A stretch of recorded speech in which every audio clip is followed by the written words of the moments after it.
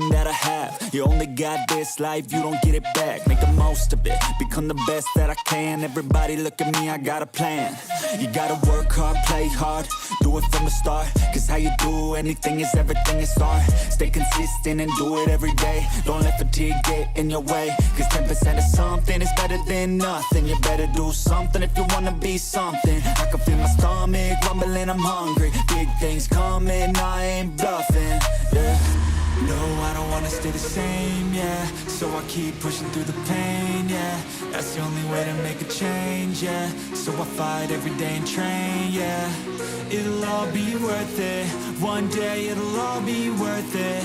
So I keep pushing through the pain, yeah. That's the only way to make a change, yeah. I've had enough, I'm making my own luck. Adrenaline, my drug, I'm sick of feeling stuck. I got this, will not quit to the top, I promise. Cause I've had enough.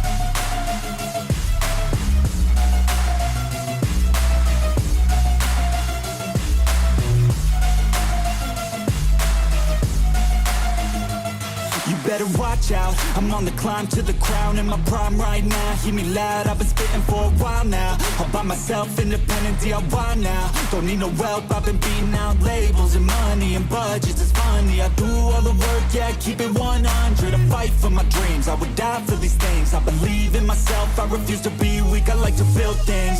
Empires out of buildings, I wanna leave a legacy of helping others find they feel things. Of motivating and killing, depression, exhaustion, we need some healing. I work through the pain, I like seeing gains. I keep my head down, buried, walk through the flames. Yeah, I do this every day, even when I feel drained. A true man pushes through, you don't hear complaints.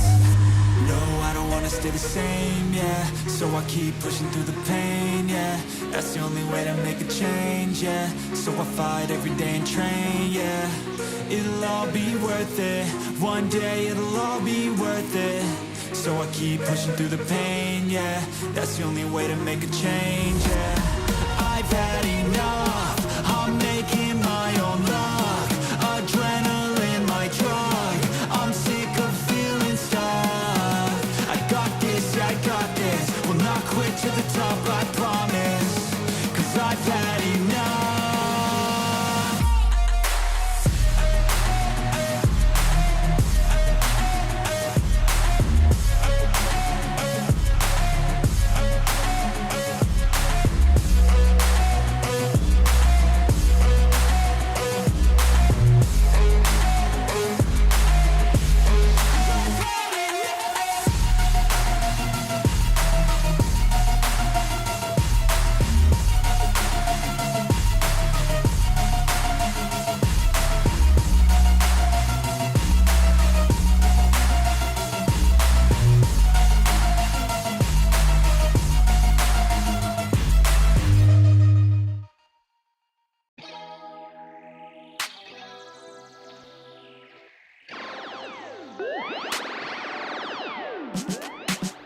Feeling good, feeling great on my time. Won't let a hater block my shine.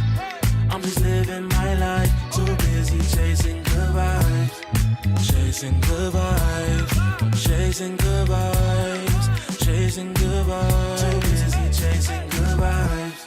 I'm feeling good, feeling great now. A hater can't play with my day now. Get that negativity out of my face now. In my city, I'm the man on my state now. Yeah, I'm living life to the fullest. Baby girl, you're talking to the realest. Energy and joy, you can't steal it. Good vibes all around. Baby, tell me, can you feel it? I woke up, so I'm blessed. Just another chapter in the test. I know I'm doing better than the rest. Got a smile on my face, showing teeth for the crest. It's no sweat, I'm a vibe in my own right. Go time in the sun, yes, I'm gon' shine. So fine, got a baddie on my phone line. Feeling good, feeling great, chasing these good vibes. Feeling good, feeling great on my time. Won't let a hater block my shine. I'm just living my life, too busy chasing good vibes. Chasing good vibes, chasing good vibes, chasing good vibes. Too busy chasing good vibes.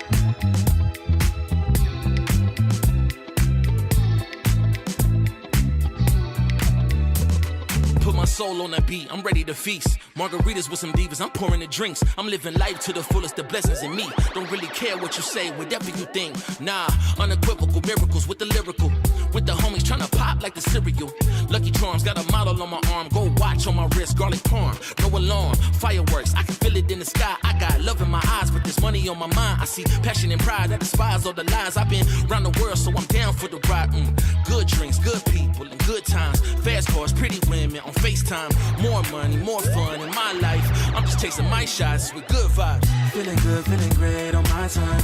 Won't let a hater block my shine. I'm just living my life, too busy chasing good vibes. Chasing good vibes, chasing good vibes, chasing good vibes. Too busy chasing good vibes.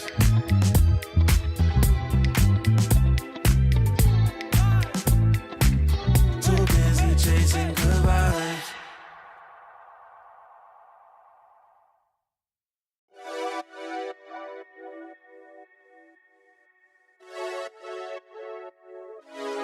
Friday night putting them plays in, but it feel like a special occasion. So let's go out, go blazing, hit the dance floor, let go frustrations. I might have a hidden agenda, but my intention's pure. I'll give you all that I got, and I hope that you don't need more. It's okay, just take my hand now. Damn near sweating your hair out. You got me creasing my sneakers. That's usually something I care about. Couldn't see the path, but it's clear now. You was in my dreams, but you here now. And I just want a little dance and a reason to change my plans. All I want is for you to dance with me, with your hands in the air where I can see. I don't know if we'll get another chance, you'll see. So I hope that you'll just come dance with me.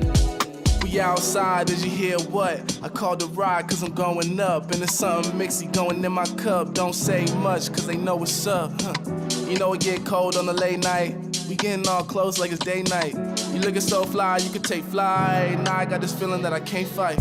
Your curves got my urges flaring. You got me by the collar and I'm not caring. You see how the people can't stop staring. I'm trying to make you mine and I'm not sharing. Okay, let's bring it back a bit. She said you can have whatever if you ask for it. Well, I just want to have a little dance and a reason to change my plan. All I want is for you to dance with me, with your hands in the air where I can see. I don't know if we'll get another chance, you'll see. So I hope that you'll just come dance with me.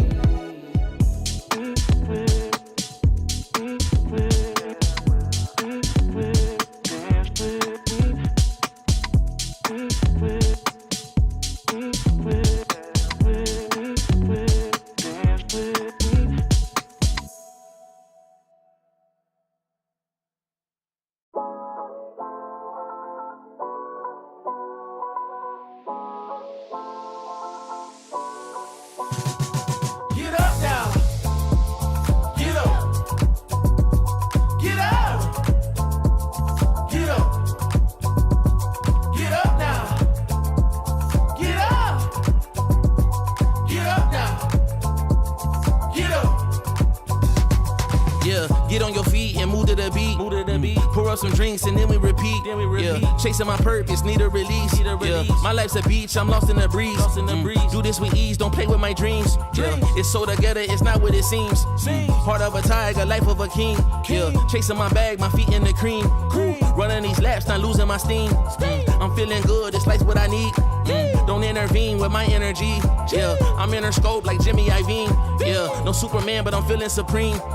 This not a movie, but I'm making a scene. Yeah. I can tell you how to live your life, but you just gotta get up. Get up. Get up.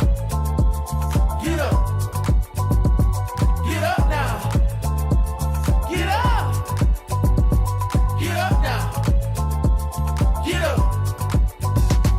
We just gotta live our life, we paying a price. Piece of the pie, I need me a slice. Yeah, rolling the dice, the scariest spice. Sticky like rice, the tricky reprise. Yeah, love will suffice, I suffer in silence. All alone, I'm lost on the island. Let's spread peace and less of the violence. Sebastian Bach on yachts playing violence. Yeah, the flowers violet, give me my rose. This for my city, all for my bros. Did it alone, so far in my zone. So raise your glass, let's all have a toast. I can show you how to get like me. Live your life till you die. Yeah, look, I can tell you how to live your life, but you just gotta Get up now. Get up. Get up. Get up. Get up now. Get up. Get up now. Get up. Get up.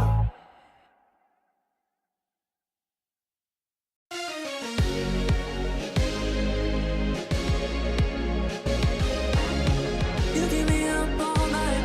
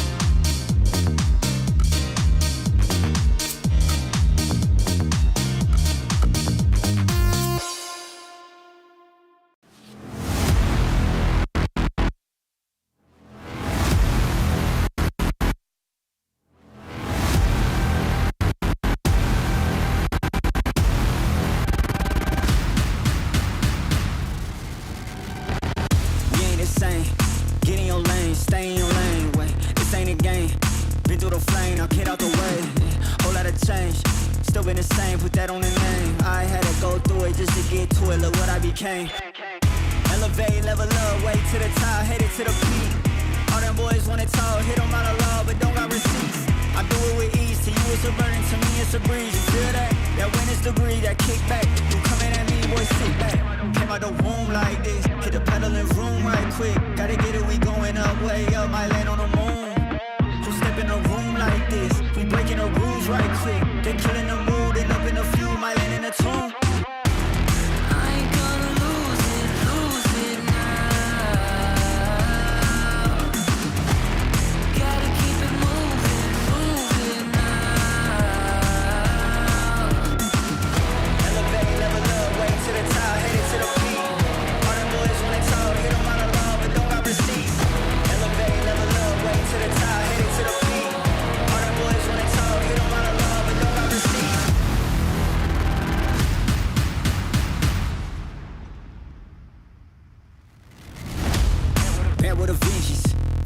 I'm leaving no remnants, they all in attendance. Gotta go big, I aim for the fences. It's mine, I sense it. Back in the scene, I'm back to the business. Back on the front line, gotta grind, it's time, let you be the witness. At the time, turn a repeat to a 3P, yeah. Got the franchise on me, you more like G Lee, yeah.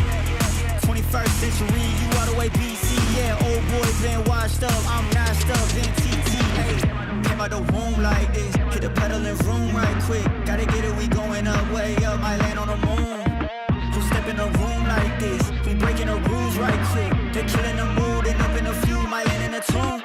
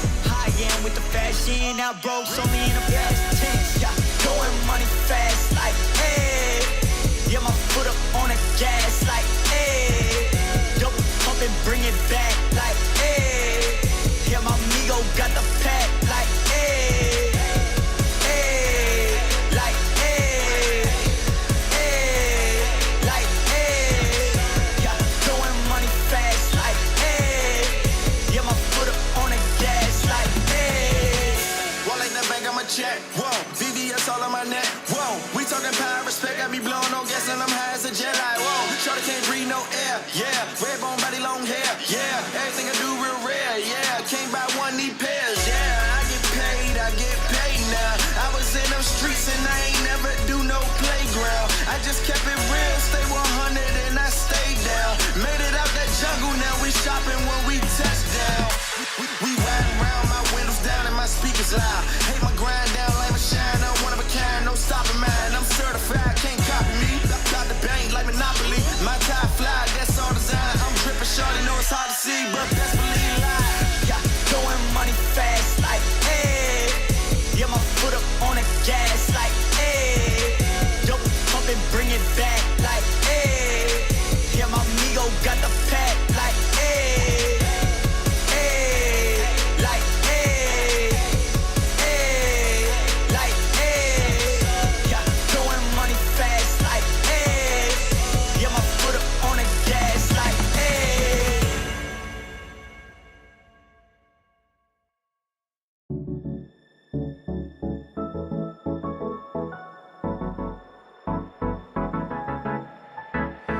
Let's do something crazy, get a bit wild today, cause we don't do this every day and we deserve it. Life is so amazing, nothing is in our way.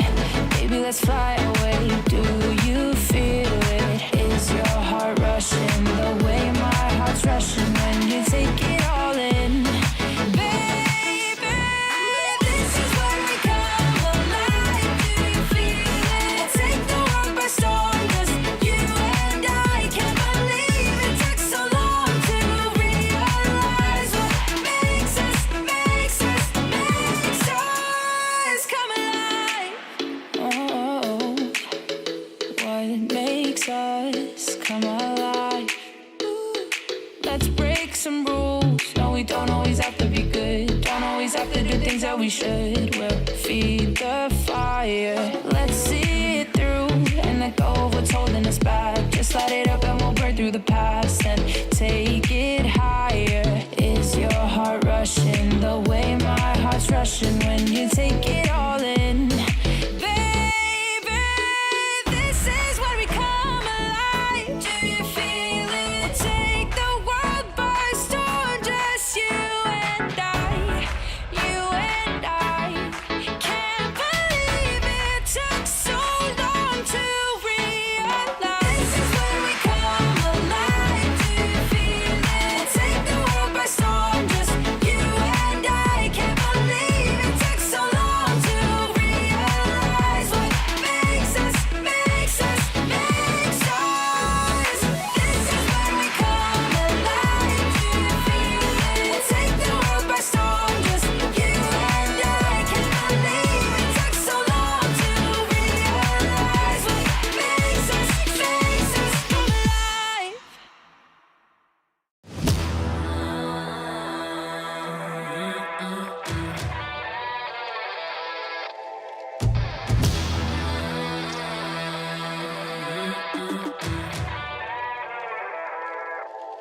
Yeah, motivated on focus. Came a long way from the lowest. Yeah, gotta get it the mindset, gotta put it in motion. This is the moment, gotta one up my opponent. Back then they ain't noticed me, now they know it's me. I'm the chosen. It's my time, yeah, I put that on Bible. No excuses, gotta get to the final. Take all of my idols and turn them to rivals. It's all or nothing, man, the trophy is vital. Game time, bet I'm coming in clutch. No hang time, man, they can't keep up. The game's on the line, seconds on the time. Who can't fight? It's gotta be us. Better under pressure, go ahead and let it fall on me. I'm destined for it all, you better call on me. They say what doesn't kill you make you stronger. All that pain, it done made me to a monster. They say what doesn't kill you make you stronger. All that pain, it done made me to a monster. Yeah, whole lot of times they doubted I wouldn't be who I am without it. Sleepless nights, I counted. It all paid off, it's really astounding. I had to keep the faith to elevate. Hope for better days, they were coming. Now we can celebrate, knowing every day is abundant. Yeah, it's my time, yeah, I put that on Bible. No excuses, gotta get to the final. Take all of my idols and turn them to rivals. It's all or nothing, man, the trophy is vital. Game time, bet I'm coming in clutch. No hang time, man, they can't keep up. The game's on the line, seconds on the time. Who can't fight? It's gotta be us. Better under pressure, go ahead and let it fall on me. I'm destined for it all, you better call on me. They say what doesn't kill you make you stronger. All that pain, it done made me to a monster.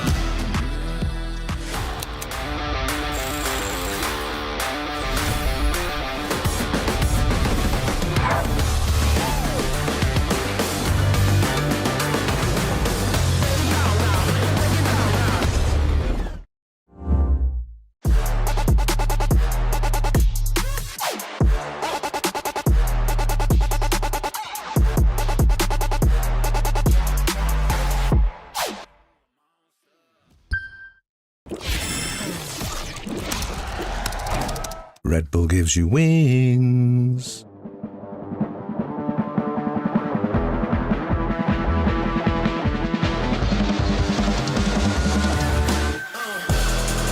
told my mama I make it, I make a couple mistakes, but see I stay in my lane. I keep my feet on the pavement and don't you ever mistake it, no this ain't never been a game. Tell me where the competition. Seem like they all been missing. Never made a wrong decision. It's got me walking different. I stay gassed up. Please point the opposition. No scope, it's no joke. Just know I aim with raw precision. I went and got my bid up quick, 100 figures. They once was competition, now ain't sitting with us. Been on a wave since we've been away. Snatch the game, now we here to stay. I told my mama I make it, I make a couple mistakes, but see I stay in my lane. I keep my feet on the pavement and don't you ever mistake it, no this ain't never been a game. I told my mama I make it, I made a couple mistakes, but see I stay in my lane. I keep my feet on the pavement and don't you ever mistake it, no this ain't never been a game. It's that you can't touch me. Things get ugly, they mad now. This all must be a whole new level to count. I'm packing on the pounds, pulled up with the dog hound, and I still had time to shut it down. Now you see them all screaming my name. See them trying to switch to my lane. They ain't never fit that frame. Only present when the cash came. Plenty days I've been on the road chasing. No legend ever said they was complacent. Nah. I told my mama I make it, I make a couple mistakes, but see I stay in my lane. I keep my feet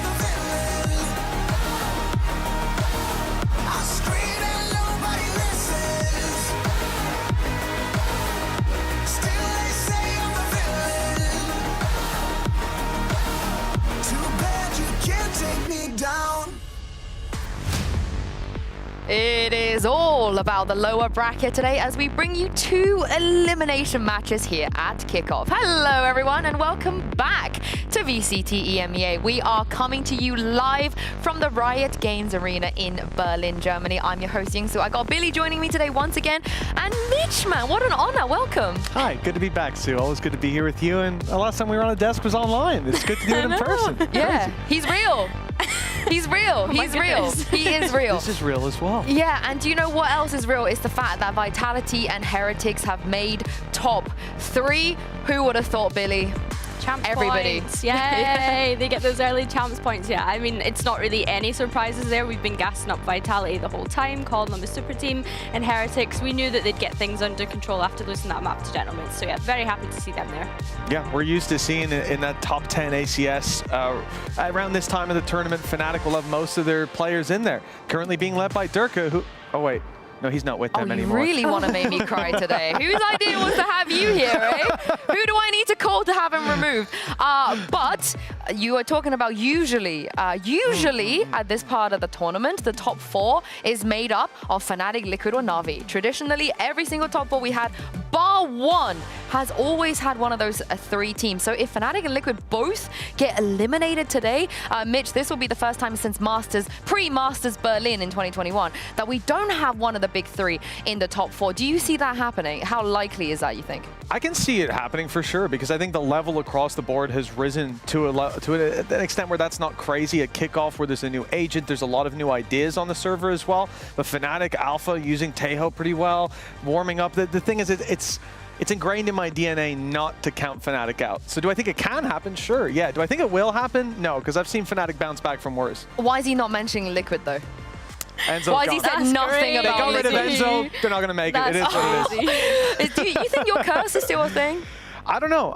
Yeah. I mean, I'm not casting them, so at least if it is team related, they're okay. I'm on game 1. Congratulations, so they're chilling Team for now. Liquid. Eamon is very happy about that. I think the one thing I have to think about when I think of Fnatic and Liquid is you need to think of the players that they lost going into this season, right? Obviously, Fnatic losing Derka, Liquid losing Yampi, like they have been big losses, and I think that we're seeing that come into play in Kickoff, and they were long-term members of those orgs as well. Yeah. I don't know if I use the word lose. I don't feel like, I feel like it's something, you know, we'll see. But I bet you they're having the last laugh as we speak. But let's take a look at the schedule for today. Of course, 2 elimination games, Gentlemates versus Fnatic, followed by GX versus Team Liquid. So make sure you're here with us all day. I am praying for a 6-map day. I know no one else is. I'm the only one. I'm sadistic like that. But these are going to be very, very good games. And speaking of good games, we're bringing back a crowd favorite. When Mini used to stream, not Gentlemates Mini, the other Mini used to stream. I know that he used to love playing along with us, of course. It is truth or cope. I'm going to show you guys a few statements, and I want the desk and also you guys at home to tell me if you think this statement is truth or cope. Very easy. So let's bring out the first one here. I'm going to ease you guys in here with a very lukewarm one, which is teams are sleeping on Vice and Deadlock. Truth. I'll start with you, Billy. You went straight in there with truth. I think that there's been other regions where we've seen these 2 agents work in unison together, and it's been really, really lovely to see. In particular, on Bind, we see that a lot in China in particular. So yeah, I think that they are sleeping on that, and people are too interested in the introduction of Taeho and not actually getting to know Vise a little bit more. Yeah, I mean, I can see that as well. A lot of buffs across a lot of different agents. A lot of things have changed, but I do have to say, and maybe I've just been talking to Saint too much, those words are lingering in my head, but especially on Bind, Deadlock has won me over, and I think when you look at Vice application across pretty much every map, there's a lot of things you can do to catch teammates, or catch opponents off. I think I'd agree. I agree. I'm going to say truth as well. I want to see more Deadlock. Give me more Deadlock. Yeah. Let's bring out the next statement here, truth or cope. I want to see what you guys feel. AlphaJet is the best ISO player in the world. It's the easiest truth ever, because like name me 5 other ISO players. That's 1 point to it. Yeah. Name me one other ISO player as good as Alpha. It hurts me to see him on a different agent. And sure, there's definitely elements to it, like you add in a Yoru with that comp. On Haven is what I'm talking about in particular. Your ISO is going to be getting a lot done because not only are they running in, taking fights, but there's a distraction behind you, there's decoys, there's all this. Alpha, though, in particular, so the comp is good, but you put anyone else in there, I just don't believe they'll deliver. You give the guy a second chance, you have to shoot him in the head 2 times. He only has to do it once. And the ult as well, like he never misses. Oh, you were hesitant there, Billy. Yeah, I don't know. I think after we seen Safe's ISO yesterday, I was a little bit like, I'm not saying it's the best by all means, but I don't know. I think that Alpha is just so flexible as well in his approach that I was a little like, oh, is he? Is he not? Safe, I love you, but my man couldn't kill Boaster in his ult, so I feel like he got 1 bap. So I feel like Alpha has to take the crown there. Okay, let's do one more. Truth or cope? Same game. Mini is Gentlemate's most impactful player. Mitch, you have to come at this from a non-biased, non-personal perspective, okay? You're saying I can't say that Cadaver is the most impactful player. Okay, if I can't say Cadaver's most impactful. You can. Okay, well then back to that. Yeah, Cadaver's the most impactful. My guy comes in as one of the best duelists of his age and then swaps over to a Sentinel, swaps over to a controller now. We're seeing the depth. He's willing to flex for the team, and that's why I think he's impactful. Not just the kills he gets on the servers, the kills he helps his teammates get. Okay, you can only keep one, Cado or Hype. Oh. I'll let him think. You give me your truth. Okay, yes. So I took a little bit of time to think about this, but I just think after seeing Mini on the Yoru and he's like flexed across a variety of different agents, I think that he is someone that Gentlemates can rely on to be able to flex on to different agents if they want to innovate with their composition. So I was very much surprised with Mini's performance so far, and I think, I'm looking forward to getting to see more of him today. Do you know what? I also think people are sleeping on Mini big time. I think it's really easy to kind of look at the stats, look at the numbers. Look at the, the 4Ks and so on and so forth. But he is site anchoring, perfection, flexibility, perfection, calm, cool, and collected. Plus, he told me he absolutely loved this game. He eats, breathes, lives this game. So I'm truthing out here. He's good. Yeah, but he's no Kadabra. Yeah. Well, we'll throw Lucker in there as well one of these days and see what happens. But let's talk about this first game. We kind of teased it a little bit already. Some of the players that's going to be involved, of course, in this very important elimination match. And I think we should start by bringing up the conversation about Alpha Year. Alpha Year in that comeback, I mean, every comeback, right, Fnatic has ever had. He's in the middle of this. And we have a quote from his IGL boaster who says, Alpha Year is a lovely teammate. He is the teammate that is nice out of the game, fun in the game, and when he turns serious, it's GG for the enemies. We hear about people who aren't good teammates, Billy, so often. So kind of seeing this side of it is great, and you can really see why they love Alpha so much on the team. Yeah, I mean, if you wanted to compliment, then that's a great compliment to have, and I completely echo everything that's said there. I think that Alpha, the way that he was able to come back in that Haven the other day was absolutely incredible. An 11-5 comeback, by the way, and not only that, I think Kayak looked so much more comfortable as well having Alpha on the ISO. I think Alpha ISO, he's been able to take so many risks, and they were calculated risks, is right? When you're down that much, you kind of need to kind of address the situation. So yeah, no, I think he did really well, and on top of that, he was constantly keeping the vibes up as well. I'm glad you mentioned vibes, because let's take a look at some of those vibes we saw on stage last week. Nice! Nice! Let's go, boys! Let's go, let's go, let's go! Let's go, boys. They get the stress. Let's go. Nice! Let's go, boys. Let's go. Nice! Shoot his body, shoot his body, shoot his body now. Nice! Nice guy! Nice guy! Defuse, defuse, defuse.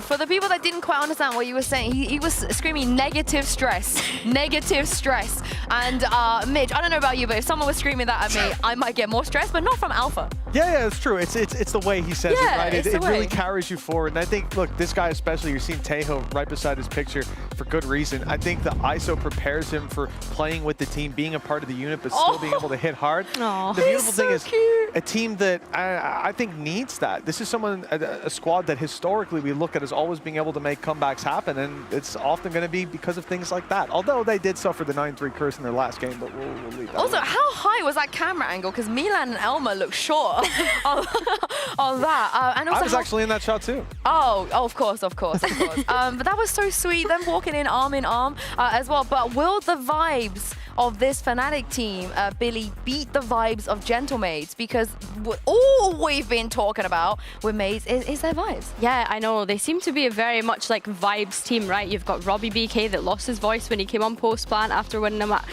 a game. Like, it's complete vibes from this team. But I think the one player as well that is kind of at the forefront of that, and that we maybe haven't even really spoke of is Kadabra, right? He has. Yeah, I mean, times. Mitch absolutely loves Kadabra. But I just think, like, this quote here as well about him feeling like he's a big brother. I initially didn't think that it would be Kadabra that would be saying something like that. I was leaning more into potentially Zipan with the experience that Zipan has. Yeah. I mean, now for the people that don't know, Mitch, you used to coach this guy. So how far has he come Let's since use then? the term manage. I think that sorry, you used to manage this guy. Yeah, no, Kadabra, he was very young when we started working together, and I think at the time as well, it was a very duelist-centric vision that the game had, that the community had. You were going to be the best guy. You're going to be the one that people talked about if you were on the jet. If you weren't, you're just part of the system. It's whatever. And I think he's grown up a lot since those times. As a teammate, I'm sure we see it. The things I mentioned earlier, coming in and not saying, guys, I'm the best duelist on this team. I'm going to be the jet. And I think he would have a right to do that in a lot of rosters. Instead, he comes in. He's willing to play the Sentinel. He's willing to play the Omen. We interviewed him last year. It was the same thing. Whatever my team needs. And I think that's such an important role for someone who has gone through those sort of changes. Yeah, and let's not forget, he was there in the beginning, Mitch. He has beaten Fnatic before. He has knocked them out of really important tournaments before. Yeah, we talked with, I brought this up with Minnie the other day, and he said that right after that game, when Kata beat him, they picked up Durka. That was like, we need a solution. We need a Kata, you know what I mean? And this is the thing. He's someone that's been there. He's done that. He's got the experience. Now he's got some young guns to try to I guess impart some of that knowledge upon. Yeah, not quite Fnatic Mini, but I did have an opportunity to check in with Gentlemates Mini earlier, and this is how he is feeling ahead of today's game. That's right. I'm now joined by Minnie from Gentlemates now. Minnie, we love seeing tier 2 players coming in here, rookies making an impact here at VCT EMEA. And I feel like you're one of those players that we've been excited about for a while. And I know that in the past you've spoken about how it has also taken you a while to get here. You've dreamt about being here. So how difficult was this journey and how does it feel now you are here and performing well? It was like very difficult. Like every single day, like I was literally playing for like 12 hours, you know, grinding so many ranks, and there's not like a lot of players in challengers that are like putting the hours in, you know. So like me and Benji, back in the days, you know, we used to play like a lot, and it was like really painful, you know, playing challengers all the time, you know, not playing any LANs, you know, and like it was like very hard. But I love this game. I really love like every single day.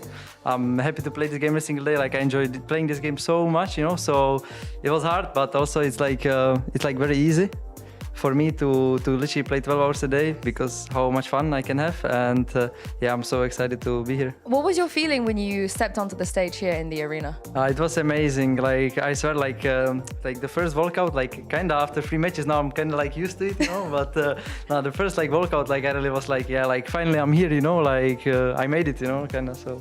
Wait until you go to Thailand. When you get on that stage, I think the feeling's gonna come back. Now, one of the times you walked out on that stage, you played Yoru, and it was incredible. So whose idea was that? Did you enjoy playing something a bit different?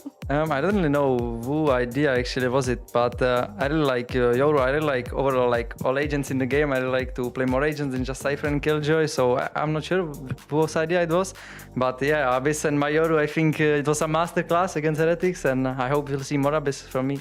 Why are we not seeing it on other maps? And I think Yoru is not that good on every single map. Like I think it's good to play as like one duelist, but there's not really like a double duelist meta right now. So maybe later in the year when the meta is gonna change a bit, maybe I will be playing Yoru more. But for now, I think on Abyss we're good. So. We're gonna have a word with your coach. Get him to give you more opportunities. The last question now. Kayak is on the other side of this match. You played against him before. Pretty successful from your old team, from you as well. What do you think about him as a player and facing him on stage today? I really like Kayak. Like he kind of reminds me a little bit of me, you know. Like this guy was also like playing a lot. He was playing also VCL East before.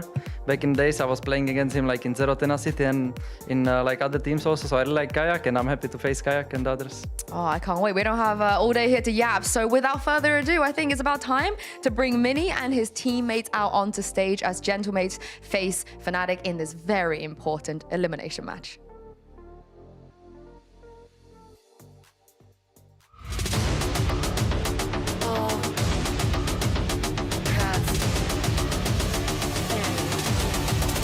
With me.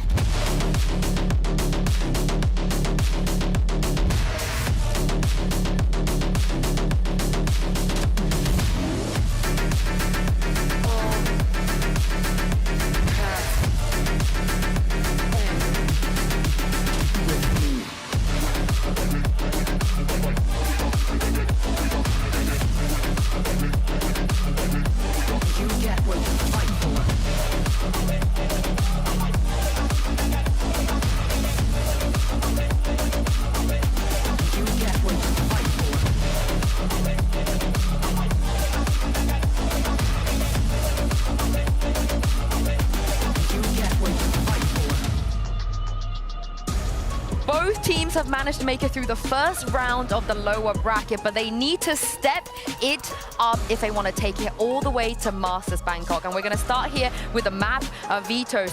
I mean, Fnatic, they've kind of not really been able to have a permaban coming into this. And once again, they go to something different, Billy. They take out the bind. Yeah, that's a bit of a strange one. And for me, I mean, Gentlemates, they've been banning Lotus all throughout this. It has been their insta-ban. And I mean, they banned Fracture more recently against Koi, so I think for me it's really interesting to let them just let it slip through and allow Fnatic to actually pick into that. I love this Abyss pick right off the bat though. Fnatic's Abyss is just, it's not convincing. There are some good rounds and good ideas, Billy, we've seen them, but they ran out of time.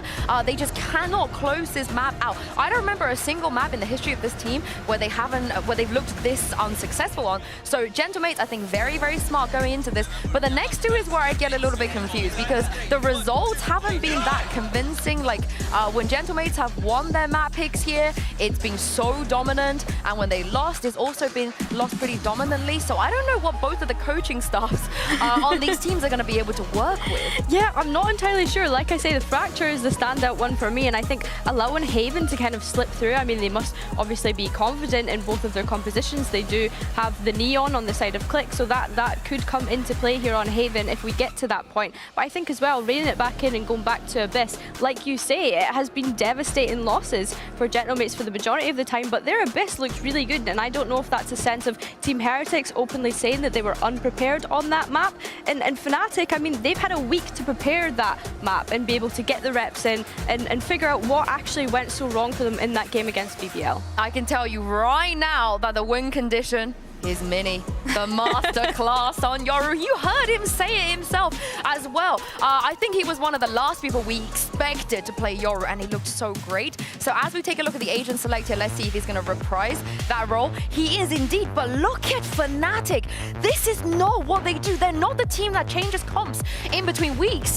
Billy, this is really new. This is super new. We're no longer going to see Alpha on that Taeho, and in fact jumping onto the Jet, which in my mind is actually a welcome change. We've seen the double duelist work out for them in the past, and Chronicle jumping back onto that Breach. We've seen Chronicle do absolute wonders on the Breach, so I'm very happy to see that and get him back off of that Astra and get Boaster onto the Astra, where we know that he can perform so well. So, I mean, it's risky, but it's a nice kind of risk, I think, going into this. This is what we wanted to see last week, right? We had a lot of questions about those role changes, but for Alpha, he's always been on the team with Durka. He's never had to play this Jet. It's always been somebody else, but he is Turkish, and Turkish players, they can all play Jet. But I cannot wait to see what Mitch and Tom have to say about this, because this certainly was a big surprise for us.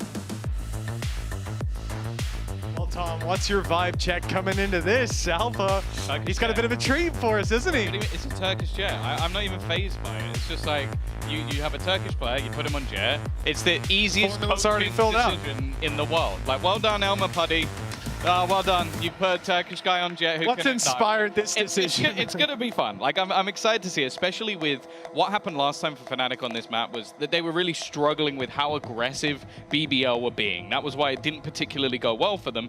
So what they've decided to do is fight fire with fire. They put Chronicle back over to the Breach. He can set up, and then you have Althea and Kayak going crazy. And when you look back to, say, their Haven game, that was what won them the game in their most recent match. It was those two players really popping off.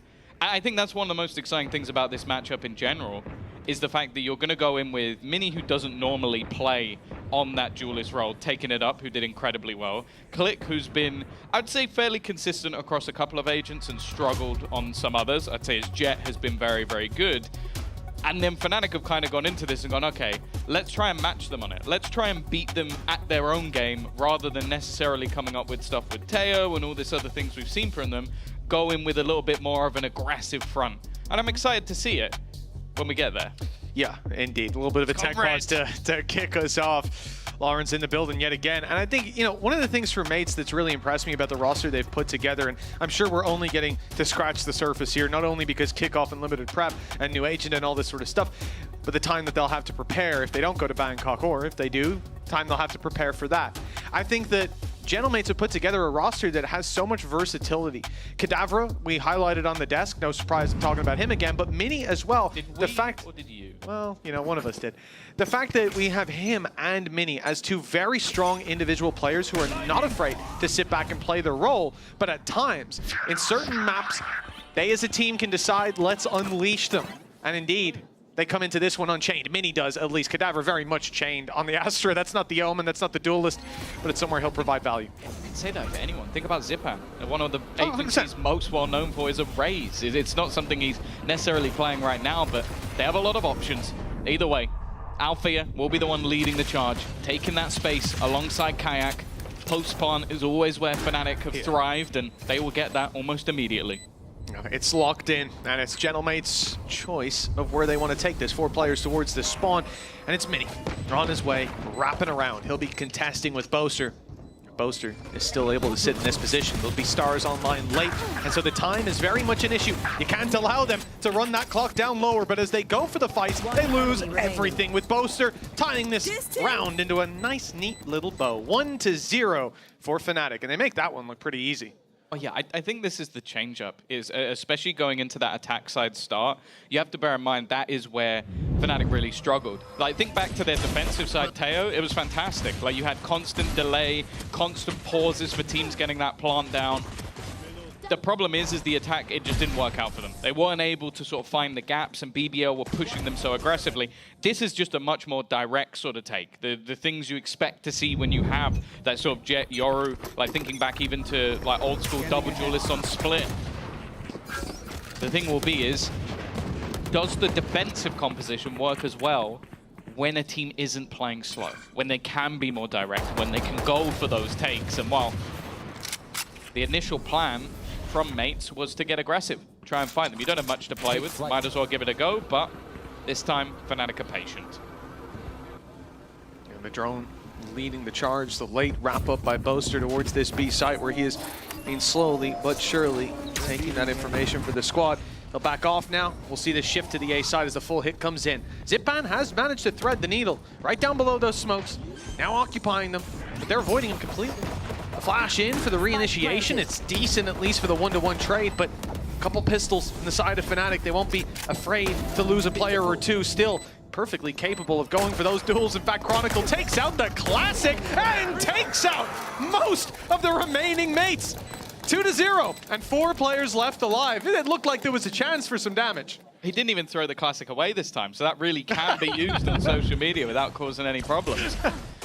Wonderful stuff, but yeah. The thing is, it was a very, very low buy for Gentleman. So this wasn't even like Sheriffs or anything additional. This was just classic. So sure, they're not going to do much damage, but all in all, you like this worst round. I'm looking at the buy though. This is where you're going to see that investment in from the defense. More interestingly, I'm looking at Chronicle, who currently has a breach operator. That is correct. Now, Chronicle's had some crazy games. He's going to need a crazy round by the looks of things. Alphayear's lost his life in mid immediately. And it looks like a quick adaptation. The stun on the back of the drone's contact for Paranoia to slow. Zipan's bought some time, has a smoke, gives himself that little angle, knows the first is a decoy, steps on his right. He's not heard them though, Kayak. Able to swing through and take the kill for free. A 4v4 with the A-site plant seemingly guaranteed at this point. The smokes up top will keep mates back, and still 2 players in mid. They'll want to group up. Oh, that could have been a disaster. Looking to get into that after bomb. Spike planted. So we'll eventually have... There's been a couple of opportunities here, but in the end, it's Boaster to put the advantage with that attack side. Kayak still aggressive, dancing perfectly around the bullets. The drone will spot out where he is, but it doesn't seem to matter. He's so patient with it, doesn't panic in any of these scenarios. And while the panic has set in for Gentlemates, realizing that holding onto these guns is far more important than anything else. Oh, man! He's punished Robbie. The wide swing out to check if he was still there. Kadavra's sticking about, and it looks like he'll get a reward. No one else close by to hunt him down, so at least the one rifle will be brought through. But an operator carried forward for Fnatic, 3 players alive and 3 rounds in the lead. That's the real problem, because you look at Mates' credits when we get back into the game, you're going to see there's not a lot left. Hey, it's kind of crazy as well when you consider they got the opener. Like, from then onwards, it was just squeaky clean, up until the point where Kayak died right at the end when it didn't even matter anymore. And this is the performances we wanted to see from him. I think week 1, he struggled. Again, I'll talk about BBL's playstyle. It's very difficult to play against. And when you are a player coming up into the tier 1, maybe you have some jitters. Versus Na'Vi, best player in the server, uncontested. Like, there's not even an argument to be had. He was fantastic through and through. So if that's the level he's bringing today, well, I feel like we're going to be looking at Click. There you go. We were looking at Click. Yeah, for just a second. Yeah. Oh, this is a big swing from Zipan. He had a chance to drop one, maybe even get out for free, but he's caught, punished, and Fnatic will now set their sights on A yet again. The drone clears everything. The dash onto site gets the backside control with a grab well and smoke to ensure that no one can get through. At this point, mates, you got one player with a rifle, Kadavra, who should probably be considering the save. the rest of the squad can do as they like. Indeed, the rest of the squad is now just Robbie BK. And he's on his way to the spawn where he's about to have a nasty surprise. Boaster, he might as well have been AFK this round. Obviously, he's been putting down stars. We saw his grab well, we saw his smoke, so I'm not saying he's trolling. But if you die to this guy, you know, think about a couple rounds ago, he was sitting here at that little box. That's annoying. But when you die to him on the damn stairs, now there's just, you're not flanking anymore, are you? You can't. Yeah, that's the thing. They're either going to have to start doubling up to try and make sure he's cleared, but also just from Boaster's perspective, like when you have yourself a potential post-plant grab well, him being as far away as possible is actually valuable. Well, that's why he was there, yeah. Push, then there's no chance of him dying, and he can buy that extra time on the clock. The fact is, though, these early rounds, Fnatic really haven't needed it, and it is that 1-2 punch of Kayak and Alpha here. They have just been so clean with it in the openers, and I do question, like, it's a couple of times now we've seen that battle into mid. How well is that going to go? But more importantly, can they get some early information to get players on the right site? Because the entries from Fnatic on those site players has been far too easy. Yeah, and even when they're a man or two down, and well, a man down in particular, and I think that's the thing then for mates. You look at global map control, being able to fight. Well, if you fight and you win it, it might not affect the round. They'll still be able to bounce back. If you lose it, it's a different story. And they may be in for a lesson in that department. Kayak immediately on his way to the site. A second flash in his hands, and Zipan's being stunned up. Now here comes Kayak, but the Shrouded Step, it has saved Zipan from inevitable doom at the hands of the Shorty. And Fnatic are denied an opening pick. Even still, they're right back into that same post plant. As said, like, this was one of the things that was tougher, was just getting into those sites. They have succeeded every single round in getting into a post plant scenario. All of them looking to try and build up from the corner. There's a crossfire holding. They're trying to clear out, but will they expect a second? No, they won't. Kayak with a clean double. And look at those post-plant players already just sitting back. The aggressive work has been done.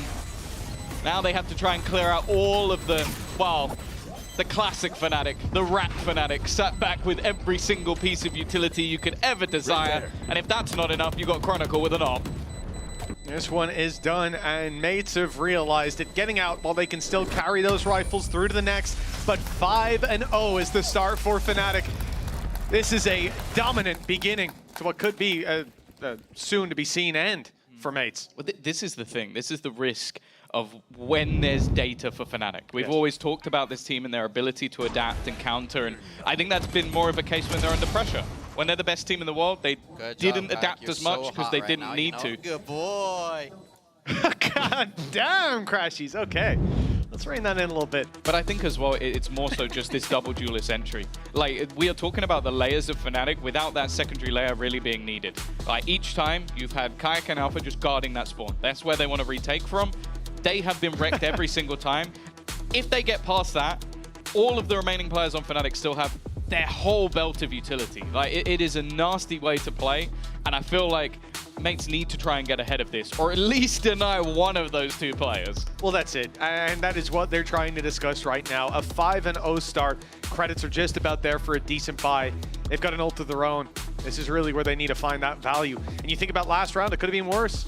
The ultimate used by Kayak got them onto the site. It claimed space. That's about it. And the fact that mates are able to set up for that retake and be so quickly dispatched. The fact that, I mean, at this point, we've seen Boasters start the round out and end the round outside A, then over on the stairs. Then this time when the spike went down, he was actually in B window trying to cut the rotation and kill the player on B. So by that logic, that's 1 round, 2 rounds, 3 rounds. Next time they plant, he should be about here.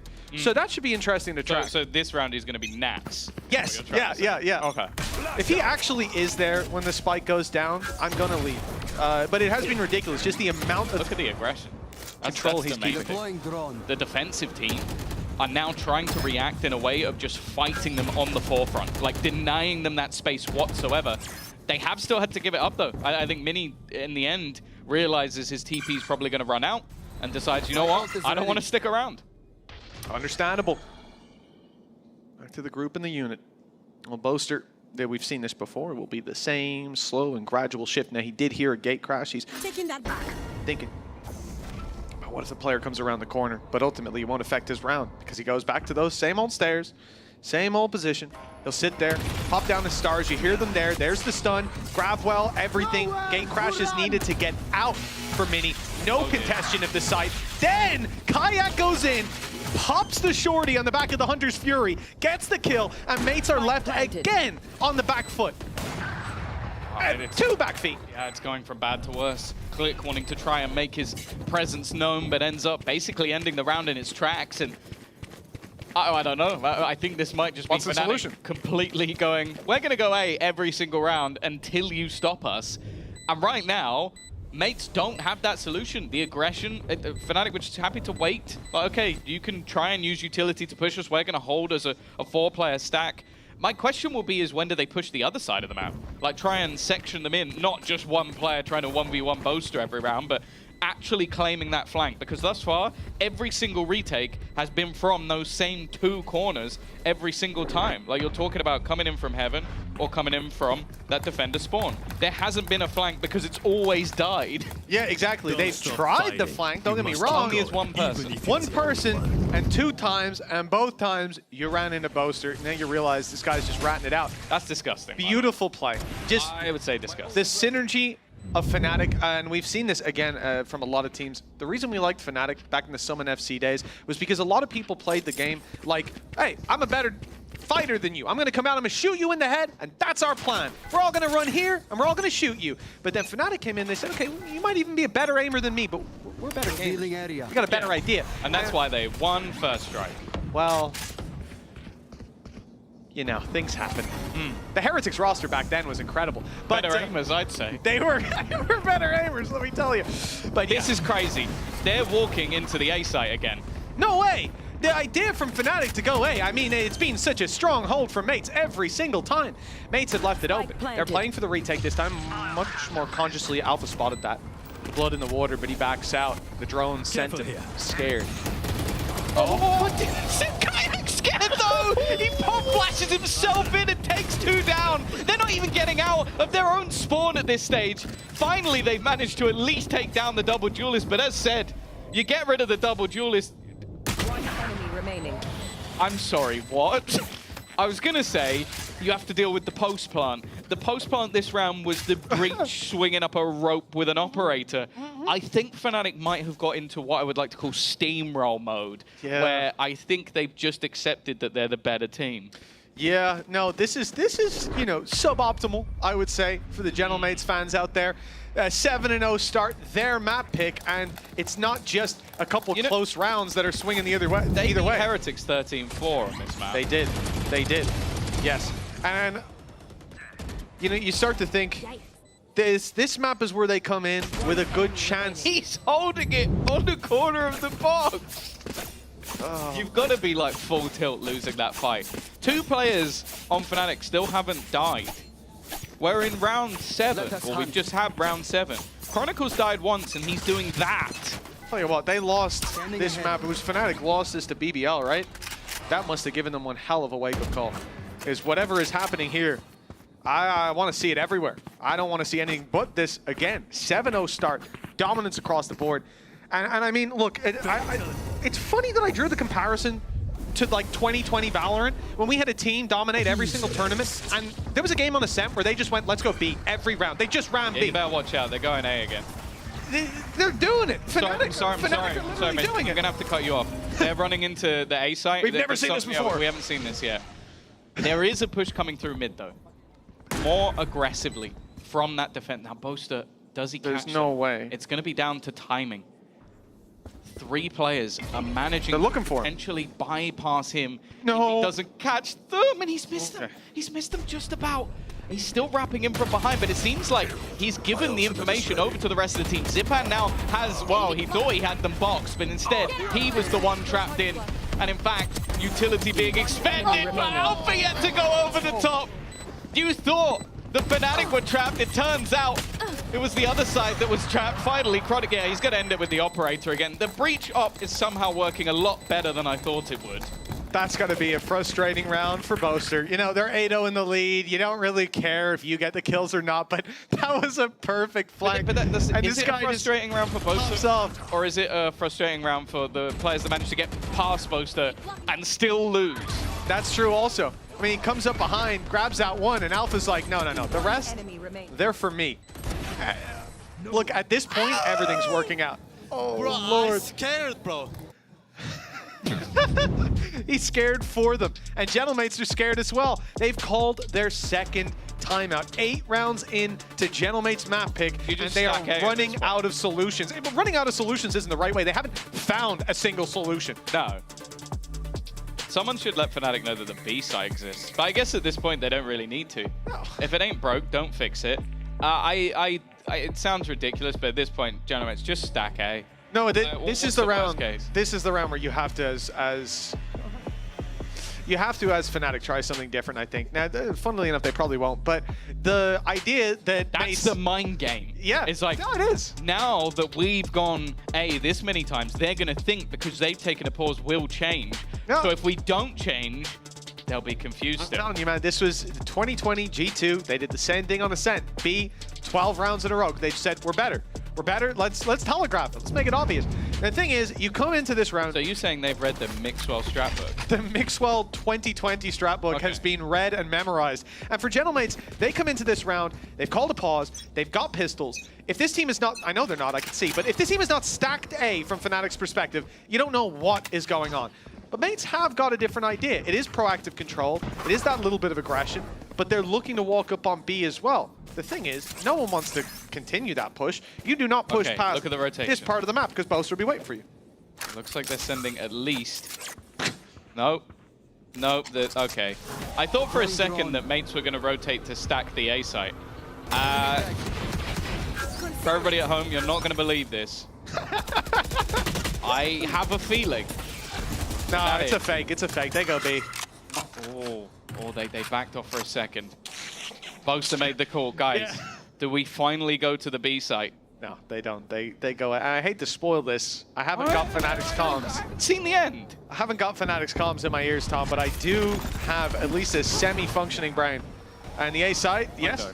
Statistics. They could still go B. A wise man once said, stats do not lie. And although they could rotate at this point, no, they haven't. It's a... That's what Mates should do, just block them.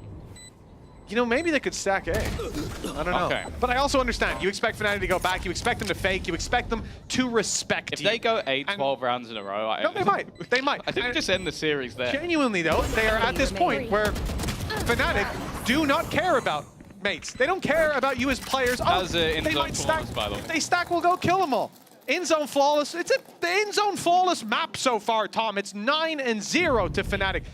When will Mates get on the board? 3 ults, rifles? I have a better question. This is when will they stack A, isn't it? No, it was actually when does Boaster get his first death? Has he not died? No, he's not died. And last time he got pushed by 3 people and they all walked past him. Maybe he'll get his first death when he leaves the spawn. I reckon that's when it will happen. That's the strat. You can't be killed if you don't go anywhere. Yeah. Stay inside. Hide up the stairs. It's just isolation protocol here on Abyss. 9-0 for Fnatic. If you're just joining us, the game didn't start that long ago, but it will be ending soon if it keeps going this way. Halftime break will be longer than most of these rounds. Yeah. They also only got 3 rounds on attack last time when they lost, so... Here. And also, just to make it a little bit worse, when Gentlemates won versus Heretics, they had a 9-3 defensive half. Oh. So... It's just really not... Correct me if I'm wrong, I don't think they can have a 9-3 defensive half from this point right there. No, right. Unless we have to restart the game, Grounds which has happened to me before. You're here, Tom. I don't see a Killjoy. We're all good. No, it was Cypher on that one. Oh, wait, it was the Cypher restart. Oh, it was the Camp Breeze, yes. Well, okay. Opening pick has gone their way. Boaster is venturing way too far from the nest. He's got to be careful. That's not the spawn, Boaster! He's just walked through. He's just walked through. Kayak has walked through. What? Yeah, that's not a decoy. That is actually Kayak. He is on the top of the site. He's going to take down 2. He still doesn't realize that Mini's at the front. This is a very weird round. Oh, Alpha Year is just pulling out style points. He's going to get a plant down on the A site again if he wants to. Will this be the first A site plant we've seen, Tom? I'll have to ask Kukuka for the stats. We'll have to get the stats up after the game. 10 seconds. Run it back hasn't come back online. We need them back to figure it out. Spike planted. Okay, both going up rope, both into heaven. sticking it together. From Mate's perspective, they're doing the right thing. They've grouped up, they're making the retake. They've already made it to the spike, but the problem here, man, you're certain that this squad is on the other side. You're certain that they're playing this towards main, and in fact, they're not. There we go. They've denied Cadaver the defuse, and Click assumes Boaster must be in the spawn. He must be in the spawn. He's been there for 9 rounds, but finally he moved. And if they had another pause, they might call it. Oh, that's the first time he's made it to sight. And of course, you know. This is mental. Like, genuinely, if you look at the map, you think that's a decoy until it starts jumping up on the top. And it's also the fact that they still don't know that Middy's in the corner. Yeah, Middy's just sat there. Hear no evil, see no evil. You can't see me, I can't see you. Yeah, he saw evil. An updraft. He saw a lot of evil. A double shot with a shorty. Wow. 10-0. You know, Fnatic lost from 9-3 up against BBL. Not on this map, but no. It's a bit of a different vibe here. I have to be honest with you. Big push coming out from Mates. They get one, and Chronicle shows us the same face he's brought to that stage all month long. 11th round seeming certain with the Blade Storm online yet again, but it won't find its mark. Zipan steps up, 25 HP. Robbie BK's in there. Mates, finally, it seems, have found the solution. Now, the last guy, they might suspect this. He's in the spawn. Actually, Cadaver just heard him. It's for the flawless game, Mitch. He still hasn't died. A 1v2 for Boaster to keep the goose egg, 0 deaths on the table. Tom, Cadaver heard him drop, heard him jump, and thinks he has the spike and that he's going the other direction. He's calming that this is probably a B hit. And that maybe he's gone up mid, but they don't know the spike still sat here. They gave up the control. But the thing that's funny as well, that in Boaster's mind, he has to be thinking, well, they've killed a guy who had the spike. Yeah, they're just sitting here They holding it. must be here because... 30 seconds yeah, he's got to clear everything. Like, logically, you've got to... You have to, of course, yeah. But and also for Boaster, it's exactly the same thing because there's no way that the opposing team wouldn't know that the spike was there. But that has both things have occurred. And now Boaster has ended up in a scenario where he can look to keep the perfect game alive. A 1 versus 2, a very obscure angle to take. So whether or not the first person checks it on the way in, he's also going to hear the door being broken as well. There's a very real chance. Mates seem to be on their way to their first round victory. And it's Boaster, not a death on the board, who stands in their way. 2 players, Cadaver and Robbie BK, they've cleaned up so far. Diffuse has started, wild spam from Boaster, and he hasn't stopped it. Gravwell goes into play. That's bought him at least a little bit more time. It's ticking fast, and Cadaver's down. It's just one who stands in his way, and no more. Boaster unyielding in the face of Gentlemates. A Red Bull clutch at 11-0. This is decimation from Fnatic. For anybody wondering, dying to the spike doesn't count. It doesn't. He is still 7-0.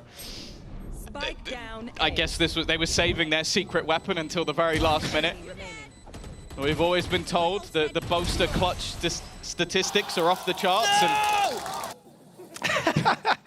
And in a 1 versus 2, he's going to keep it going. That's the slow Whoever got that angle. clutch from Boaster, 11-0. And well, guess what? They've got the dimensional drift. Now, I am looking at Alfier on the other side of the map. But that spike is still heading their way in. Zipan's had enough. He's put Kayak in the dirt, and actually, the defensive side are pushing up middle. There's a chance they catch the players with the spike, but Boaster, his timing will be utterly perfect. He's been provided by the flash, though. And it could be the Gentlemates are going to shut them down in the final round of the half. Oh, hell, it is a lifeline, a single lifeline, if they can convert it. Already, the first man has fallen. The op of Alfier, though, flanked out by Cadaver, leaves Boaster. He's in the spawn, and it might be his first death of the half. In fact, it looks like it will be. They have finally dealt with Boaster. It took 12 rounds to do it, but Mates are finally on the board. Oh, it was a bleak half, to say the least, if you're a Gentlemates fan. And for Fnatic, that is about as good as a redemption on Abyss we ever could have seen. We'll be back shortly to potentially wrap this one up. Hab ich dich, du Kleine.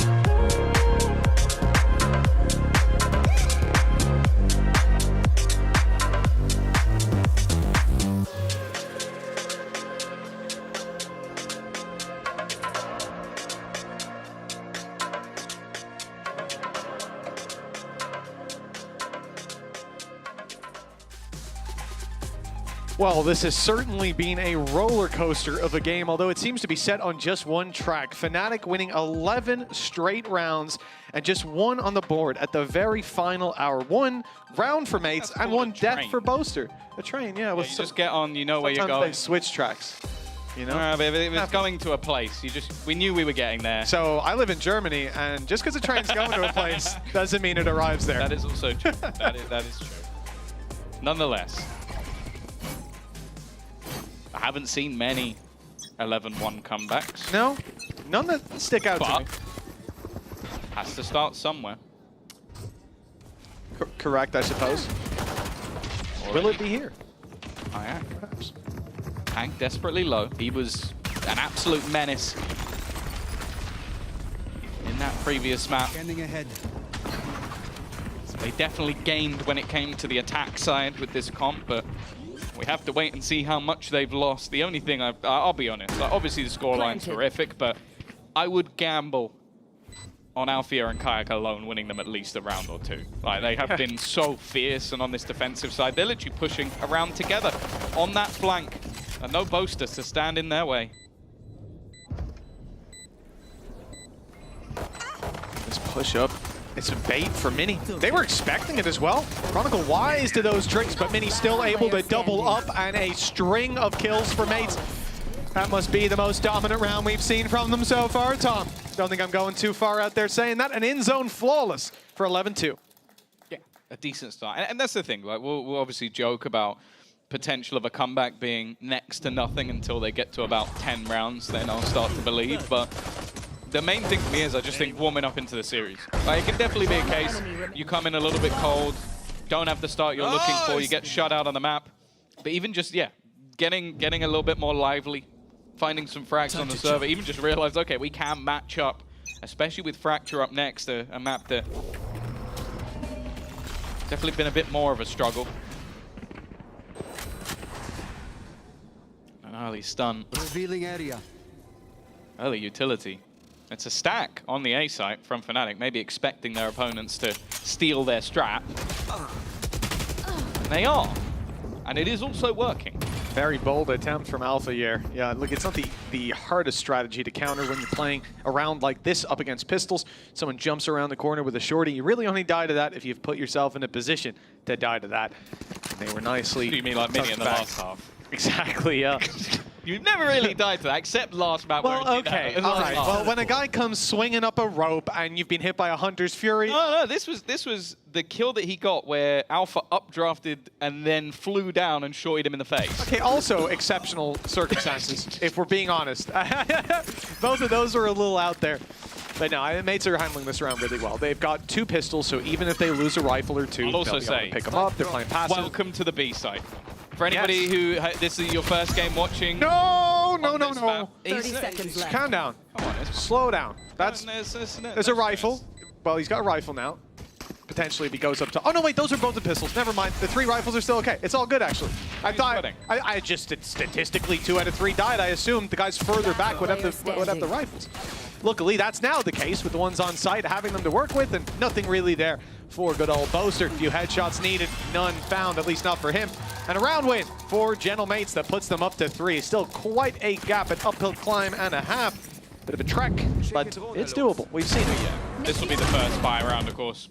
It's where things should get a little bit more interesting. And well, we're probably not going to get to see a mass amount of this half from Fnatic, but I think one of the things that makes this sort of exciting is that defensive aggression. Like, where Althea and Kayak, are they going to play together? By the looks of it, for now at least, the answer is no. Well, after getting a taste of the B site in the last round, it seems like Gentlemates actually do look to go in that direction in general.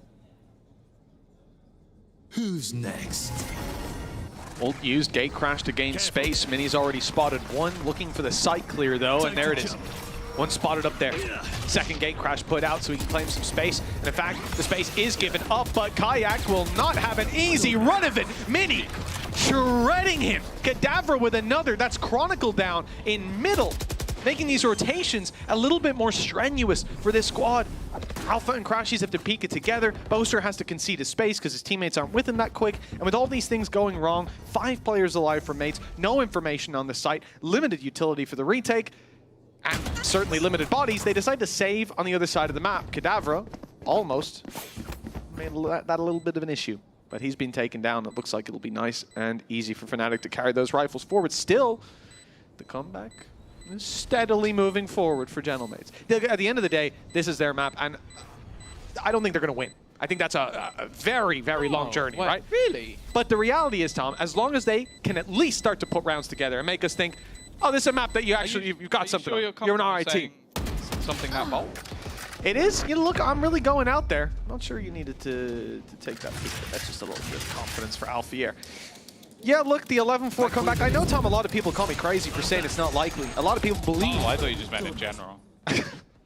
That too, but I was trying to keep it honed in on this scenario. Yeah, I do think, like, as long as Mates can build up that confidence, you go out of this map 13-3, 13-2, 13-4. It's not a nice feeling. It's your map pick. You're moving into Fracture somewhere. Fnatic are definitely comfortable. Haven as well. You're going to have that ISO out of Alfier to deal with. It's also with Fracture that they were uncomfortable. Like, Yes, they lost yes. 13-3 on that map, so you're going to go out of a dominant loss into in a map you're a previous dominant loss. He's doing tricks. Like, I've seen just Alfier fly around the map. Now, the problem is that is one of their only rifles. Look where the other one is. And, yeah, Gone. they're all gone. Gone. Kadavra cleaning up. Important to remove the threat of that round, and while Boaster, that KD's getting worse by the second. That's what I'm going to say. Yeah, man, it was perfect earlier on. Enemy remaining. But now, we've already had the Quattro K. Let's see if he can bring it all the way to 5. 8 bullets left for Kadavra. You're talking about confidence builders and, well, getting an ace on the board, dominantly winning some rounds. That's what we want to see from Mates if they're back in this series, even if they're not back in the map. Showing off those trophies. History for Fnatic indeed. And the history tells us they will take this across the line. For Mates, here it is. The potential of the ace. Kadavra, though, he's just laughing to himself. He's having a good time. You can see it in the player cam. Smiling ear to ear. Looks like he might not get the chance to finish off his Mona Lisa. Unfortunately, the ace has been stolen, but 5 rounds at the very least. I've never seen a man look happier to have an ace taken away. You know that? Against Fnatic, too. I can imagine there's probably some comms that we can't play. It could be. Don't know what was said. But already, Fnatic are going to take, in the grand scheme of things, a relatively early pause, wanting to try and sort of stem the momentum of their opponents. Again, we've sort of mentioned it, even just getting themselves back into the series with some individual players starting to show up. Kadavra looking good in that round. Mini still up there. And just wanting to end things as quickly as possible and move on to their map choice. It's a really good sign as well, seeing Kata start to warm up as well on Astra, because this is somewhere that I talked about it on the desk. He's a flex player. We've seen him take Sentinel. And in the Sentinel form, he still has such a good understanding of the game that he can push and pull the map. He can play off his utility. When you look at him in an Omen, I mean, look, you've got players like Avova, more recently like Boo, who have made that Omen look like a duelist more times than I can count. So that's somewhere that I see him being able to still bring that individual level to the server. And I just think Astra, well, let's look at how Boaster played Astra, right? That's not how you want Kadavra playing. So he's obviously going to be a bit more hybrid, a bit more in the action.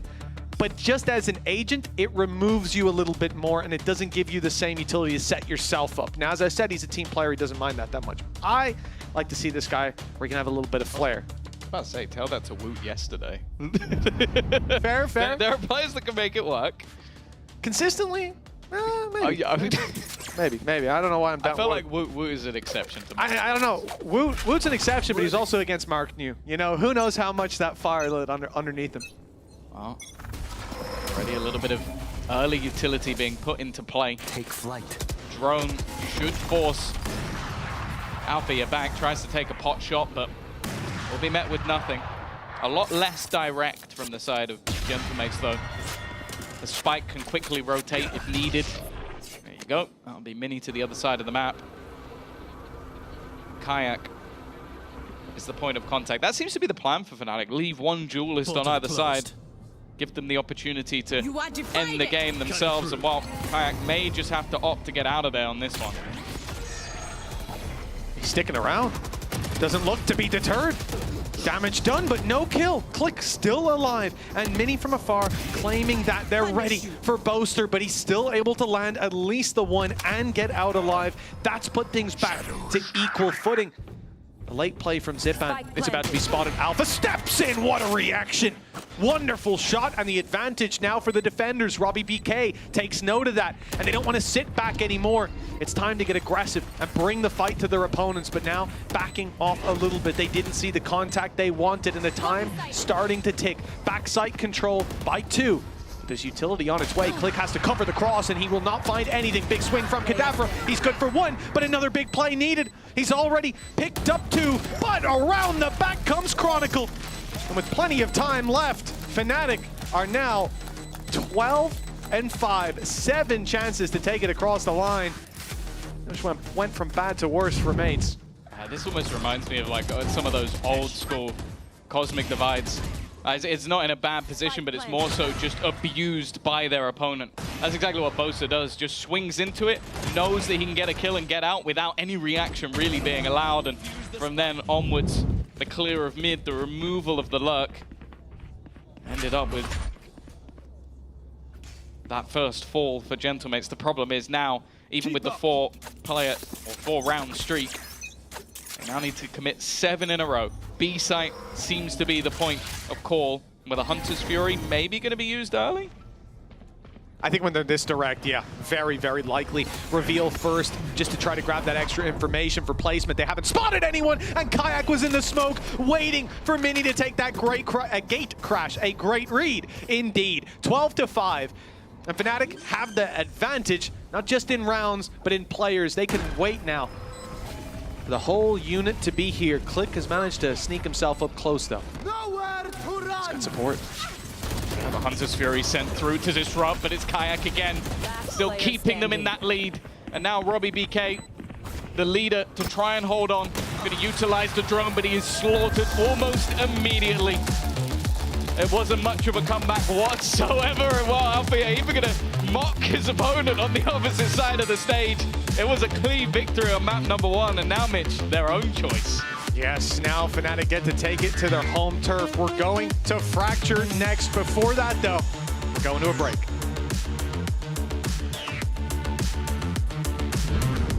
Nice! Nice! No! Yeah! Nice! Nice! No!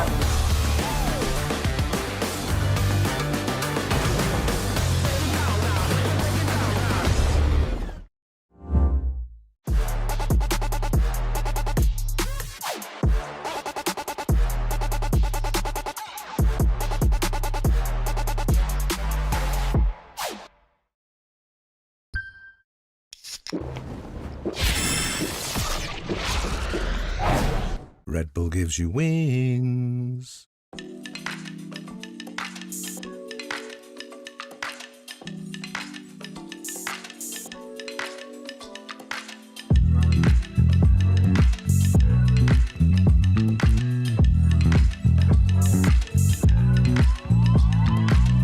I know you're stressing, right?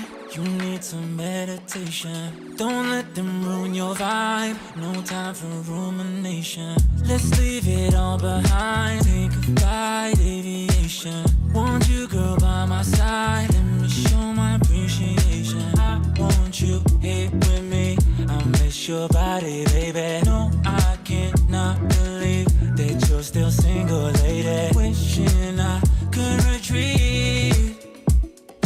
I want you here with me. Be my lover, be my, be my, be my, be my trophy, be my, be my, be my, be my woman, be my lover, be my, be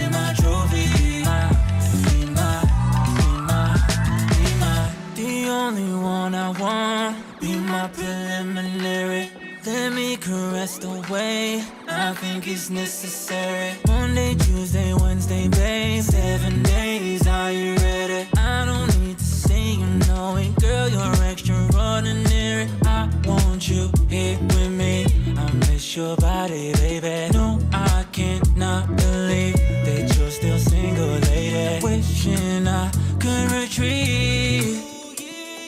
I want you here with me. Be my lover, be my trophy, be my woman, be my lover, be my trophy.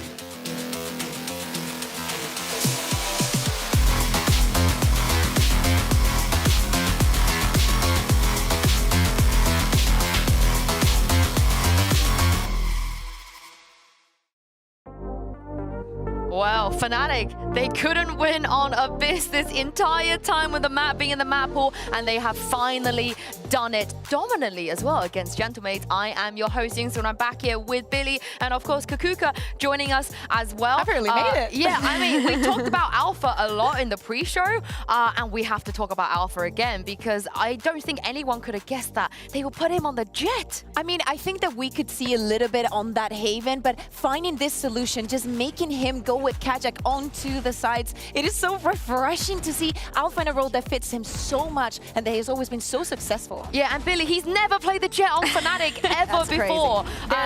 Yeah, and the last time he played, I think he was 16 or 15. Yeah, it's crazy to think about the fact that we've never got to see him on this Jet, but I'm glad that we have now, right? I think I had mentioned it kind of in the pre-show that Haven, we've seen Kayak look more comfortable by having Alpha on the ISO, and I think the same applies here again. You see the comfortability between the two of them, being able to make plans, going in site together, and that's the thing. Most of the time, it was only 3 players going in on site to take over. And it was beautiful. Probably we saw the same round unraveling time after time, but if it ain't broke, don't fix it, you know? Like the positions that they had on the map, and even when mates, after 8 rounds, they tried to do a push just because of this position that Boser was keeping for the entirety of the half. And the reactions that they were having, also pushing, moving all the time, disruption.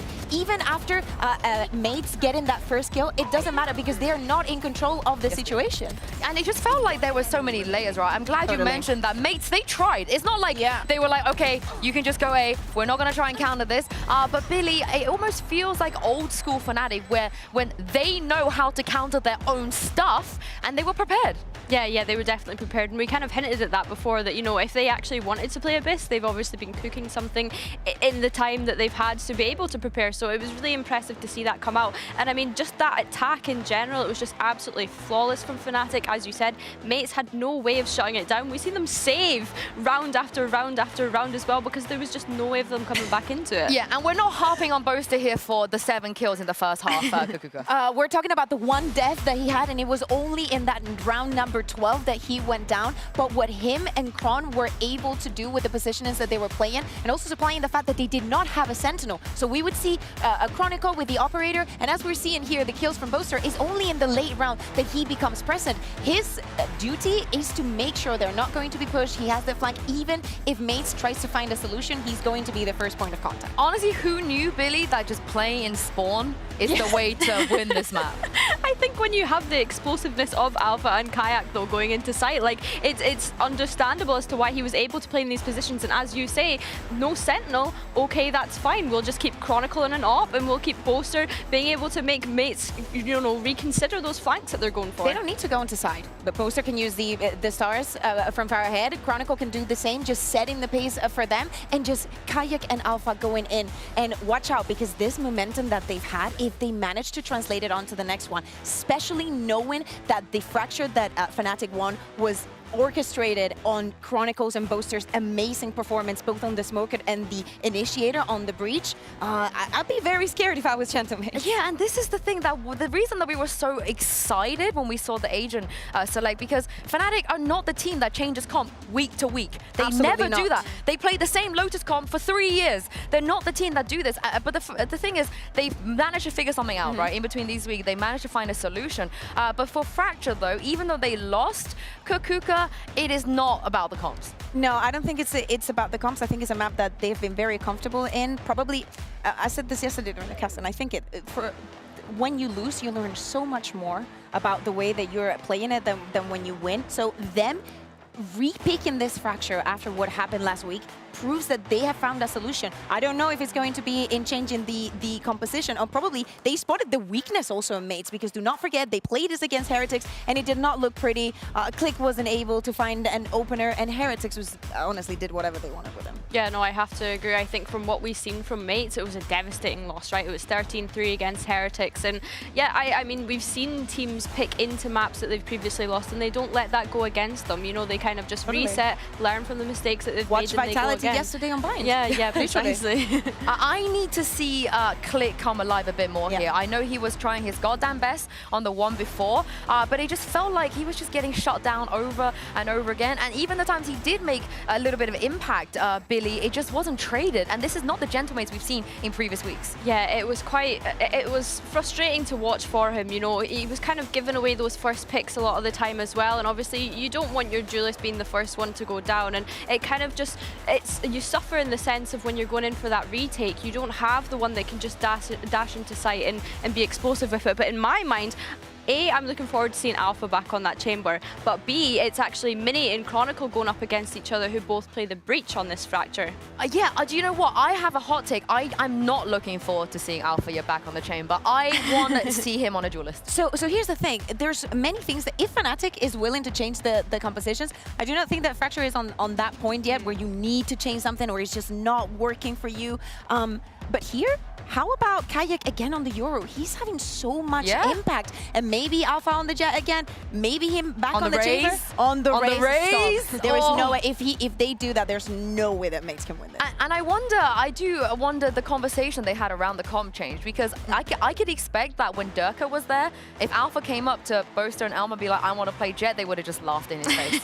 They would have been like, yeah, whatever. You want to play Jet, you're not playing it. But let's see if he will be playing chamber here. And if Gentlemates are going to bring something different, because they've decided to swap Mini back onto the Cypher and Kata off of it. It makes a lot of sense, right? We were speaking about it, about how Mini being on the breach didn't make a lot of sense. Zipan has also so much experience playing with this initiators. I think that he could be the best to set up Click if he wants to find that success. Yeah, I think I agree. I think Zipan jumping onto that breach, I mean, he's the most experienced player on this team, actually. I'm just going to say it. He is the most experienced player on this team, and of course you've got the others coming up from tier 2, so yeah, I think he's going to be really fundamental in how this map plays out for them. Yeah, and even though Fnatic are started on the attack, I want them to do exactly as they did to close out on Abyss.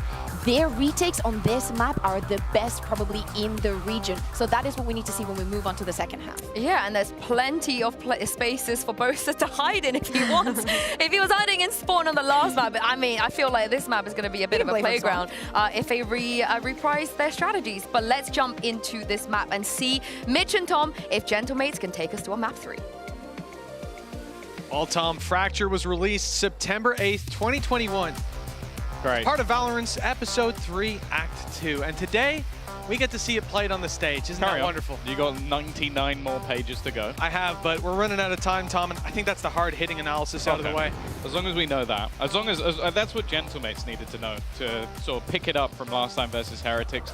Nonetheless, yeah, I'm glad they swapped the roles. I think we've seen Mini have those strong performances on the Sentinel. I think Kadavra has been a master of smokes for quite a while, with playing it quite a bit last season, and Zipan on a breach is no stranger. It's more so whether or not, even with these changes, if they can match up to what we've seen from Fnatic. And this map, at least, has had its strengths shown in the past already. Alfia is looking for that early fight. I thought he was going to dissipate before getting the kill, but just about quick enough.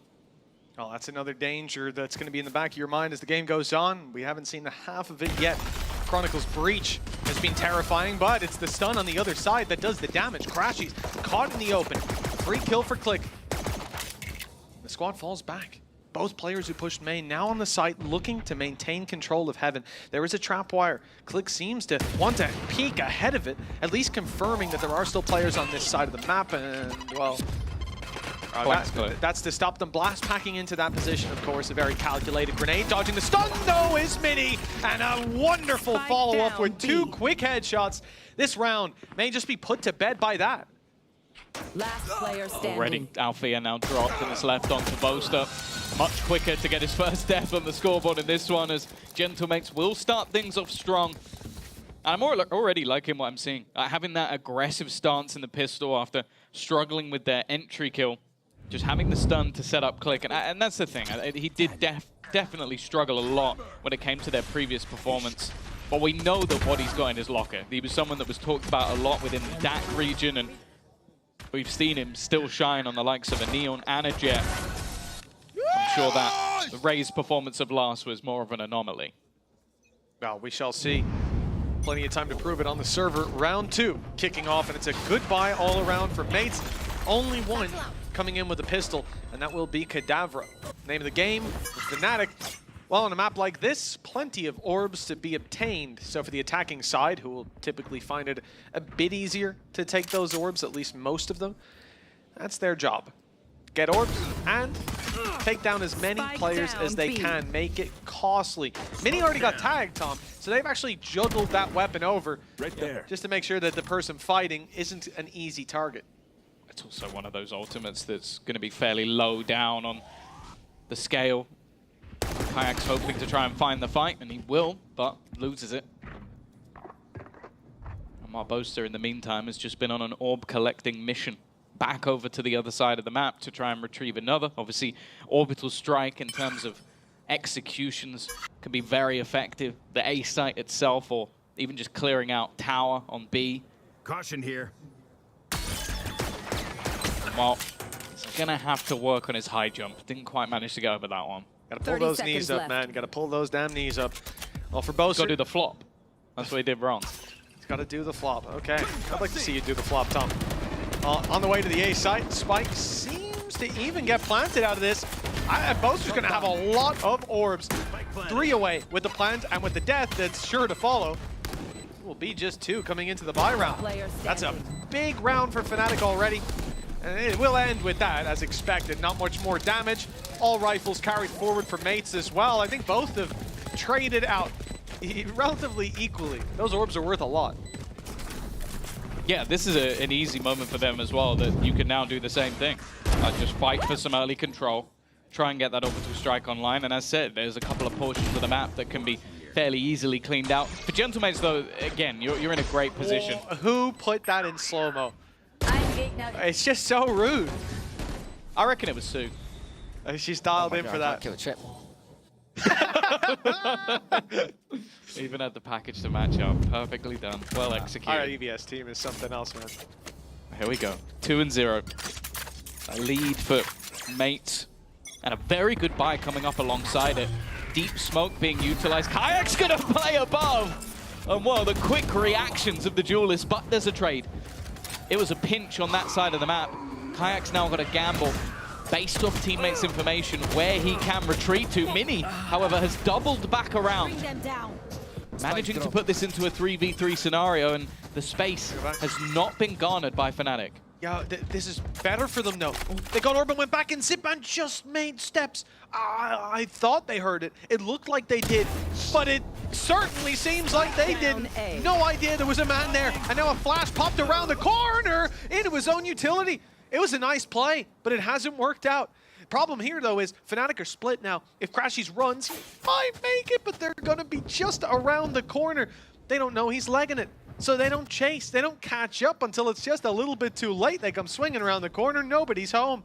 And it seems obvious now that it's a B hit. This is the worst part about the false information they've just gotten. Having come from the A side, they're going to walk all the way up, and they're going to think, oh, they haven't planted yet. We're going to get here just in time to interrupt it. 30 seconds left. Well, they're about to realize that they've made a little bit of an oopsie. And that might be very costly, especially with the nade still online for Kayak, especially with full utility for Crashies, Tom. Open plant. It's just a position that they can get where they could realistically be anywhere in this post. They haven't had to play it safe. Still, though, sees a haunt and a Molotov and a smoke. There's still utility for Mates as well. And it's the drone from main. You're telegraphed that these players, at least one is inside main. Probably the Raze is going to be with you, right? Let's reveal. They could be on the site. They do check sand, but Kayak gets one, runs down the clock. 2 shock darts for Crashies. The first already lands. It's a danger. It's a threat. Robbie's healthy enough. He's He's waiting for the peek. He's waiting for that extra shock dart for Crashies to go swinging, but Crashies is confident that he's taken him off the spike. Crashies playing it to perfection. Gets the first for Fnatic. Well, to play it in the late round. Making sure that those post plants are going to keep clean for Fnatic, but all in all for Mates, definitely not a bad round. It comes down to, well, firstly, this shot was just insane. Like, the fact he's able to correct fast enough is ridiculous, but I'm really liking the way they're playing the map. Like, consistent pushing. I think the only thing was this, a little bit over-aggressive in a position where you already have the advantage. I didn't like that. I think obviously you don't know, maybe there could be a player coming in from behind, doesn't want to get trapped himself. This is your map. But that could have easily been around for Gentlemates, and now Click one away from having that showstopper. Boaster, I'm actually surprised he hasn't already got the Orbital Strike online. It does seem like he's creeping his way towards an ultimate orb, although he is alone.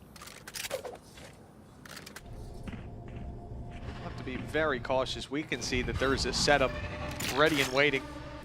A stun that would have been fired out if the orb was touched, but the Haunt went up. The Haunt saw nothing. Now though, Robbie sends out the Prowlers and it catches. If Boaster was able to let that slip by, a big danger in the round. Boaster, he runs back. He's faking the rotation away, taking the rope to his teammates. Those smokes not online just yet, though. Not up top, at least. It gives Zipan an angle, but it's Robbie BK who shuts down the first leg of the push. Now they get close to the door, wanting to fight in and catch Boaster as he sprays back through the door. He's not expecting that much aggression. A 3v5 now for Fnatic, and Crashies is looking for some kills. Alpha's managed to bring back one. Two players isolated to the site. Chronicle gets another. No opportunity for trades. These are 1v1 fights. They're handing them to those individuals on Fnatic, and you better believe they're going to win them. Find you. From a huge advantage down to a 2 versus 2. They know where Alphayer is, but Chronicle manages to sneak his way forward into a close corner, an off angle, but it's expected. Even still, Alpha's landed. Another shot again! And it will be 3 for him in the round. These have got close, even with advantages across the board for Mates, but even still Fnatic are clutching up. Well, yeah, and you got to keep that last map very much to the front of your mind. Fnatic making a recovery on their previous Abyss performance. They came in looking sublime. And now they're on another map. Isolated, though. Like that's the thing that's frustrating about this. Like, this is a 3v5 scenario. Every single kill is a 1v1. Like, there wasn't any position where, oh, like Alfia had to snap between two players. It's like, okay, one kill, now I can reset and fight another. And I feel like you're just not using those advantages well enough. Yeah, Mates making mistakes, giving opportunities to Fnatic. Fnatic cashing in on them as well. These are things that we very much expect. But like I'm saying, you know, Fnatic made a turnaround. Their Abyss looks a lot better from the loss to BBL. They lost this map to Na'Vi, I believe. And from what we've seen, the turnaround they had on the first one was unbelievable. I'm not expecting it to be an easy game here because they came in picking it. This is the one that they might have expected Abyss. They knew they were going to get to play Fracture if it was left open. So this is what they've planned for. Round 5, Operator for Alpha. Lots of dangers. Weaker weapons across the board. Players hiding in these little nooks and crannies. Already one has been rooted from position, though. Where the struggles that they had versus Na'Vi was based around this attack side. And I'll be honest, this could be 4-0 to Mates. If they're able to convert player advantages, they would be in a flawless streak at the moment. Fact is, though, this round's going to be tougher. Some early damage onto Kayak at least makes him that little bit more vulnerable, but there isn't much to play with here. Mini doing damage again, but the rest of the players left with just pistols. Sure, there's a couple of ults, but I think if they use them here, they've lost the plot. Quite an aggressive position from Alpha, considering what they're up against as well. Doesn't see any form of punishment issued to Fnatic. Plenty of HP on most of their players. Mates are just going to sit back and see if they can take some of those low HP guys down on the way out. If they can box them in. That's the only solution they're left with. Rifles for the next round, ults building up. Yeah, and this one, again, we're seeing the same sort of thing from Fnatic. They're grouping. We see post-plant here. The fact that we're keeping the utility on Alpha here, he has his trap for that late round, which I guess was a problem. There weren't many problems on Abyss, but Boaster always had to play in the spawn away from the team covering that flank. Now they have that little bit of extra utility to help them out. Yeah. The fun thing about this one is actually dying to the spike was almost completely null and void. because you look at the side, well, you look at the defense, they had all their ults online. You look at the attack, they have all their ults online. So it was kind of like the only thing you could do was economic damage. But that has sort of, well, doing some damage here would have been nice, because the 2 rounds that Fnatic won was off 1 player surviving. Now they've won the next with everyone surviving and all of their ults. This is a round you don't get to see very often. 9 out of 10 ultimates online, ready to be thrown into this round. Now this is the problem. The snowball is starting to tumble. It's building up some steam. This could be a real big impact by the time we hit the bottom of those slopes. Mates on their way to the north side crunch. 5 players coming into position. Chronicle, well, he stands alone. His team has left. They've taken the rope to the other side of the map. And they might even make it to the A site before Mates get back there. But Mates, happy enough with that. Man advantage. They did use the orbital strike for limited gain. Other than that, clean start. It's a spot, though, that they haven't been able to hold on to much. Like, this dish retake definitely makes things more difficult from Fnatic. They'd have to plan for where they're going to play that post spawn. In fact, even trying to get a bit more aggressive in towards the spawn, that hasn't worked out for them.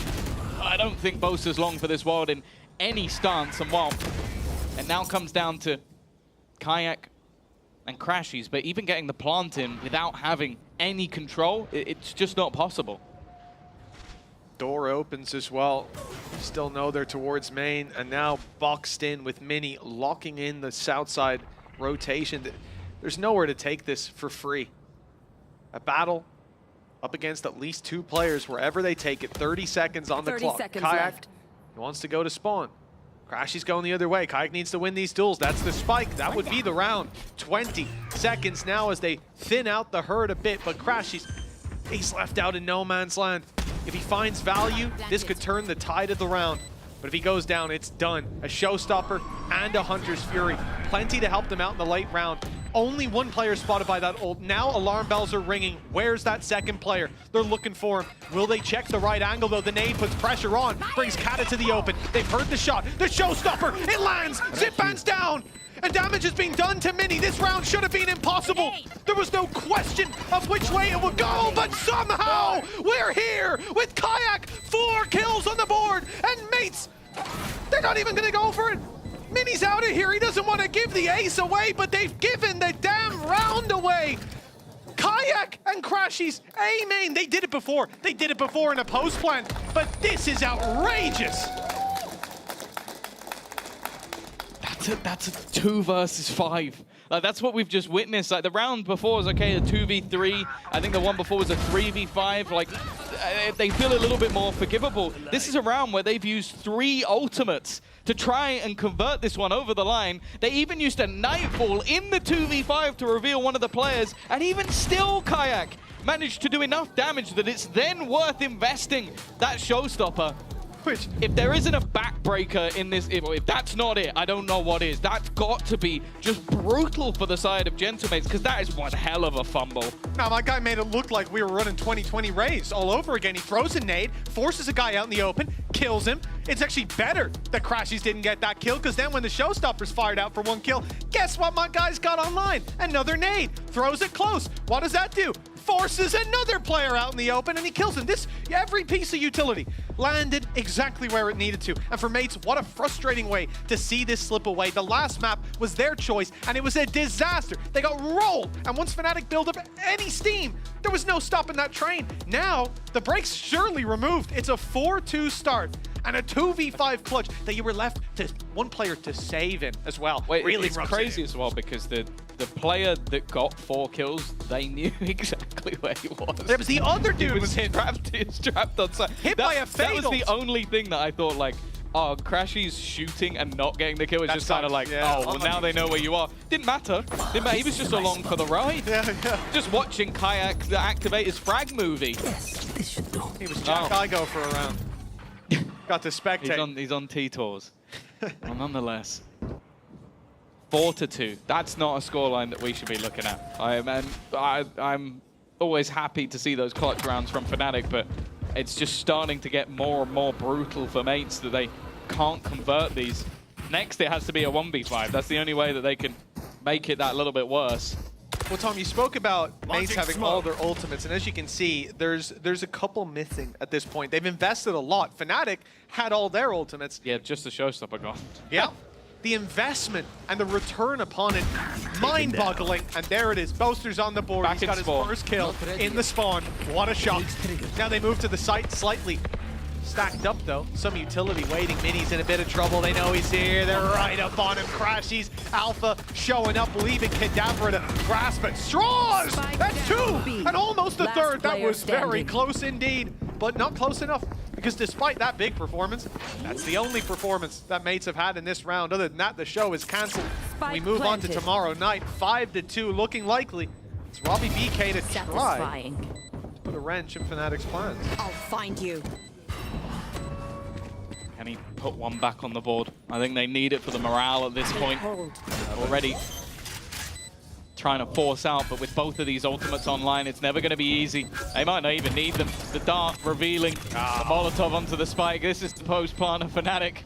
It's never going to be easy from this stage. There's a reason that these players are so good at surviving, so good in the late round. That is a 5th guaranteed, and although, again, there was a little bit of a spark, a moment where mates seemed like they could turn it, it's not going to be the case. 5 in a row for Fnatic. Only the pistol and second have gone the other way. That flame is quickly being snuffed out. Fnatic's map pick, and it certainly has that vibe to it. Domination across the board. It's the opening pick by Boaster. The fight on the site looking comprehensive. Kata finds a gap, but it's not enough. Mates, they've got a lot of problems sitting in front of them. It's all blurring into one when the timeouts were used. They've used the timeout here as well, right, Tom? Just a couple rounds ago. Not one. This squad is in trouble, to say the least. 5 in a row for their opponents. Still 4 ultimates for Fnatic, and one of them has just been used. You thought Alfier was doing a pretty good job so far. Well, obviously, you see on the hood, he's got only a pistol. But obviously, in his hands is a big golden gun. 1 shot to the body, that's all you need. And he's got 5 bullets. The fact that it's Alfier we're talking about, that is terrifying. It's also worth giving the context. This could be pressure. Because for Gentlemates or Fnatic, one of these teams is out of Kickoff. Gentlemates took a map off best team in EMEA and Heretics, and while Boaster, he's now under serious pressure. Again, we've talked about this aggression. This is what had the success for the defense, and Kadabra is going to give them that advantage. Chronicle even swinging back in, and it looked like a chance, but they have been slaughtered. Mention a 1v5. Thankfully, it is going to be denied. An in-zone flawless to break back onto the board for Gentlemates. That's what we needed to see. And again, it's this man, Kata, another 4K ace. Denied. Looking at you, Mini. But a nicely timed bit of aggression up through main. Mini's there with them as well, so they're confident to just post up and take these duels. Not even Alfier can land the shot before one of those two fires one right back. And with 3 on the board, they're still hot on Fnatic's heels. The problem is, that's 1 round, and it was 5 in a row for Fnatic. They still have 3 ultimates to fall back upon, and this is going to change the pace for Fnatic. Now they're looking to take the fight straight to them, to give no quarter to Gentlemates, the B side under threat. They still have Orbital Strike and Hunter's Fury, so they can use one of those to clear out some of the more dangerous angles. Well, that was dangerous for Alpha. There is that clear. Actually comes through from the defensive side, and already Click is going to go down. This leaves Mini in a very awkward position, and in fact, they've had to fall back at least a little bit. Maybe not enough as Kayak is cleaning up. Yeah, those smokes as well. That's where they had to fall back into, so it leaves one guy out in the open. Easy punish for Fnatic. Orbital Strike used. It's not going to be on point. Kadabra is still ready to take that ground and hold it with both hands. It's Boaster alone against 2. Spike down on the site, 50 seconds. He's got the time. And Robbie BK speaking. He's given the chance away. On the mini-map, it might have looked like an easy trade, but Kadabra was down below. And Boaster, well, he has no idea. Last spotted on the opposite side. Kata, where's he going? Is he expecting the A rotation? I think it's the right call. And it is. Look at Boaster, perfect tandem. Literally almost aligned on the map. It's perfect. That's a straight line. It's whether or not he's going to be here. Both players start to second guess. That's the real question. And the cross for Boaster's going to be tough. He's going to walk straight into his opponent. Kadavro with the perfect read. He really has been the man of the moment for Gentle Mates as another round climbs onto the board, and he is at the heart of it. What a nice read by him. Let's keep in mind the orbital strike was used on his head in this round. They took Click down, having pushed up on A. Rolling Thunder used to push into the B site.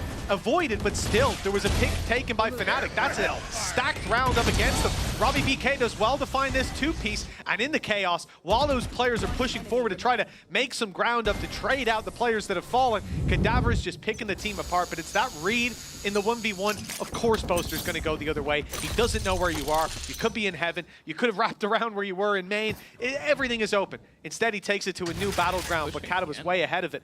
Aggression tempered sometimes, but right now it's just slightly delayed into a shift wall contact that they continue.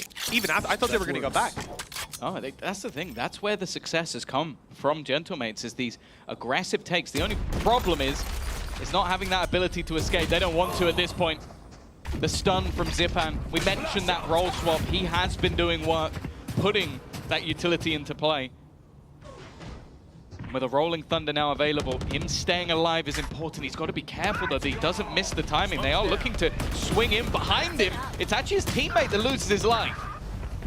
Kayak's gotten himself a double. This is Fnatic in the lead now, just 5 health on Kayak with the He got naded out. Robbie's down below with nowhere to go. Showstopper was even fired in for security. Not quite needed. Minnie's the last one alive, and that is short-lived. That's cursed. He was hiding in the attacker smoke that they put down, and that's exactly where Kayak decides to nade. He's got a choice of trying to run through the entire nade backwards or jump forwards, which is just immediate death. Again, a decent recovery. This is what I was saying, though. I love the replay, just catching him out, but it's then just the repositioning from Fnatic, taking some of that aggressive control to try and deny them from having any control in the retake. Come on out. Getting up to 6 rounds, you have to bear in mind where Fnatic have struggled prior on this map was the attack. Defensively, this comp has looked very good. That's it, with already a decent amount of rounds built up. How much more will they have? 2 to go. Gentlemates, well, their credits have been knocked down to the last.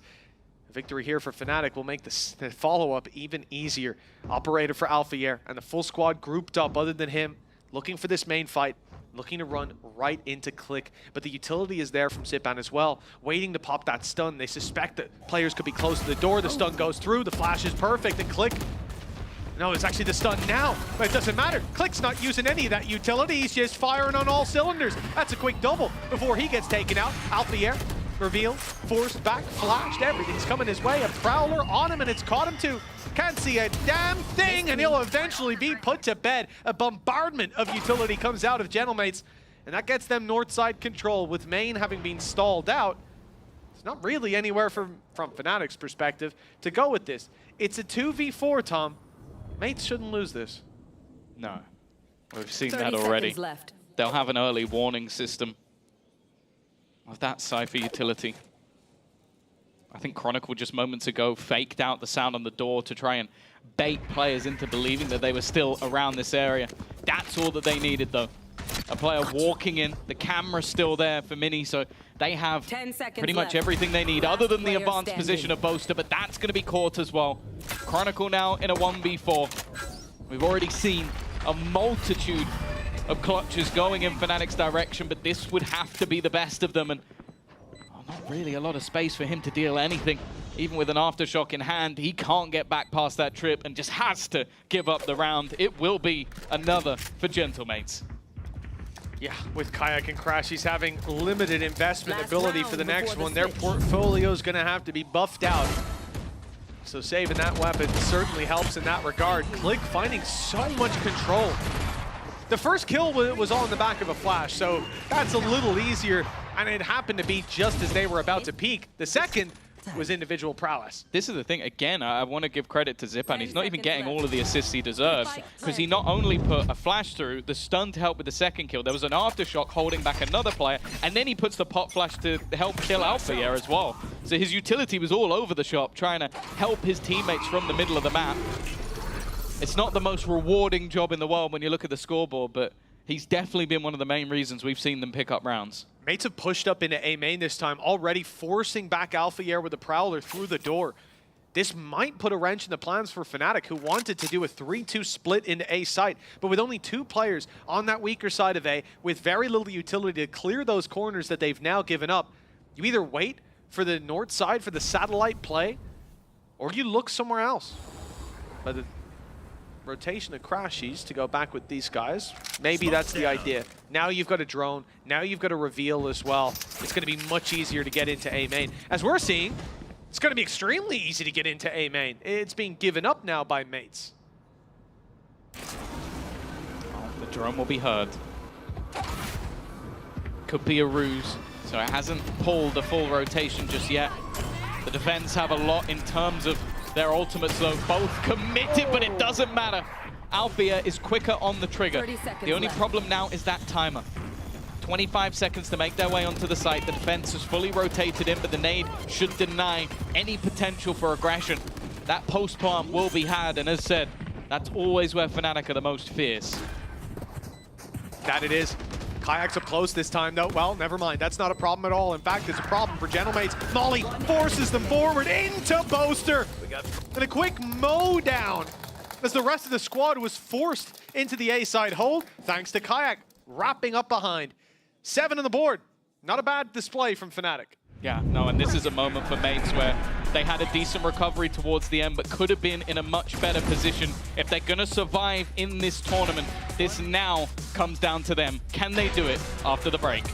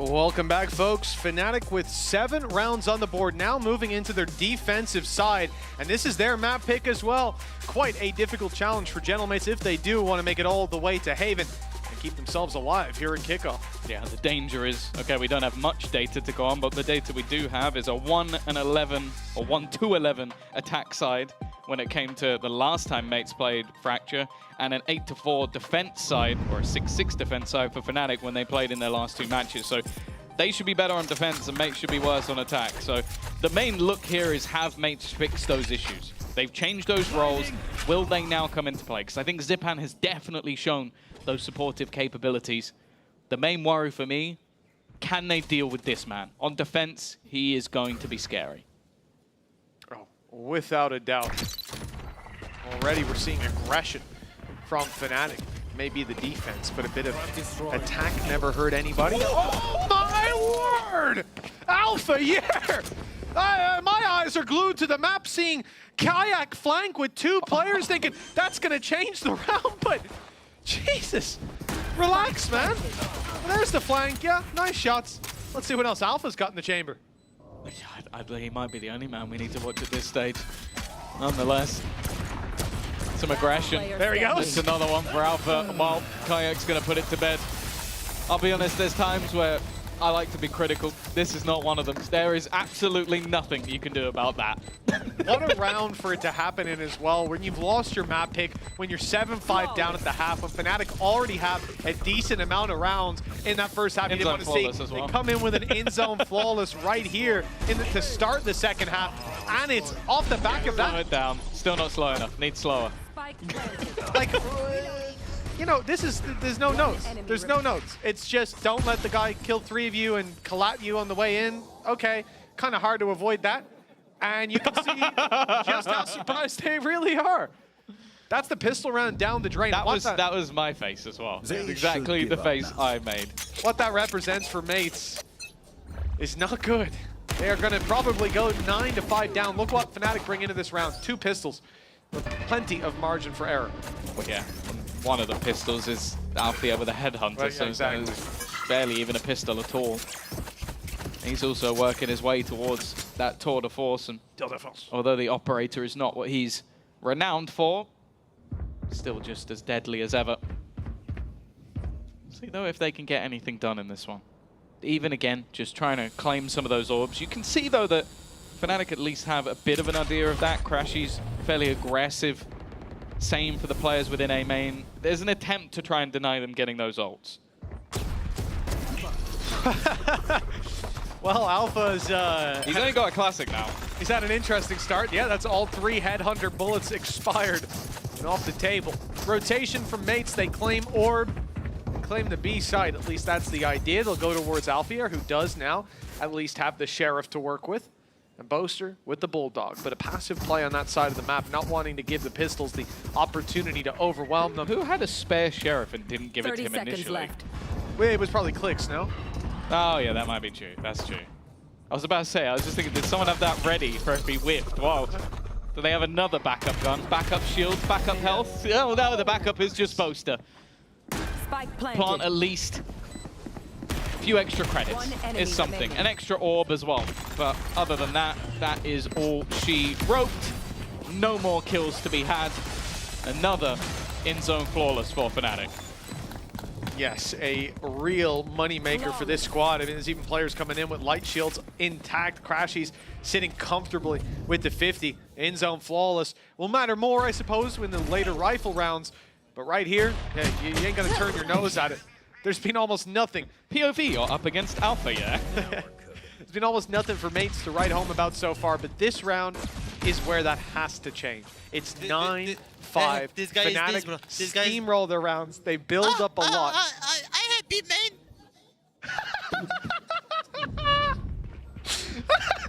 Oh, they played Clix's comms for a second there. That was strange. I need more Alfia impressions. Yes, please. Let's get them to do something. Every player. Just let's do every player in the league. We'll get it ready for stage 1. I'm sure the production team will be super happy to do that. Wonderful. Oh, now this is where it's crunch time. For Gentlemates, elimination on the line. Kickoff could end maybe a bit swifter than they would have wanted it to. They've definitely shown life with a couple of wins. A map victory versus Heretics, but they haven't been able to take down any of the big guns. Looking at Alfia also having a judge and Kayak. He's looking to brawl. That he is. He's lost his head for his trouble, though. Now mates come in, overwhelm the site, and Chronicle is out relatively scot-free. That's not an ideal place to go for the reload. Boaster's got Heaven control. Molly to stop them re-aggressing and buy some time so he can stay in Heaven while his teammates get ready for this retake. Stun, probably what they're waiting for here on Chronicle. In fact, he's just going out. Chronicle's looking for a fight. Yeah, so Chronicle breach entry is what they were waiting for. He's fired the gun and the race is on, and it's over. Just like that, finish line looking real close for Fnatic now. 10-5 on the board. And that's almost reminiscent to their Fracture game versus BBL. It was Chronicle sat 24-10, and every time you tried to like go, oh, he's good, he's just headshot 3 people. Like that is the danger of Chronicle, is the depth he has individually on any agent in the game. A little bit quiet right now, but you can still see the threat. 10-5, 3 rounds for Fnatic to continue in their road along the lower bracket. A place that, well, maybe some would have expected them to fall eventually, but not in the way they did. Going down to BBL, I think, was a shock. Almost being eliminated by Na'Vi, it took a mass comeback for that not to happen. Versus Gentlemates, though, I feel like it's been a different story. In control on map 1, and although some closer rounds early, in control in map 2 as well. There needs to be a gear shift. Well, the winner of this is going to fit.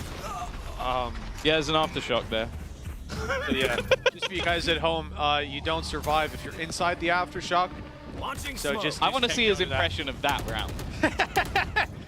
Yeah, I don't think we'll get it with quite the same gusto. Still, Kayak has a showstopper, and that, in essence, can be enough. There's one with a nade. What? I've seen this one before. Yeah, and he had a lot less health. Ooh, he was expected, but it doesn't matter. Still going to be able to find the kill. Trade back. Showstopper has been used, and there's another one. It is falling apart once again. Mini now left to try and clutch this one out, but they know where he is. Already utility being sent through, but the defuse has been stopped. Unable to hold on to it, at least for now, continuing to just try and spam on, but already Tahabi needs some kills, and Kayak, who guessed it? He'll be the savior of the day again. It's starting to seem like the door might be shut on Gentlemates. We've seen them put up some decent performances here at Kickoff, but Fnatic, a squad recently, like you said, sent down in a surprise loss. That's not something this team takes lightly. Their Abyss looked weak before, but in this matchup, it was flawless. He thought there was a gap. Put that in the replay. Yeah, and now this map, it seems to be the same sort of thing. We're looking at another potential 13-5, another huge turnaround. Like we said, Fnatic struggled against Na'Vi. They're not happy with that. They went back to the drawing board, came in here. Issues seem to be fixed, or at least not being exploited. The biggest thing for me in the last 2 series, those difference makers, has been Kayak. Series 1, he was fine. Like, he wasn't the worst player in the whole server. He wasn't the best, but in the last 2, he has been the best. Like, he was fantastic on map 1. Okay, maybe Althea could have pipped into the post. And this map is not even arguable. He has won them rounds individually off his back. The same thing he was doing within the tier 2 on his grind through Ascension. Right now, he is 21-9. There is not anybody even remotely close. In fact, the closest player is Kadabra, who's been doing his best. The remaining member of Mates from last year, but it's seeming like they might be dealt a similar hand. Still, I would say this squad, it's early in its life cycle, where it's not all doom and gloom, but it does turn out that maybe they're not quite ready to take down Fnatic. Well, that's it. Yeah, it certainly a team that tests the best of the best, and for Mates, if you go out to Heretics and Fnatic, it is what it is. And like, as your first tournament as a team, first time IGLing at tier 1, if you lose to Heretics and Fnatic, I'm going to forgive you. I'll let it be. Well, even then, you know, they took down Apex. I think Apex still has one of the highest performing players here in Kickoff. Morasin was looking fantastic.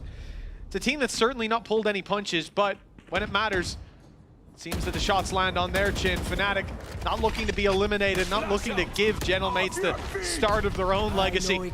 Rolling Thunder put through. It's desperation for Mates. They used it for Sand, but Fnatic were far back waiting for this play to come in, whether it was the ult or some util.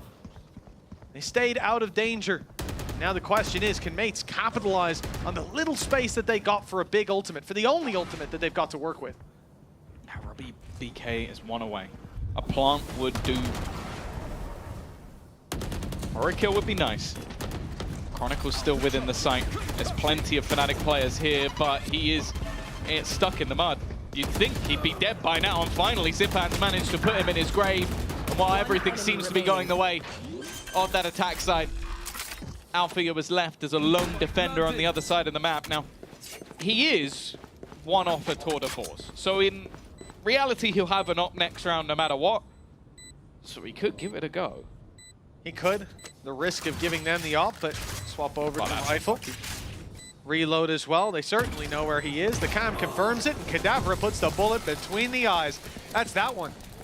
Put to bed, and they've just walked over the op. Does anyone want it? Nah, not on the attack side, and especially on this map. 11-6, 5-round gap. Doable, obtainable, but for Mates, it is certainly looking unlikely. You think about Kayak, 21-10 at the moment. All he needs is 1 round, and they're at least guaranteed the OT. And he's had nothing but rounds so far. Yeah, the amount of rounds that have looked done that he's been able to take. And that's also, it's also then gambling on like other players not being there. Like it's so difficult to find a way to have that belief. BBL did it.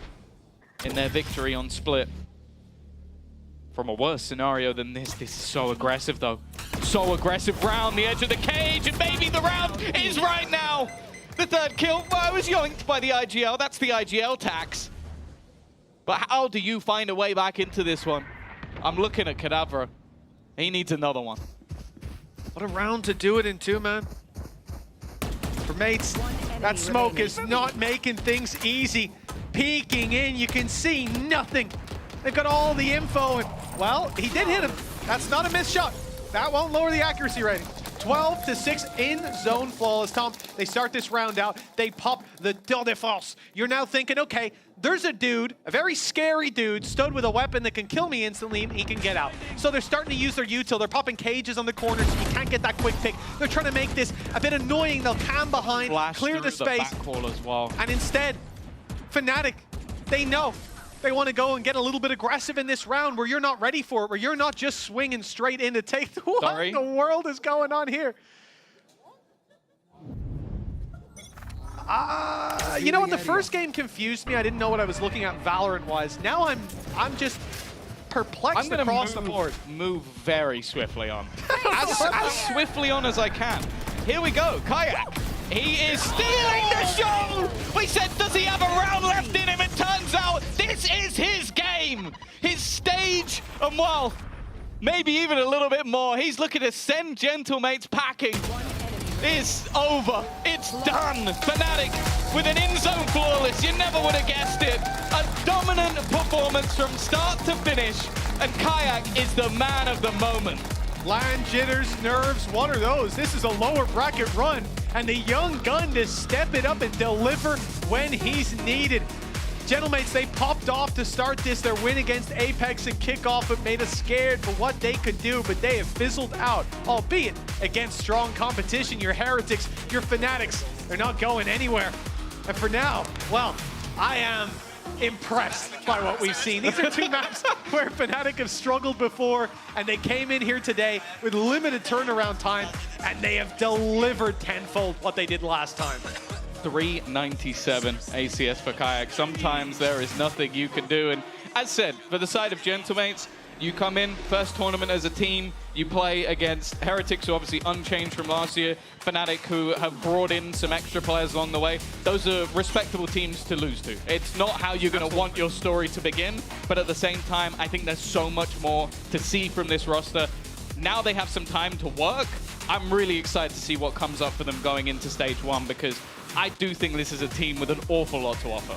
Absolutely. Now you talk about time to work, and exactly like you said, and as we started out this series talking about, if they don't go, we'll see them in stage one. We won't see them at M1, but we know that with a month and a half to prep, this squad, they can reach new heights, because we've seen the potential here already. For mates, this is the end of their story in Kickoff, but the start of their story this year, and I'm excited to see where it goes.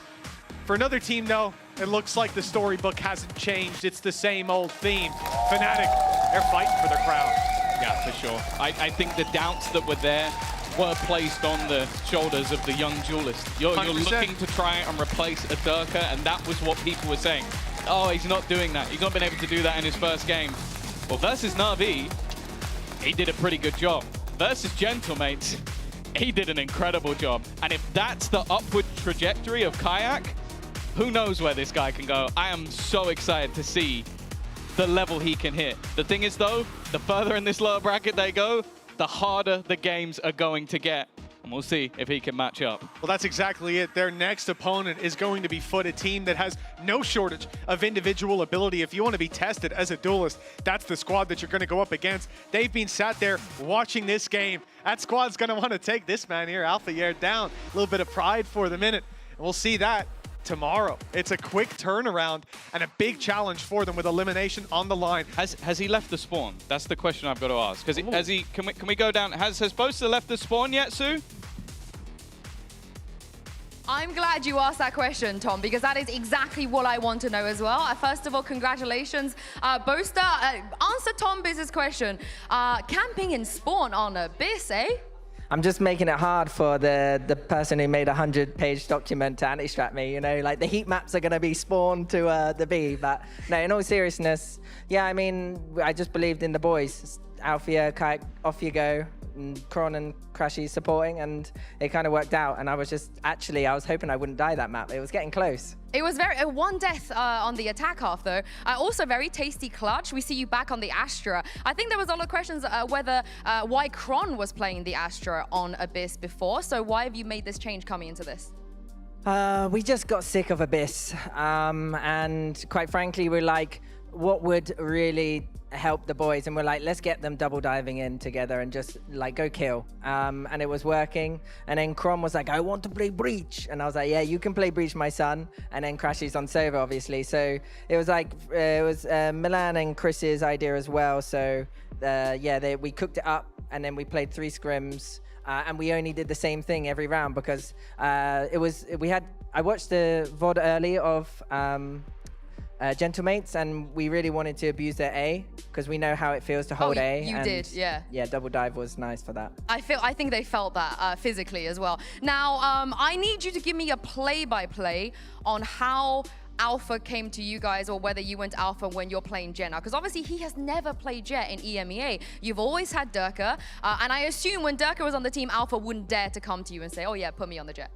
Yeah, it was, honestly, we only had 3 days, three scrims, so we were like, Kayak was like, oh, let me play Jet. And I was like, no, we're going to put Alfie on it today because you already know how to play Yoru. And Alfie was like, I'm going to go, I kill them all, bro. You're going to see something crazy. And then that's kind of what he did.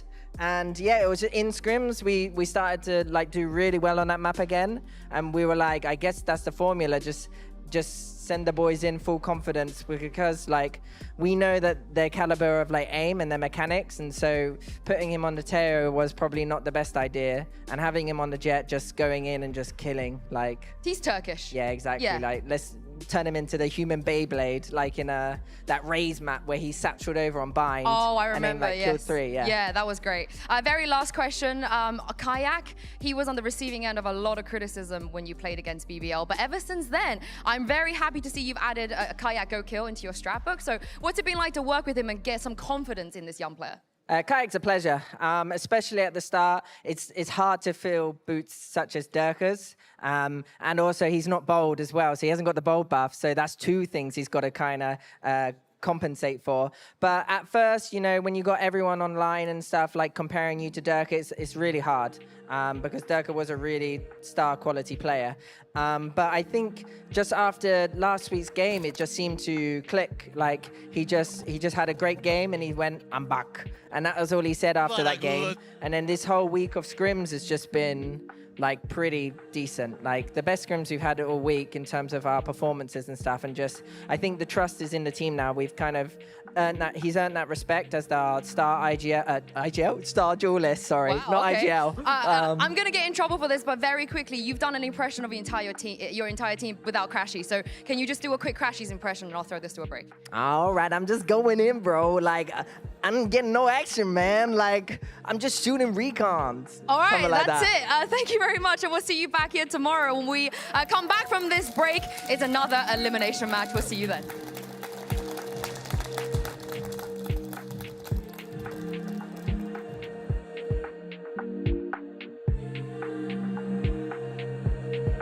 This guy is this, bro. This guy is... I have been main. Good boy, good boy. What a good boy. Hey. What a good boy. What is going on? I'm in a zoo.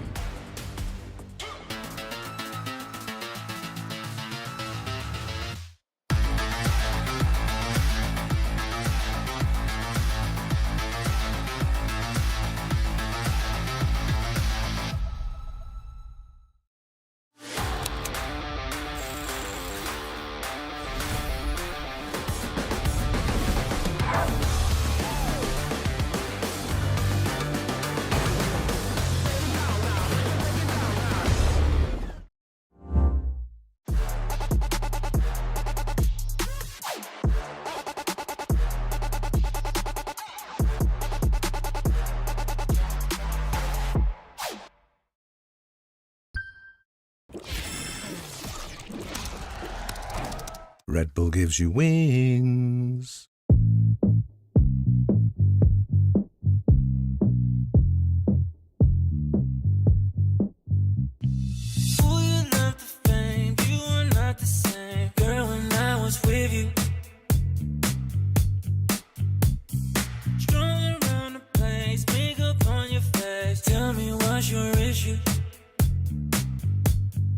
What did I do? What did I? I try to make you happy.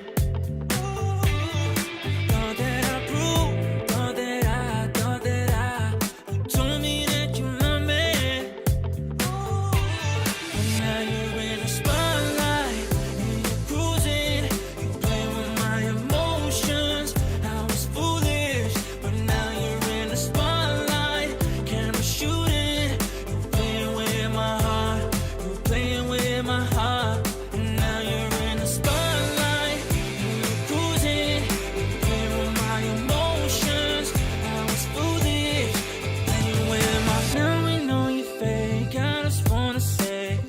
Tunnel vision. Enjoy with your mates, cause I'm on my way. You've made my decision. What did I do? What did I? I try to make you happy. Thought that I proved, thought that I. You told me that you love me. But now you're in the spotlight and you're cruising. You play with my emotions. I was foolish, but now you're in the spotlight. Camera shooting. You're playing with my heart. You're playing with my heart. But now you're in the spotlight.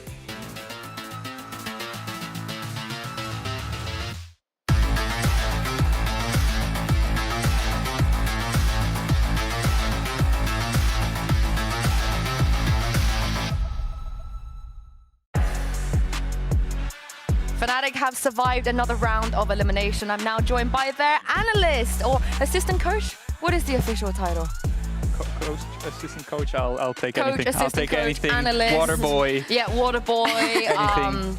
Yeah, manager, whatever else. No, that we have a manager. Second tallest person on the team. Tallest, too. You're taller than Put some respect Elma? on it, of course. Oh, sheesh. Not even close. I didn't realize. And Billy, anything, other titles I should add in there as well? Melanager. Oh, Melanager. That Oh my works, God, no? that's incredible. Yeah. Very good. Melanager, I love that.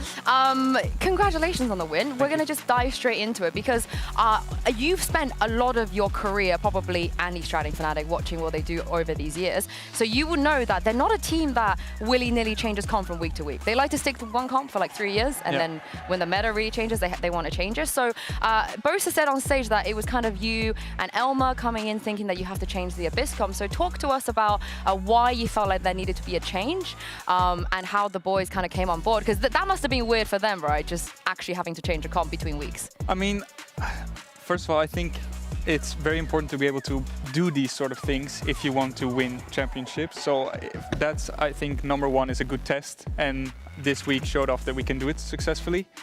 When it comes to like the actual decision, I feel like we just lacked something. This team hasn't been able to play Abyss. I think they won one time in Tokyo, right? And there's just something about it never really working out, and even this time, like it never really felt good. And I think during the BBL game, they kind of just abused that a little bit.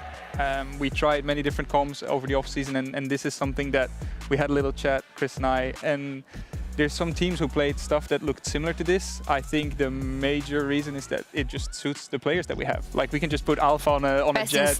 We can put Kayak on something that he's comfortable with. Jake's on like everyone is on a good roll with this, you know. So I think that's it more than anything, and it just worked out.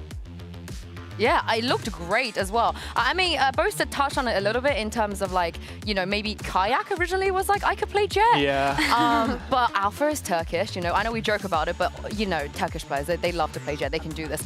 The last time Alpha played Jet, he was 15 years old. So I didn't know that. I mean, this is when he was on Surreal still. Yeah, 2021. Yeah, I mean, that's a while ago. And so how much trust did you have in him? But I had no doubt. Like, I think that he is, when it comes to like pure rifling skills, one of the best players in the world, if not the best rifler. He is so confident. He showcased it last week during the Haven game. And I think just it was a no-brainer. I think Kayak, obviously, like they're like sometimes they're like kids. So when you give them a new shiny toy like a jet, they're all like, oh, everybody's fighting for it. But I think Jake summed it up pretty well. Like Kayak's been playing Yoru on this map. Like it makes no sense to do like a double role change. So it just worked out. I wanted to ask you about the mustaches. Where's the mustache? It was a fun little gag. Can you explain it? Yeah, we just thought it would be funny. Like they're showing it. Like, we just thought it would be funny, like a little bit that we had, because we feel like we wanted to show a little bit of personality today during the game, and I think it was fun. Like it's me and Chris just having a little fun. I think it's also a good like show. You realize like Fnatic coaches are not allowed to have fun in the coaching booth, right? I mean, we're gonna change the culture soon, one step at a time. This is mustaches. Okay. Next week we're doing wigs. We have a whole thing lined up. Yeah, I need to discuss it with. Will you wear wigs? You will wear wigs. You will wear wigs. I love that. I love that for like the 3 people that understand that reference. But I want to move on to the next match here, because the reason I specifically wanted you to join us for the pre-match, of course, your ex-team GX will be playing today. Did you steal Pips and Strat by going A for 12 rounds in a row? I mean, I will say that I think he's a fantastic strategist. So, and this is one thing I actually did say this to Chris. I said, if it works, just like why change it? Like we're sorry to, but we're just owning them on A. Like they don't have any answer, so why would we change it up? And I think that it makes no sense. I'm really glad that you took that from your experience from GX, because that's like a Pips and classic. But here's the thing, Billy. The first match, it felt like, at least on paper, right, Fnatic, they should have the edge. They're more experienced. Gentlemates have majority tier 2 players. But as we move on to this one, it's just a dark horse versus a dark horse. Yeah, it's a difficult one to navigate, is it? And I think like when we look at how Giant X have been performing so far, I think that Purple has really upped his game in the past week. I think a lot of that comes down to Cloud actually being able to enable him and set him up. You know, we've seen him really help him with that utility, not just on Lotus, but also on the bind as well. So yeah, I've been really impressed with him so far. It actually really upsets me how little Cloud gets spoken about. Mila, I'm sure you would agree. Working with him, tell me what he's like as a player and why you think he's so consistent. I mean, they have these things. Some of these like players, they come from these obscure Russian games, and they just have the game sense of someone who's been around for like ages. And I think with Cloud, he's a great guy. First of all, I think that's something that you can't really see from the outside, but you know, hanging out with him is always been nice, and he kind of carries that like friendly vibe, and I think that's very important since he's IGLing this year. And I think that's something that also just sets him apart. And I think together with Danny, with Pipson, I'm sure they'll like provide a lot of leadership for that group. And yeah, I mean, when it comes to his skills, just incredible. Oh, Danny smiling. I could never get used to that. But Pipson once called Cloud a natural IGL. Would you agree with that? I think he is very much a leader. The thing that I hope for him that he learns a little bit this year is like to be a little bit more consistent. I think he's still a very young guy, and that's something that you don't really like think about a whole lot. But I think he's like 22 or something at this point. So that's a very difficult role to kind of get into. And I'm sure that over the course of the year, with defeats, with wins, with experience, he's going to increase his like value for the team. And this is the thing with GX, right? Even when you're on the roster, it was always like they could do great things, but there's little mistakes or fumbling here and there, you know, throwing a 5v3, so on and so forth. Billy, that costed them in the past. And this round very nearly costed them the entire match. Yeah, and I know I kind of touched on Bind previously, but yeah, I mean, these micro plays that were coming out from Kaiman Co were just so nice. I mean, Giant X kind of struggling to have an answer for it as well. And they narrowly lost on Binds too, right? It was a 12-14 result in the end. And I think it's just unfortunate because they could have closed that out. The way that they were playing on the attack, they were just completely disrespecting KC's unconventional composition from what we're used to in EMEA at least. And yeah, I think they could have closed out. They just unfortunately didn't. The scrim box, Mila? Because everyone's been sitting on this couch telling us that GX are the best in scrims. I mean, I don't think they're the best in scrims. I think the best in scrims, it's probably not even a tier 1 team, honestly. a Turkish team. Do you know the HGE guys? Oh, yes, Dude, yes. They're ridiculous. Yes. Like, but I think the best team is just, Flusha said this, like the best players, the best team is just the person who has the best day. And I think that we played against HGE when they had their day and it was ridiculous. Like there's some players on the team who are insane. Yeah, and one player who's been having a lot of good days is Nats, of course. And here he is breaking down his sniper usage this year. Check out Stats Don't Lie. Welcome back to another edition of Stats Don't Lie. I'm now joined by Nats Don't Lie. I'm really sorry, Nats, I had to do that to you. But this is where I'm going to present some stats here and get a player here to try and break down some of the things we've seen here at Kickoff. So let's jump straight into it. Nats, I would like to show you a little bit about you, actually. As you guys would know as well, Nats, you didn't really op or snipe at all in your career so far. If we take a look at 2024, 2.48% of the times you actually used any sniper. And then we fast forward to this year, you are already on 16.86%, and you've already gotten more kills in the last couple of games than the entirety of 2024. So I'm just going to jump straight into this. First of all, why? What prompted this change? The kills were incredible though, no? They were amazing kills, yeah. No, I think if we're comparing previous year and this year, first of all, now I'm IGLing, so it's a bit easier for me to understand the room for the operator. And previous year it was mostly Enzo calling, and for me I was doing my role, and with operator it was a bit harder, even though I'm doing similar things.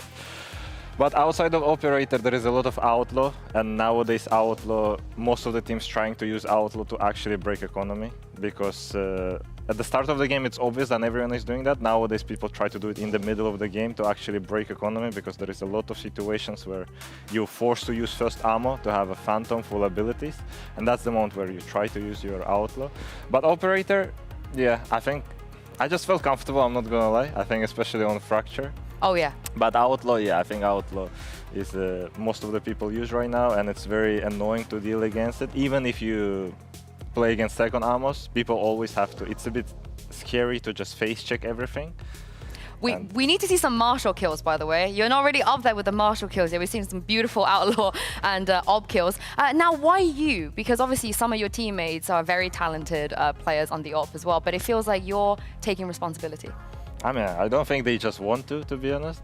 I think regarding outlaw, it's mostly because of the scenarios. I think because, for example, with the duelist, you want duelist to go into instead, for example, if we're speaking about attack, because defense mostly has to be duelist, because it's a different story. On attack, you want duelist in certain scenarios to go into the side, and if your duelist is sniping and after that he goes on entry, now you need to switch the guns, and you're losing 1-2 seconds to do that. So that's why you want someone like a Sentinel to do that, most likely.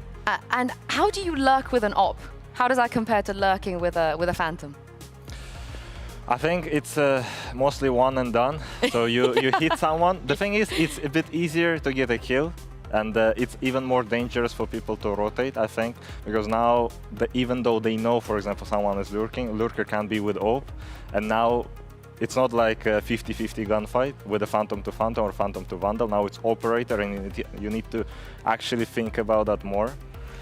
And it's just annoying because now you can in defense you cannot just strafe check, you cannot jump spot because operator just can hold it and get it. So it also removes you from some kind of play style in defense. So I think it's a lot of positives. Oh, it's very strong. And very quickly, last question. Does it have anything to do with the fact that there's an outlaw skin that looks very similar to your Phantom skin? I'm not using that Phantom. I know, I can't believe it. The prison one? Yeah. I wasn't hitting with the prison one, I'm not gonna lie. But the prison Phantom is still #1? Yeah, 100%. Okay, maybe they need to bring out another outlaw skin for you. That's what we're looking forward to. Maybe I'll try actually a prison one. Maybe that's the reason. I'll try it today actually. Okay, you heard it from him. Thank you so much for joining me, Nats. That was absolutely fantastic. And we'll see who we can bring on for next week's Stats Don't Lie. Let's hope that everything they put Nats onto, everything he's just explained is going to give them an edge, because Liquid have not been to a global stage since 2023. This is very, very unheard of in the history of this org. But that is just the question, Billy, because when Nats first started doing Nats things back in the days, it took a while for people to catch on, but they did eventually catch on, and they did eventually counter the things that he did. Do you think that a team like GX are going to be able to do that against Liquid today? That's That's a good question. You'd like to think so, right? Because I think a lot of what we've seen from Nats recently has been quite, I don't want to say predictable because it hasn't been, but now the more that we're getting to see him on the up, him going for those sort of first engagements, it's very easy for Giant X to be able to shut that down with the compositions that they've been running with the Fade, with the Rays, you know, just double satchel onto him and be able to completely take him out of the round. Yeah, Milan, of course, you were there when this guy was pretty much dominating. His playstyle was the playstyle. But like I said, it got figured out. So you think perhaps in due time that could happen too? I mean, everything has an expiration date in this game, and that's also what makes it so fun, right? Like, I think we switched meta every couple of months or so, and normally Nats has been pretty good at adapting, so I think it's a little bit, I feel like this time around it has a little bit more to do with him being on a different role, completely different team, so I kind of want to give them the benefit of the doubt for now. Yeah, and speaking of different roles, have you seen much of Kiko's smokes? What do you think? I mean, it's the success, the key to success apparently. Like, but take a duelist player who has, you know, raw good mechanical skill and just put him on a different role. Like KC did it last year for Liquid. It's paying off. I think he was like second highest or highest rated up until yesterday in the event. So, I mean, yeah, he's been doing really well. I think that one thing as pure as a coach, which is maybe not very nice to say, is that I'm hoping for a little bit more of like actual, like, brilliancy, agent mastery, if that makes sense, because I think a lot of his like success has just been in taking ridiculously good duels. Raw mechanics. He's just been plowing people based on mechanics. So I think if he can step up a little bit more in the like supporting nature of that agent, I'm sure he's gonna like fry even harder. I love that you said raw mechanics because Kiko right now has a 51% headshot rating. It's absolutely ridiculous, and he's up there in the top 3 of highest as ACS if we're going based off of stats. But like outside of stats, I think him onto this controller role has been so nice. Not only is he able to win those kind of aim duels, he's picked up multi-frags, he's able to sight anchor, and every time his team's coming in for the retake, he's able to buy so much space for the rest of his team. He's able to buy time as well for his team to come back and help with those retakes, and I'm really enjoying the change here. Yeah, I like kind of the new faces of some of these players because Kamek, for example, the Tejo, I liked it. I know, Billy, you've been keeping a keen eye on some of this as well. Yeah, definitely. I really enjoyed Kamek's Tejo, and I know that we've been seeing it paired with the Breach a lot more, but this round in particular, this was done purely off instinct, Kamek had told me when he came up to us yesterday. And again, first time for Tejo on Team Liquid too, so it was really nice to see that. We've seen a lot of micro plays with this Breach, and again, the reactive plays that he's able to have, that A lobby control with the Armageddon, I think it was really nice. I think a question that was raised yesterday was, are we pairing the Tejo with someone like a Breach, or do we seek to actually have an information gathering agent, and how is that going to play up in their match today? Now, you guys moved away from the Tejo, so what are your thoughts on this, and how big of a win condition is it to have a good Tejo player? I mean, every time a new agent comes out, people lose their mind, and especially with like a click and play agent like this, I think it makes a lot of sense. I think he's good, but I also think that it's not as, like, I think people are exaggerating a little bit. He has some super like niche things that he can do that no other agent is able to do, and that's, I think, why people just immediately valued him high.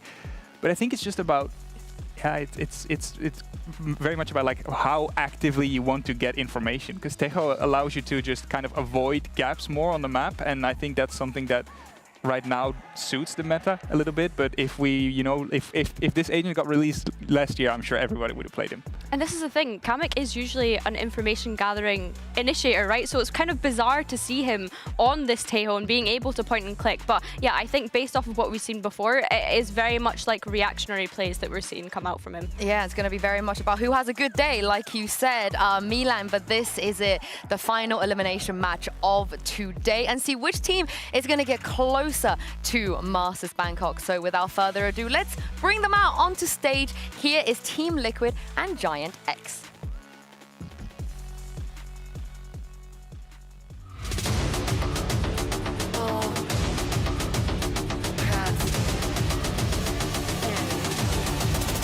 With me.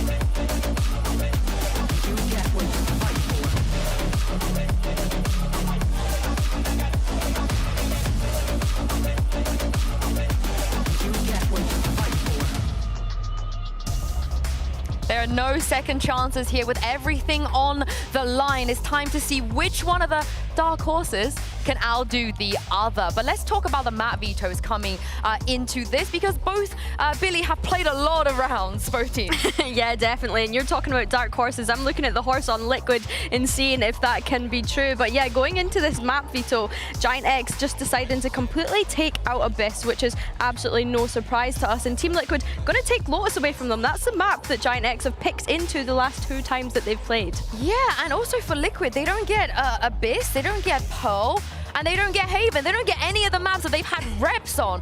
Milan, what do you think about this? I guess from a GX perspective, is this good for them? I think GX VKC on Fracture, it looked pretty comfortable. I can say from experience that I think their split's pretty good as well. Bind is a little bit 50-50. I think they both have played it, so it's really going to be down to this split. I think if Liquid, they basically need to like win their own map pick. I think obviously Fracture, I can kind of only see it really go Giants' way. And then I think if Liquid don't really show up on split, it might be another 2-0. I think for me, it's interesting to see Fracture come into play as well, right? Because Team Liquid picked into that again, even after losing it that initial time. And then they started banning it out after that second loss. So yeah, that one's been allowed to just slip through. But Split and Bind, I'm not too worried about. Those are 2 maps that Team Liquid have kind of been letting float around when it comes to the map veto. So in my mind, if you're letting those 2 float towards the end, you must have something prepared and feel pretty comfortable to play them. Yeah, and interesting that they just want to kind of throw it out the window a little bit and play some maps that they have like less reps on too. But let's talk about some of this comp, because I was a little bit of a hater of Team Liquid's Fracture comp, you know, having Kamek on the stage, no duelist as well. And as we take a look at Agent Select, I want to get your thoughts, Milan, considering you guys had a bit of a masterclass of a Fracture coming into this, and it looks like they will have a duelist this time around. What do you make of this change? I mean, they played like Sage Gecko last time around, right? Yeah. And I think it was such a weird comp in terms of like just general agents and what they're able to achieve on the map. I think this looks a lot more sick. I think Kamek on his like comfort pick or whatever again. I think this is a good composition, or at least a better composition from the side of Liquid.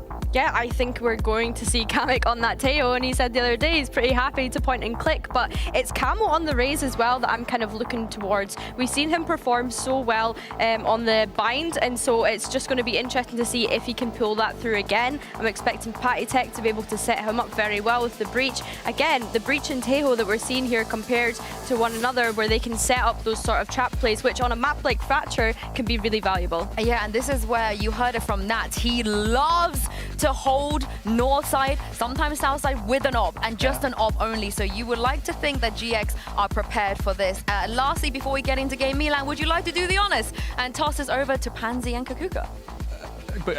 Well, anyway, Sue's already said it. Here are Pansy and Kakuka with a phenomenal cast. Okay, well, yeah, the pressure's high. Has to be a phenomenal cast now. We'll do our very best for you. But I was a bit worried here, Bea. I genuinely thought Giant X might have just gone away with daylight robbery with this veto, but we are seeing changes. Yeah, exactly. It's not only that we're seeing changes, if we think about the veto and we give the information that it was not given during the graphic, being that Team Liquid won that coin toss, they decided to be Team B. And if GX has prepared this Fracture that was very likely to happen, it was on them to pick it. Probably one of the traps that Team Liquid has said. I'm obviously very excited to see another split.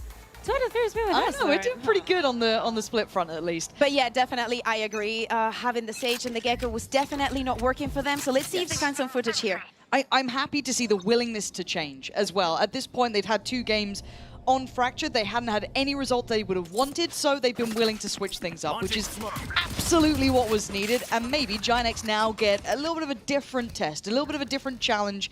Maybe that homework not going to be as viable now coming into this matchup. Yeah, exactly. And very important also, Giant X has the lowest win rate on pistol rounds in the entire region. They've only won 2 out of the 12 that they played. Just, you know, a little context on this round.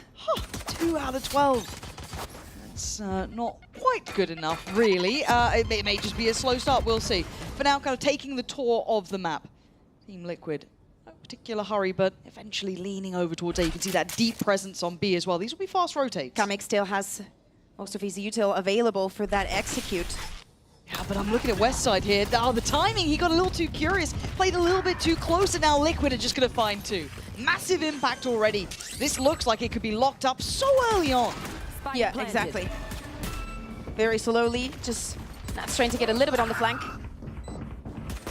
That's any more for him. Yeah, nice enough. Happy enough with that. 2 survive, round win. Team Liquid with the first. 2 out of 13. It keeps going down. It wasn't like 17. Let's say now it's like just lower. Pistol rounds not looking good for Giant X, but first impressions of this composition, Team Liquid just buying a little bit of time, trying to get Giant X to burn a little bit of utility. And even though Cloud in his reposition was good, it was not good enough. The execute was just too strong onto side. They took their time, and they look pretty comfortable. Milan was talking about it on the desk. It is important if you want to be a world champion team to be able to make this kind of changes and feel comfortable with it. And I think the bigger point then becomes, if we're talking about world champion teams, you know, the road to Bangkok here will end for one of these 2 teams, right? This is, where do we put these 2 teams as well when it comes to expectations and, you know, critique levels as well? You know, how high of a standard do we hold them to? Because Team Liquid, one of the longest standing orgs we've seen. Giant X with so much talent and potential, but it feels like it has fallen short as of late. So we wait to see how this looks. There shouldn't have been too much danger here. It should have been I don't want to say a walk in the park, but they're making it a little bit more dangerous. Man, if Tomasi would have been inside that smoke instead of MB with that shorty, we've seen some crazy shorty kills. It's very common now for people just to jump onto the smokes, to push them. We not only see it with the Euro, almost on any agent is feasible, but the spike is down. Their 3 weapons are still safe for Team Liquid. Cloud's going for a bit more. He can make this actually cost a hell of a lot here. Camo gonna be down on just 40 HP. Regen shield gonna be kicking him back up a little bit, but they can make this cost a fair amount. Can they lock them in on the site at the least? I don't think Tomasi could have done it, but I like what Cloud's up to here. Couldn't get any more, but a nice try.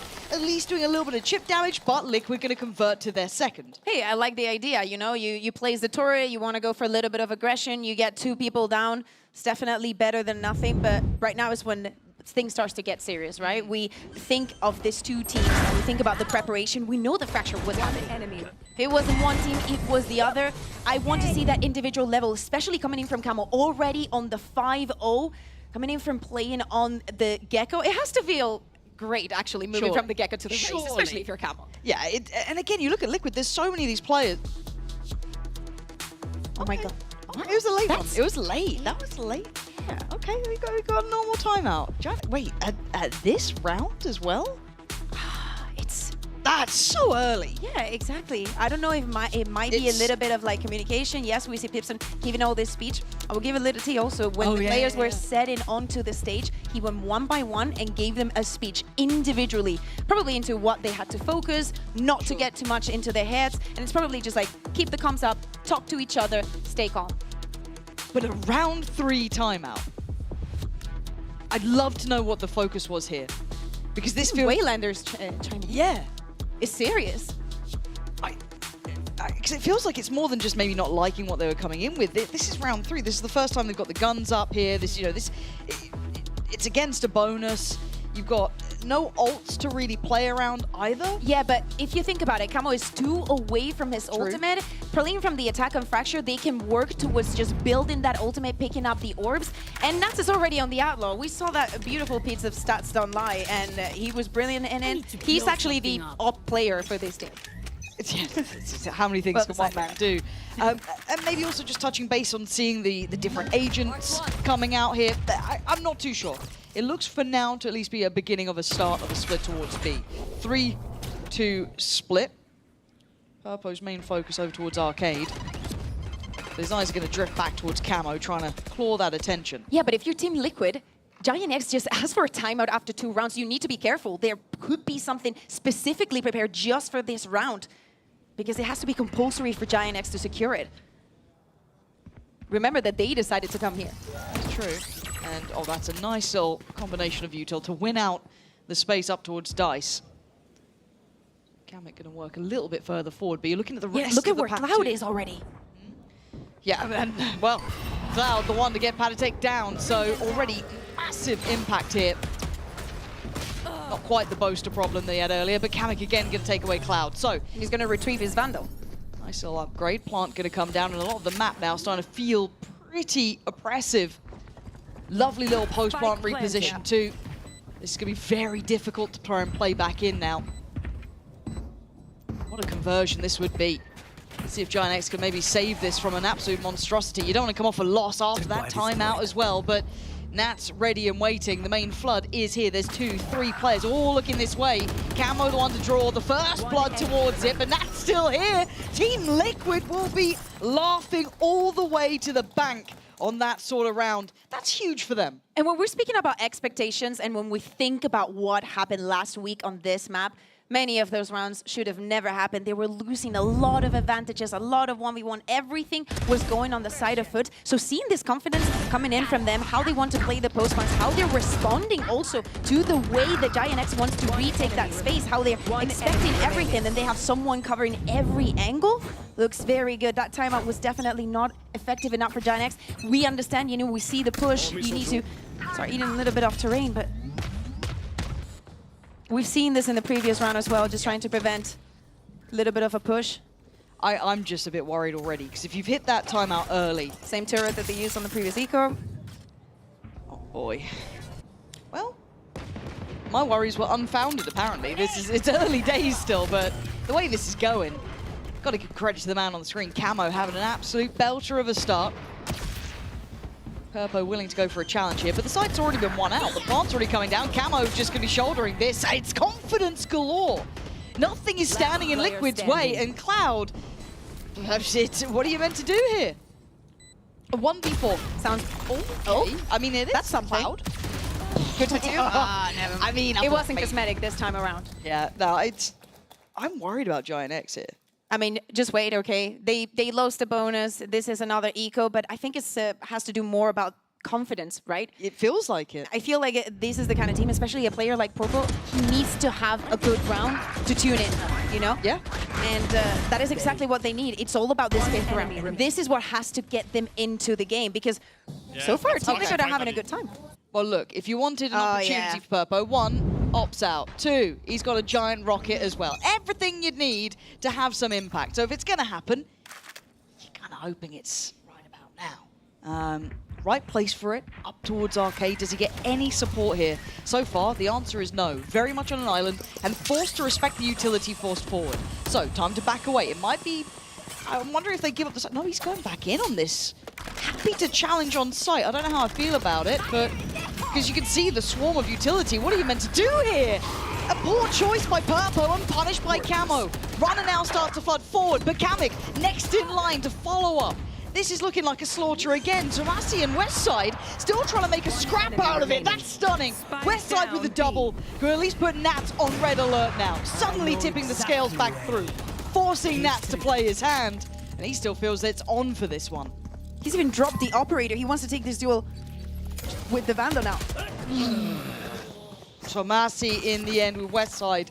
Keeping that together, but I wouldn't be banking on that as how we get the rounds every single time. It doesn't matter. For Giant X, this is a round that Rounds they around. needed. Exactly. Yeah. They managed to save the operator. Yes, he was shut down, forced out of the position because of all the utility that was used onto him, but they still managed to turn things around. Also important for Westside to turn in. He has to be hitting shots because his utility is not going to do much against the Deco. Take up. And they did Good take call. the op. Yeah, it is that's back in my Purple's hand. That's my IGL. No, the operator was recovered, so no harm, no foul, I guess, but I do want to see Purpo start rolling as well. We kind of highlighted confidence player here, but Liquid right back to business. Southside approach with a little bit of that lurk up towards Dish. I thought that was an absolute sitter for him not to beat, so now that's the operator scene. And they're going to carry on this path. They're all going to come down, and Cloud and Runner forced to split apart. So Tomasi going to start cleaning up the house here. That's lovely. What a little crunch and a re-clear straight through sand, leaving Nats, who was spotted earlier, irrelevant to outcome. It's so important also to highlight the smokes that Tomasi was using in this round, trying to give a little bit more space. Yes, we saw the ones from Kiko coming in, but it's so important when you're forced out of your position with our Armageddon, with that Tejo ult, to just have that coverage from the rest of your teammates and just picking out of the smokes, because everybody knows it works in scrims. You should do it in officials too. These are confidence building rounds though. High tempo, high kill rounds. Nats, you're not probably going to get that spike back, so you've got about 40 seconds of just drifting around the map here, but you're looking at ults that are coming through now as well. We already just saw the Teo ult, but... Everything for Giant X. Exactly. There's going to be hopefully a snowball round for them because they need it. Again, build back into this game. It should be at 2 to 4 pretty soon, unless Nats does something I've never seen. So, by all rights, Giant X are back in this series. Yeah. He's going to have 18 seconds just to dedicate and, you know, use the time to speak about the next round. There's, of course, the economy is still good for them. They're going to be able to purchase on the next one. But even though that timeout after round 2 did not guarantee Giant X a win, still, I feel like they're starting to play way more confident. They should not be scared of taking certain duels. Yeah, but I think it's just time, and more rounds we see going this way, the more Giant X start getting this sort of confidence under the belt, plenty of ults to play with. That's getting Camo there too. But last week, him on the defense on this Brimstone, it's a match made in heaven. Good to see. Oh, he's leading the board for Giant X as well, so yeah, the guy seems pretty good at it. Yeah. So what's the look now coming out from Liquid as well, I guess is the question, because they've had a couple rounds now held at the door, right? 5th, 6th round, not having what they wanted. Now, it's since the Operator has come into effect, but it feels like it's not the main proponent of the win, but it's the confidence, it's the space taking. Look at this, controlling that B main push out. Kiko has been nuts, though. Sending him away for now. Trying to just calm the map. Yeah, cool things down a little bit. Nuts by himself, little progression, and then we go back. You know, you have to respond also to the utility that Team Liquid has been putting on the board at the beginning of the round. Same with Cloud. Still got a decent amount of utility. They're taking their time. I assume that maybe Giant X goes for the re-aggression, waiting for those waves of that utility to come back. I want to see, with all the setup that Westside has here on A, if he's going to have any effect. Let's take a look at how Kamek uses it. Boys. Good info. Good info already. That's 2 players going to be considered. I think they now know where the eventual end is. And Cloud gets it for free, finding Camo straight through that smoke, it looked like. So we're already going to lose out that little punch on the way in towards the site. You've still got the setup there as well. But it looks like Liquid's going to be pathing through sand instead. There's 3 players towards the CT side. You've still got 1 on site as well. The crossfires are brutal here. Westside forced to fight forward into the Tejo utility. But he's found the gap! And he finds a kill as well. But Liquid leaving it late. 10 seconds. We've got ults just about everywhere. Purpo trying to deny the plant. And he might have just done that one. Runner on the follow-up. Panatek with nowhere to go here. 3 seconds. Does he even have the plant? He might just about have it. But he's never going to try and defend it against so many. That's not going to happen. Giant X bringing this right back in. And that moment for our observers was definitely difficult to catch everything that was going on onto the side. All the ultimates coming in. I have to say, not for Giant X, like waiting for the right timing to use it. Westside also responding. Yes, Cloud is the first one. He wants to get this information with just 40 seconds left. Finds one thanks to that info. But Westside pushing here. Finding one, forced out of everywhere. And this one, that should have been the round. Yeah. Beautiful work from Giant X, very well coordinated. Nice! They barely needed any words to perform on that retake. Same that we were seeing last week, I have to say. Yeah, and for me, even seeing Purpo using that ult to get the impact kill for me is huge. Tick in the box, see him starting to get into this again, still opting to try and challenge for early space up against Nats on that southern side of the map, but the pressure is towards Arcade. Clearing through pretty deep. Kamek I don't think he got information on Tomasi here, so does he feel confident? Purpo could be overwhelmed. This is really close quarters. This is when it gets pretty sketchy now. Purpo does get forced away, and now you're going to see Camo taking the space behind the util. Crunch towards tower. Cloud's going to find Camo. Ult comes in, Purpo going for an outrageous shot. Switching over to the Classic and does it, but the barrel gives away the game. I thought he had it, but Kamek bulldozering in towards the site, leaving it all down the west side in a 1v3. Can't really deny the plant here. These positions are hard to break through. 1 right, 1 forward, 1 left of the camera. Just going to confirm where he is. Turns the flash, no one's swinging.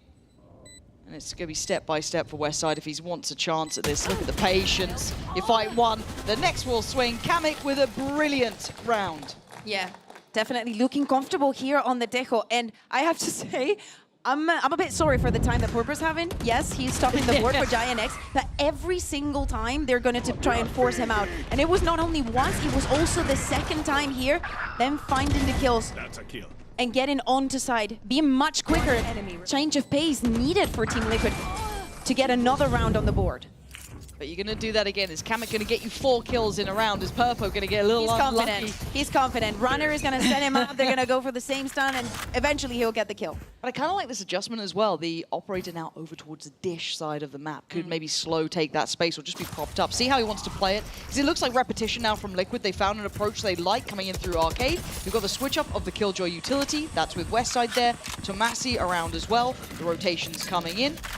And they're just going to leave one. They're just leaving Purpo on his own towards A. You can feel where that pressure's mounting towards. So Camo, again, goes forward, finds a victim. Looks for a counter swing, wasn't there. It was Westside on the other side to take him away. Westside now couldn't get back in time from the flash, but it's trades on the side. Just pouring through the smoke here, leaving Purpo, who was pretty far away initially by Dish, with a long way around. A difficult retake with an op. Now with position noted. I'm surprised they went for that, but it was a double swing in the end. Palitek close enough by. And once again, nullifying Purpo there. Hard to get into this game for him, and another round for Liquid. And it was a complicated decision, right? Maybe saving the operator, maybe the call was, hey, they're low, they have some chip damage. Not that's going to change much with the operator. Maybe trying to retrieve a gun, but especially when Nats uses his ultimate, that would have been like the T for me to either reposition, maybe try for something else, but what a beautiful execute. I love how they're using the Tejo utility onto tower just to force him to either come out or just have a very unfavorable duel. At the same time that Camo is just jumping onto side. Night and day from the get-go to the race. It is so different. Now you're going to see the economy in shambles from Giant X as well now, suffering after those couple of rounds strung back together by Liquid.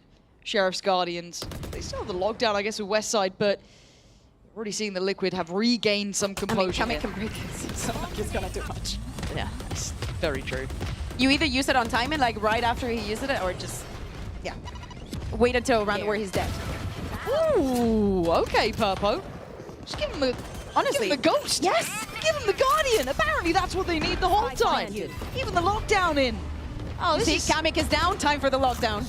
This is huge. This is going to force them away from the side. They have to be in the open. Panatek wanted to try and do some damage on the way out, but there's nothing they can do. They might get timed out of even trying to get back to challenge here. They can put bodies to work. Nat is the last alive, and he can't deny this. Huge work from Giant X. Where the hell did those shots just come from? I mean, it's still, those retakes is so well orchestrated. Yes, Purple gets the first one. The moment Cali goes down, it is time for the lockdown. We force them out. Every single piece that we can take for the retake to go our way, Giant X trusts in this round. This is the kind of shots that they need to hit.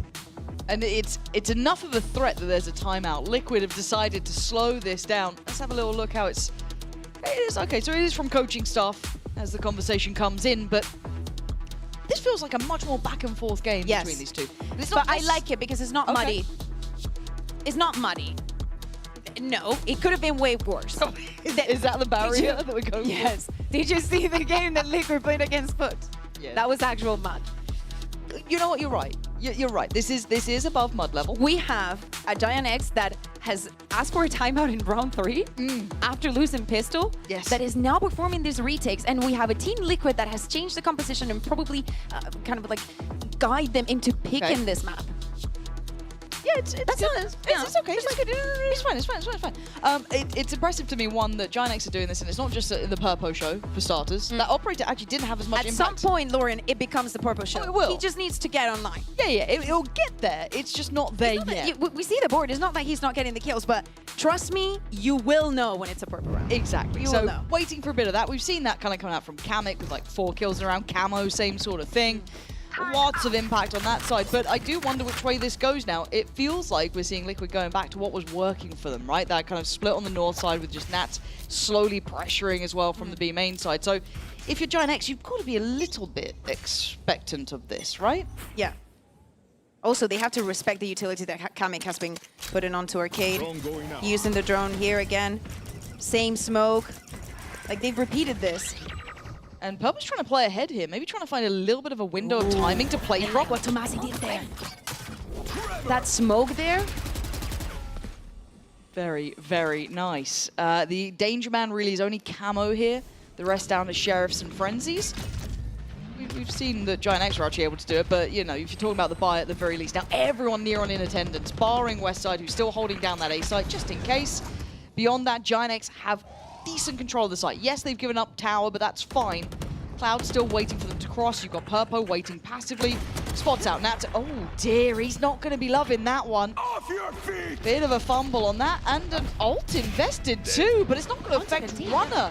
I'm a little surprised they went for this, but Kamek making an account for it. A follow-up found. Kamek now can take space and potentially a weapon off the back. Planted. Both remaining players towards Canteen. Kamek's got so much space. This is difficult now. This retake is hard. These off angles are brutal to clear. Patatek in position, and apparently the pistols were all they needed. And Kamek, what a sick round from him. A pace of car thrifty for them. Very important also at this moment of the game, right after the cross, understanding they even had so much utility to just play for that postman. We're seeing that smoke from Tomazi, you know, just trying to give Purpo a little bit of freeway. He's been pushed out of every single situation, trying to guard the sides and still not finding success. Also, Kamek, it's again night and day with the Sage in this. Like, this just looks so much better. This is like in the previous game where we just saw Alpha and Jen. Yeah. It's like, this is so right. This is just so right. Why hasn't it been this way since the start? But it is good to see it. Now, we are seeing the operator back out. And rinse and repeat. This seems to work for Liquid. That's got to have spotted people in that smoke here. Purpo, he's not having a game. A tag there. Camo in the air. Just gets legged, it looked like. Yo. Nah. And now the layers. This, oh god, this is all over the shop. Purpo's gone down, he's obliterated. Kamek just kicks in the door. Does get traded out in the end, but now you're going to start seeing this go into absolute pandemonium. Just Tomazi left alive, and they're going for the fight. Team Liquid looking calm under all that chaos in the end. Yeah, and I want to see how they do on the second half, because this first, I am very, very surprised with how much. Yes, they repeated it around several times, but man, they were finding a way to make it work.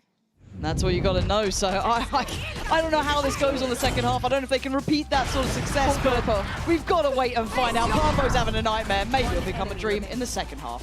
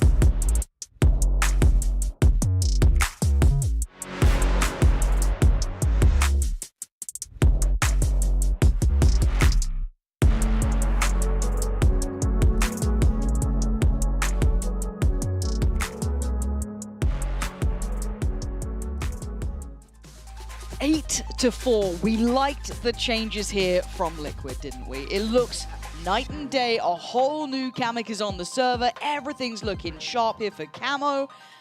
What do you make of it so far? But you also have to think about the difference that this brings when we move on to the defense. I think that, yes, Kamek has a lot of experience playing on the Sage, and of course it gives you a lot more styling power. I like how they played without the wall. I think that before on the attack it was very simple, like the way that they were executing.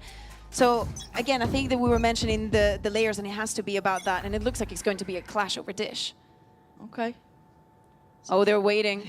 Oh, the stun and the salvos. Oh, the timing. That's so gutting, because that was such a nice little like pocket play almost to try and bring that out. I like the idea, but they're hell-bent on trying to stick the landing. I feel like that was a little bit too desperate in the end. Could have maybe backed from that, but they want to try and press the issue. And now Nats and Camo left in a 2v3. Paint Shell going to go down. That does deny Cloud. Can he capitalize? Camo can't, so he has to fall off from this for a second. Nats needs to get involved here, because they're going hunting. This 3v2 situation, Camo, of course, he expects to maybe get pushed. As we're saying, he has to wait for Nats. Nats is close enough now. HP is not the best for any of the teams. No, Just not Rona having really. fun. This is so tense. Camo try. Ooh! You take those when you get him. Dreamy gonna take down Cloud, but there's no way he can see where Westside and Runner are, surely. But with Nats on the spike, they've got to still try and handle this. He's gonna get towards half. He's. Oh, I thought he was considering trying to stick. Oh, he's taking down Runner as well. The stall in this post plant isn't gonna be enough. That is outrageous and unforgivable. Pistol loss in the end. I need to watch a replay of that round because why is Westside throwing the molly then? I don't know. Earlier. I don't know. I don't know. I understand that, you know, it's a high pressure situation. They managed to get these 2v2 on their hands, getting both of the kills. Yes, Nats gets one there. But still, Team Liquid manages to get another pistol. He thought that. I don't want to be mean, but the pistols. The pistols. Maybe pause before the pistols next time. That's not good enough, right? That's not good enough. Pistols. I mean, don't get me wrong, against KC, even with losing the pistols, they were able to win, but that's like an average of 4 rounds just lost. Playing against you. You can only imagine the team talk after that one as well. Bloody hell, they're going to be ripped to shreds. No? A different time. No, not the moment. Still, the game's still not over. Well, I mean, after the game, you know? No. Maybe tomorrow. In review. Yeah. Close Watch it back. Yeah. Well, let's see if it turns around, though. Because this could close the account pretty quick. Considering the advantage that Liquid had now, if we imagine they convert here in the second round with the superior weapons. And Team Liquid are already putting pressure onto them. Look at where they are. Camos. Turret's not really spotting much. No. The timing could have been devastating. Oh my. That's offline. Walk back. That's unreal. And Kiko does get forced out of the tower, but Liquid are so aware. They've just corralled them forwards. Kamek hasn't even got to sweat in this. He just gets the iPad out. Come on. And Cloud, the last one alive. It just feels like they had the mini-map with everyone on it. It was so simple for Liquid in this, it felt like. I don't know why they pushed. They even lost, like, they didn't even get a single kill with the flag. Of course, the pressure was there now, but beautiful round from Team Liquid. Feeling comfortable making this kind of calls, even on the second round. Definitely shows a lot of confidence and probably even Liquid that we want to see. I think this does feel like we're starting to see some of that potential, right? And the utility. Yeah, it's so good. It's so much. It is. There's So much. layers upon layers of it. But with 10 rounds facing you down double digits at this point. Pips on no timeout? No? I'm a little surprised there wasn't one. Because, I mean, you've got 10 against you. When are you going to use it? Next round? It was like pistol round? Yeah. Oof. Okay, so early contact on the Prowler, so Cloud knows that someone's made a little bit of presence towards A main at the least. I think Shell going to go in a little bit deeper, but I like these trips here. Yeah, between Kiko and Nat sat towards these sort of positions, they're going to get value, but Tomasi does really well. Takes away any of that early impact, secures them the site, and will get them at least a plant. Yeah, plant indeed. Yeah, probably they thought that they were just tapping it. You have to be sure. And they just thought it was a good idea to stick it. Still 3v4, Giant X with very good positions to play this post plant. Runner still with both flashes. I want to see it clean though, Bayer. I want to see these rifles remain. I don't want to see any threats here. Runner does well. That's nice. Now just Panitek last alive. Not too bad. I mean, they'll take some damage, but you take that, right? You take a round like this, Giant X going to get at least back on the board here. Feels like it's been a bit of a drought since the last time they were able to really get a control of the round. But here's the big challenge. Tomas is doing good on the controller, but as you're saying, I want to see the same way that Camo's been set up. I want to see the same for Purple. Yes, he was not being lucky with the operator, and he usually excels at that, but we need to see that in the executes. Every single time that you go onto a side and you're playing against Liquid, you're playing against Nats, you know that those trap bars are going to stop you. 1000%. It is impressive, even up against like arrays as well that can just clear. It feels like so easy. Nats just have such nice little setups, but okay, Bai coming in, any ults ready to go. 2 away from Clouds, 1 off from Purpose. So that could be something to keep in mind here. They want to get this control, get that ult early in position. Now on the other side, the closest they have is Nat, so nowhere near as impactful in that. So let's see if they get that already built up. Similar approach, right? Like we were seeing Team Liquid using Kamek's drone to clear up Arcade, and now we see Cloud using the Prowler. to get the same effect. But the aggression, Purple's going to be punished, but it's traded out. So at least it's a man to the good for Giant X, and they could then just try and springboard forward in towards that B site. Hammock trying to get ready to deny the plant, or even potentially cost someone their life here if they go for the same plant. Yeah, they are. This time the stun, just a little out of time. You could see what they were going for there. That could have been lethal. They have stalled out for rotations as well. There is that factor, but they're not getting any draw on the blood so far. They take a look at force runner out, but everyone ready to support. This is much better from Giant X, making this incredibly hard to play back through. Nice stall as well coming out. Timing there for runner. Out in the open on the reload, not ideal, but Cloud at least does get a nice little upgrade on that front. So Massey going to be watching the cross here, just shouldering that for now. He catches Camo. One. Yeah, that's going to be called through. Nice from Cloud. Good little communication between everyone. Much better. Cloud does well, and we gap close a touch further. Yeah, and we see the smile on his face. Definitely the calls are working for this round in particular. Very well played for the side of Giant X. Going back in the board, still 4 rounds separating them. That's just getting that little boost. Cheeky little camera. But even with the aggression, not winning this duel, like seeing that Nats is down is a free entry onto side. Yes, like Runner is going to have a little bit of a hard time just planting that spike, but he's aware enough of that. And Cloud having also the individual performance that he was having last week, yes, we also feel it on the stage. Yeah, you are. Now, we're going to see what ults come through here. Obviously, Purpo's now got theirs. Cloud got theirs on lock. Ooh, Purpo, nice. Nice little warm-up here. Maybe just needs a couple Eco Cobra moments, you know? Like warm into the game a little bit. And now the confidence does start to build. But there are a lot more players here. There's still 2 more on this side. Now, I'm also keeping in mind Nats, his position. Yeah, he is going to get west side, so that is going to be a free upgrade. And suddenly not feeling so safe as Camo. It's just got 2. And the rocket as well. How the hell did Team Liquid just turn this around? Cloud is surely baffled. I can't believe what I'm witnessing. It feels like every time they're at a disadvantage, and now you can see it. That's, oh, dearie me, devastation here. I genuinely thought Giant X were on the verge of pulling this one right back through, but a pay safeguard Thrifty right under their nose. Jesus, that was massive from Team Liquid, and I think that Camo also, you know, he wants the spotlight on him back. Them getting this first 2 kills, yep, you know, kind of expected, but Nats is always behind you. It doesn't matter where you are on the map. It doesn't matter if it's at the beginning or if it's at the end, pushing you with an hot look. Okay, there's still pretty calm. That's honestly, that's calm enough. Calm before the storm, maybe? I'll take it. Yeah, we've seen when it's not calm. They've got so many ults here, Giant X, right? You've got so many big ults here. Oh my god. Purpo and Tomasi left in tatters.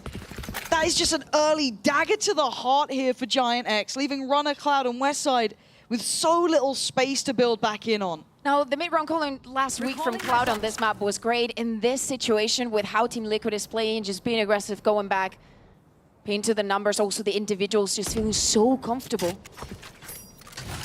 I don't know what's just happened here. How have they capitulated like this? I mean, credit to Liquid for a nice little push out there, taking a fight, but this is 12 on the board. Exactly, that's what I'm nervous about. Now they need to get 6 rounds in a row to even take this to overtime. And maybe the trap that Team Liquid set, live in this Fracture, making them choose the first map. And if you don't pick Fracture, maybe you don't know if I'm going to pick it. Oh, man. It's got to be a timeout after this one, even if they win it, which would be incredibly impressive. Especially with the amount of ultimates that they have. They should have been preparing like for this round. Probably that's what we were seeing, the aggression that we were seeing from Team Liquid, right? Being disruptive, getting their face, yeah. We saw them using the ultimates from drop on the attack when it was Team Liquid using them. They do not want to be in that situation. And Camo is, honestly, I want to see that head-to-head that we usually do with the stats because he's off the charts. No, Camo's having an absolutely blinding series. Yep, well, little cast curse for you there. That's nice. And this is, they cost them weapons. It's huge. Again, yeah, Palitech's going to take away runners. That's 12 for Team Liquid. This is looking solid for them. I love the approach. Give me the timeout and give me that Pips and Cam. It has to be coming. But as you said, this just to get under their skin early, deny any of that kind of ideal execute potential with all of those ultimates was a huge call here. Yeah. And now, of course, we're not going to see the timeout. And obviously look at the weaponry as well. Yes. The problem is, again, you're giving it to the other coach. Lohan can be about, you know, they're going to use this, this, and this, do exactly this and that. It's not only the ultimates the Giant X has, Patidek is also one away from his. Camo! He's flying in there where he was trying to. That's going to burn a lot of the util up from Giant X. They're just popping the ults now. They're hoping for the best. It's Purp to find Camo, but it's Camo to draw blood. This is still up in the air. It's a brawl for Arcade. Tomasi with the Sheriff trying to get a little closer. Nice from Giant X. Happy to take a scrap on it. Kamek is dead. Giant X live for another day, but the ults got burned. Yeah, many of them. I mean, at least it's a round that they get on the board. I want to see a replay of that. I do not put anything of ours on our servers for not catching that because there was a lot going on in between smokes, mollies, stuns. Face your fear! For the love of God! Look at this. Absolute chaos. I love this tactical shooting. So 5 more chances for Giant X to even bring this to overtime. Now we see a Liquid. Camo again going for the aggression. Just onto A-Hall. Look at this Southern They're Crunch they're going crunching for. them, yeah. Yeah. They can get some ults off that too if they feel like they've got some security to do so. West side. Oh, he just turned away at the wrong time. And now they're sweeping through. Nats gonna get himself back towards position. The plant's gonna come in though. And now we're looking at what they've got in the post plant. You've got Tomasi here with the ult, but the ult's gonna come back rolling through from Patidek. No one there to work off from this though. No one follows? None. Very good smoke and molly from Tomasi there. Oh dear, but Kamek's gonna find runner so freely. Purpo trying to hold towards main, clean and concise on the shots, bringing it down to this 2v2. Camo's ult is gonna force out at least one of these players, if not two, force them away towards CT, but the time is ticking, you gotta get moving, and Purpo slipping between all the util, doing everything he can to try and keep his team in this, and Kamek is desperate, and he can't find it. Purpo finally getting some of that form here. 4K for Purpo here. This is one of the rounds that definitely get you online. And do not get me wrong, now the money is, you know, at some point it's going to start becoming an issue. And this is the Giant X that should scare you, right? Yes. Like, yes, you put that pressure, we have an instant response to just go onto site. And even with how bad the situation looked, this should have been closed for Liquid. The way that Tomasi's playing, seriously. Like on this map, on the Brimstone, it's massive. 1 HP there, and it's actually going to be Team Liquid requesting the timeout here. Because as I'm saying, you need to close this one out. You do. It looked pretty, yes, we were surprised, yes. Can you put this on the board? It's elimination on the line. Hey, look, the last round is always the hardest one, okay? How good are you at drawing the chances things? You can't do it right now, we're in... Oh, sorry. But I just mean in the future, I don't know if I will try. Are you confident? I will try. It's just that yesterday I didn't even know that this was like the tactile streak. The Nobody told me. I'm so sorry. It's okay. That's on me. That's on me. And I was just like, tap it, you know? Yeah. We'll get working towards that. We'll see if you've got the skills for it. It's difficult. Mini, awful at it. Awful. Really? Shocking. He's a coach, isn't he? Yeah. You think he could draw a 6 or something? Absolutely not. For now, though... Honestly, Brits. Okay. Well, why am I catching strays in this? But we are going to be seeing... How many chances? Oh, is it on the other side? We could do that. That's fine. It's but fine. isn't nice 4, no? It's alright. Isn't it like it ends perfectly? Yeah, do you know what? It's not the worst we've seen. It's never perfect for you. Okay, Bucky's Sheriff. Speaking of not perfect, the purchase from Liquid. It's what they can try and muster together. We've got Camo ult on the horizon, but certainly not here yet. Liquid trying to get a little bit closer, starting to pressure those extremities. But on the other side for Giant X, you've still got Tomasi with his. You've still got West Side pretty close as well. You've still got Purpo building back towards his too. Yep. Stronger and stronger by the second now. Looks like B is the name of the game. Torper's going to retrieve that orb, putting him 2 away from the showstopper once again. Now they're going to decide to rotate onto A, West Side, just covering that flank. My man was playing by himself. Are they going to expect Patidek gets with the Guardian? Yeah. Oh, the timing. I feel like if he just held that, he was still good for one. You're not going to really peek on this, are you? No. Okay, time to back away. You felt enough of that pressure. I would have loved that if Kamek would have been ready to follow with Salvas. That would have been so nuts. Oh, he still gets his. Still going to be good for one here. Kamek can now make this a little bit uncomfortable. But who's willing to put life on the line, or do they just freeze for a second. It's very important that they go back. In this 5v4 situation, now that the smokes have gone down, it's time to take a breather. Yeah, yeah. I get a little scared. But the smokes are back in, and it looks like Liquid... I know, it would have been nice to get it, min-maxed out, but... Different priorities. Tomasi actually going to force the ult now. They were already somewhat ahead. I feel like that could have been utilized a little bit differently, but let's see if it works out for them. Liquid, though, going to start working their way back through. Already traded out. Cloud is down low. It looks out of sorts here. We're down to Purpo. We're down to West Side. They need to stay alive here. How has it come down to this? How is Purpo the last one standing? Liquid, again, the broken bye is more than enough for them to make it up to 13. And Giant X, I'm sure, will be so frustrated with how close that could have been. Yeah, exactly. Again, the pistol rounds working against them, but I really, really like this Team Liquid, how they do and how they work with the veto, how they were able to make these changes. And Pansy, I cannot wait to see what we're going to see after the break on Splits.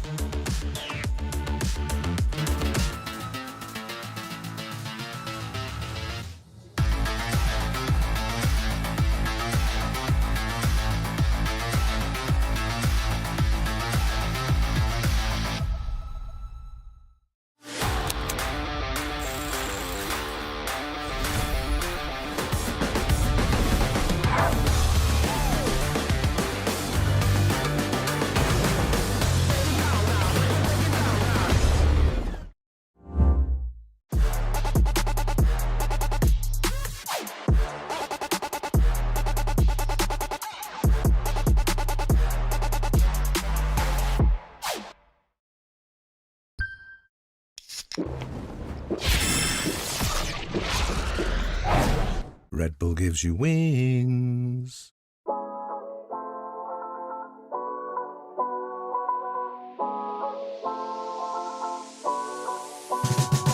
Get up now. Get up. Get out. Get up. Get up now. Get up.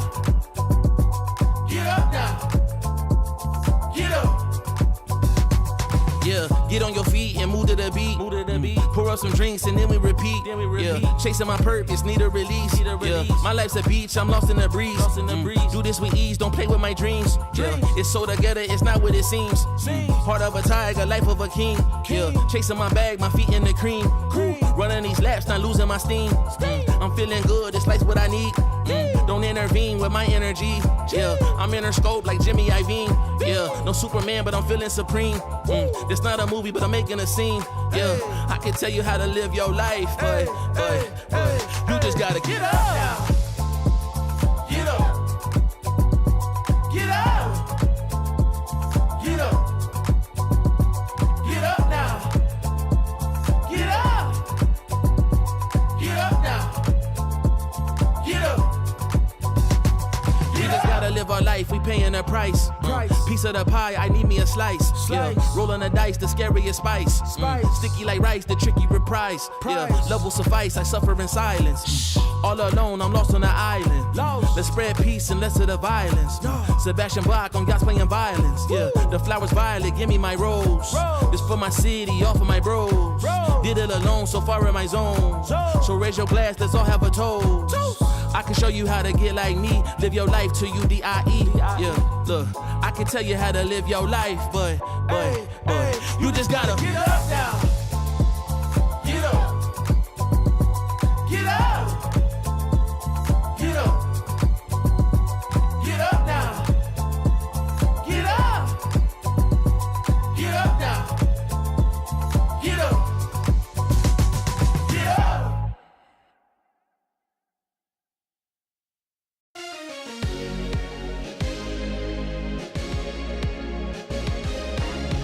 You keep me up all night,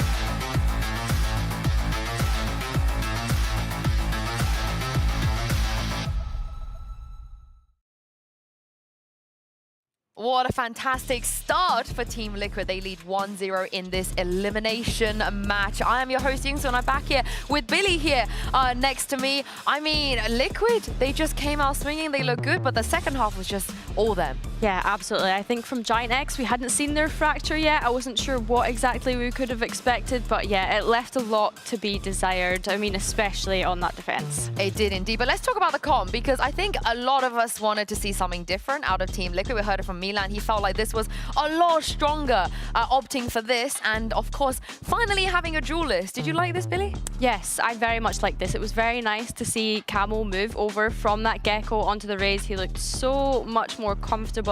You got the explosivity, you got the firepower. He was able to just go into sight and be able to dismantle any sort of defense. And that really was unfortunate for Westside, because Westside, we usually see him doing pretty well in these situations. But yeah, just the Killjoy not really having any impact at all with him moving from the Gecko onto the Raze. I am particularly impressed with Camo, because usually when he was playing duelist, it was always the Jet, and he was fantastic on it. To see him kind of broaden it a little bit on this fracture with this Raze, very successful. It kind of makes you wonder why they didn't just do this in the first place. But I'm glad they're showing it now here at elimination. We do have another round that we wanted to bring up as well, because this was like just another level, Billy, of shenanigans. Oh yeah, absolutely. I'm sure it was round 7, but anyway, this was just, you think of Valorant, you think of the amount of utility that you can use. It was all in on this one. We had 2 orbital strikes committed at the same time, by the way. You had Team Liquid's Rolling Thunder come in, you had Giant X Showstopper come in, which to me felt a little bit desperate in this moment. And then again, you've got the Raze utility coming out, trying to deny the plant. But yeah, it's unfortunate for Patty. He's not really able to kind of get himself out of that situation. And although I said it felt desperate from Giant X, it allowed them to put a round on the board. Here's the problem though with GX, because when they could put a round on the board, you know, everything was going well for them, but it still was a little bit too close for comfort. And especially when it came to first engagement, only 4 rounds converted out of 10 first kills. They threw 2 5v3s. This is what they were doing last year. This is what they were doing the year before. We've heard Pipson scream at his players at times when he was calling timeouts about how much that frustrated him. And speaking of those timeouts, round 3, Billy, we do not see this from teams ever, to call a timeout this early. Yeah, very early timeout coming up from Giant X, but I think a little bit of that also is just, okay guys, let's just take a breather and figure out how do we actually adapt to the changes in Team Liquid's comps, or at least that's how I think. Like that's what I would presume was going on in this timeout, is okay, we've prepped for this, but actually we're seeing something different come out from Team Liquid. So yeah, they needed to take a breather and actually change up the plan that they had originally come up with. Yeah, and Waylander was speaking quite a bit as well. We didn't get to see it in that clip, but he was in that timeout too. So I wonder what they have cooked up for the next one, because this is where I'm very interested to see how many duelists we're gonna get, who's gonna play those duelists, because we know Kiko can play duelists here, Runner can play duelists here, Camo, Purpo, they all play the Raze at one point or another. As we take a look at Agent Select, it looks like Kiko, I'm so glad I mentioned it, he is gonna play back on that Raze, but also a little Cloud Vice. Okay. Do you know what? The Cloud Vice, I'm kind of vibing with that, to be fair. I had a little bit of a suspicion that Westside might jump onto that Viper. You know, we are used to seeing him play the Viper. So yeah, I'm not surprised by them at all, opting to go for that double controller composition on the side of Giant X. But again, to go back to Team Liquid, very interesting comp. They're also deciding to opt for the double controller, and like you say, they've got the double duelist in there as well. So I mean, Kiko, we've seen him slay on the smokes, we've seen him slay on the duelist. Let's see how he can pick up this one going into Split. And I will remind you guys, of course, Nat's when he was playing Split before, a lot of Viper, he had a lot of really cool little annoying things he would do. So I can't wait to see what we're gonna get here. Pansy and Kakuka, what do you make of this? Mostly, I'm really excited to see Split, but we now get to see Giant X put under pressure, right? They gotta survive here. They're coming into a brand new map in some ways, at least in this regard, right? They've come out with a totally different comp. We're starting to see Vice coming in, and it's tournament life on the line. On the other side, Liquid. First time we see them here as well. Different lineup coming out. What are we making, Bayo? What are you making of these comps? Which do you prefer? I mean, I do have to say that I am a big fan of the double duelist. I think that the things that BBL showed could be doable within this map. especially starting from the attack, a position that Team Liquid knows is going to start after picking this map. It's beyond excitement what I feel, especially after the game that Camo had on Fracture. If he can keep that level up, it would be nuts. And I need to see a little bit more from Giant X over the board. We've got to see them tying up on those anti-ecos.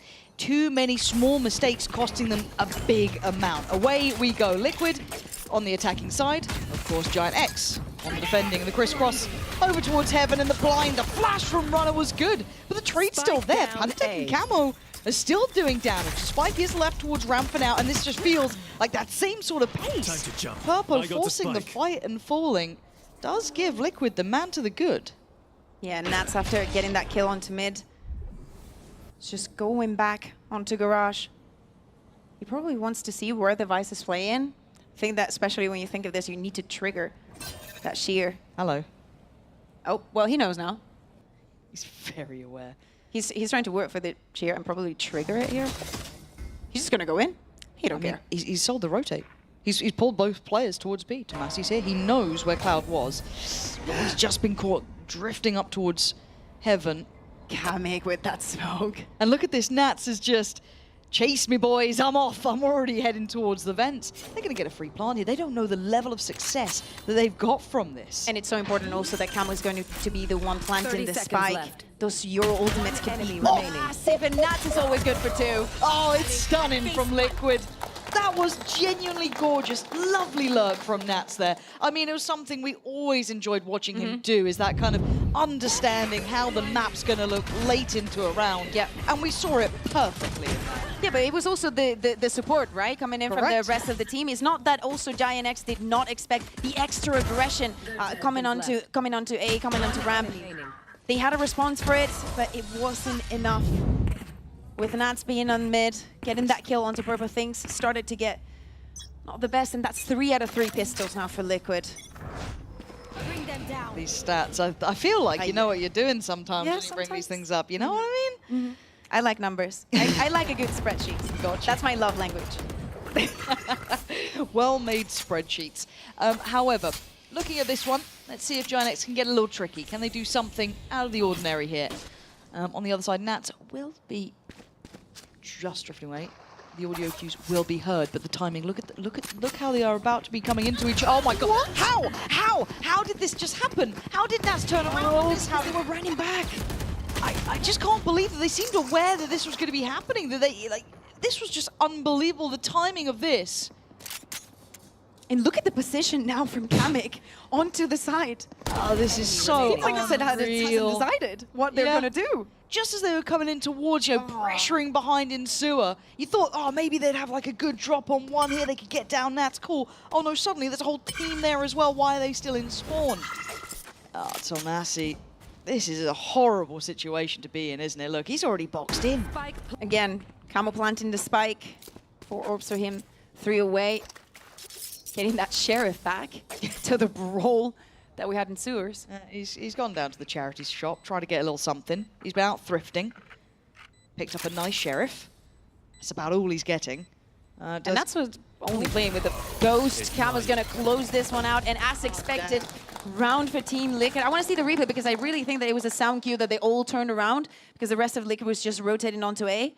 I would like to see if Nats saw something at the beginning of the round, right? Something feels like they were...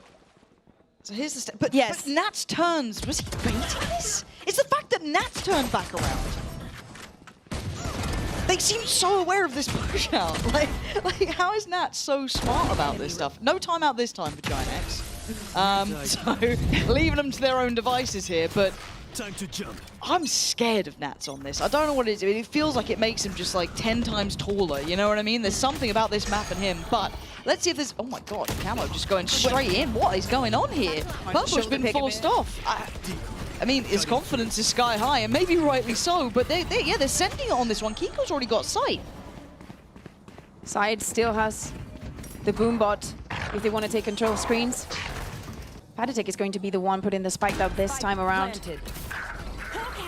And looking at the first little fight to kind of break down, they're going to trade out spaces. So, okay, yeah, you can take Rambo, we're going to take CT instead. But Kiko thinks, or maybe they've seen or heard or been aware that, yeah, Ram's now been pressured. Lovely on the first shot, good trade. But Kamek is he's still back there. Runners kept his eyes towards it. He's not turning away just yet, but it's Nats again. That late round presence, that late round pressure. I tell you, this map is his to run, apparently. Team Liquid with the third.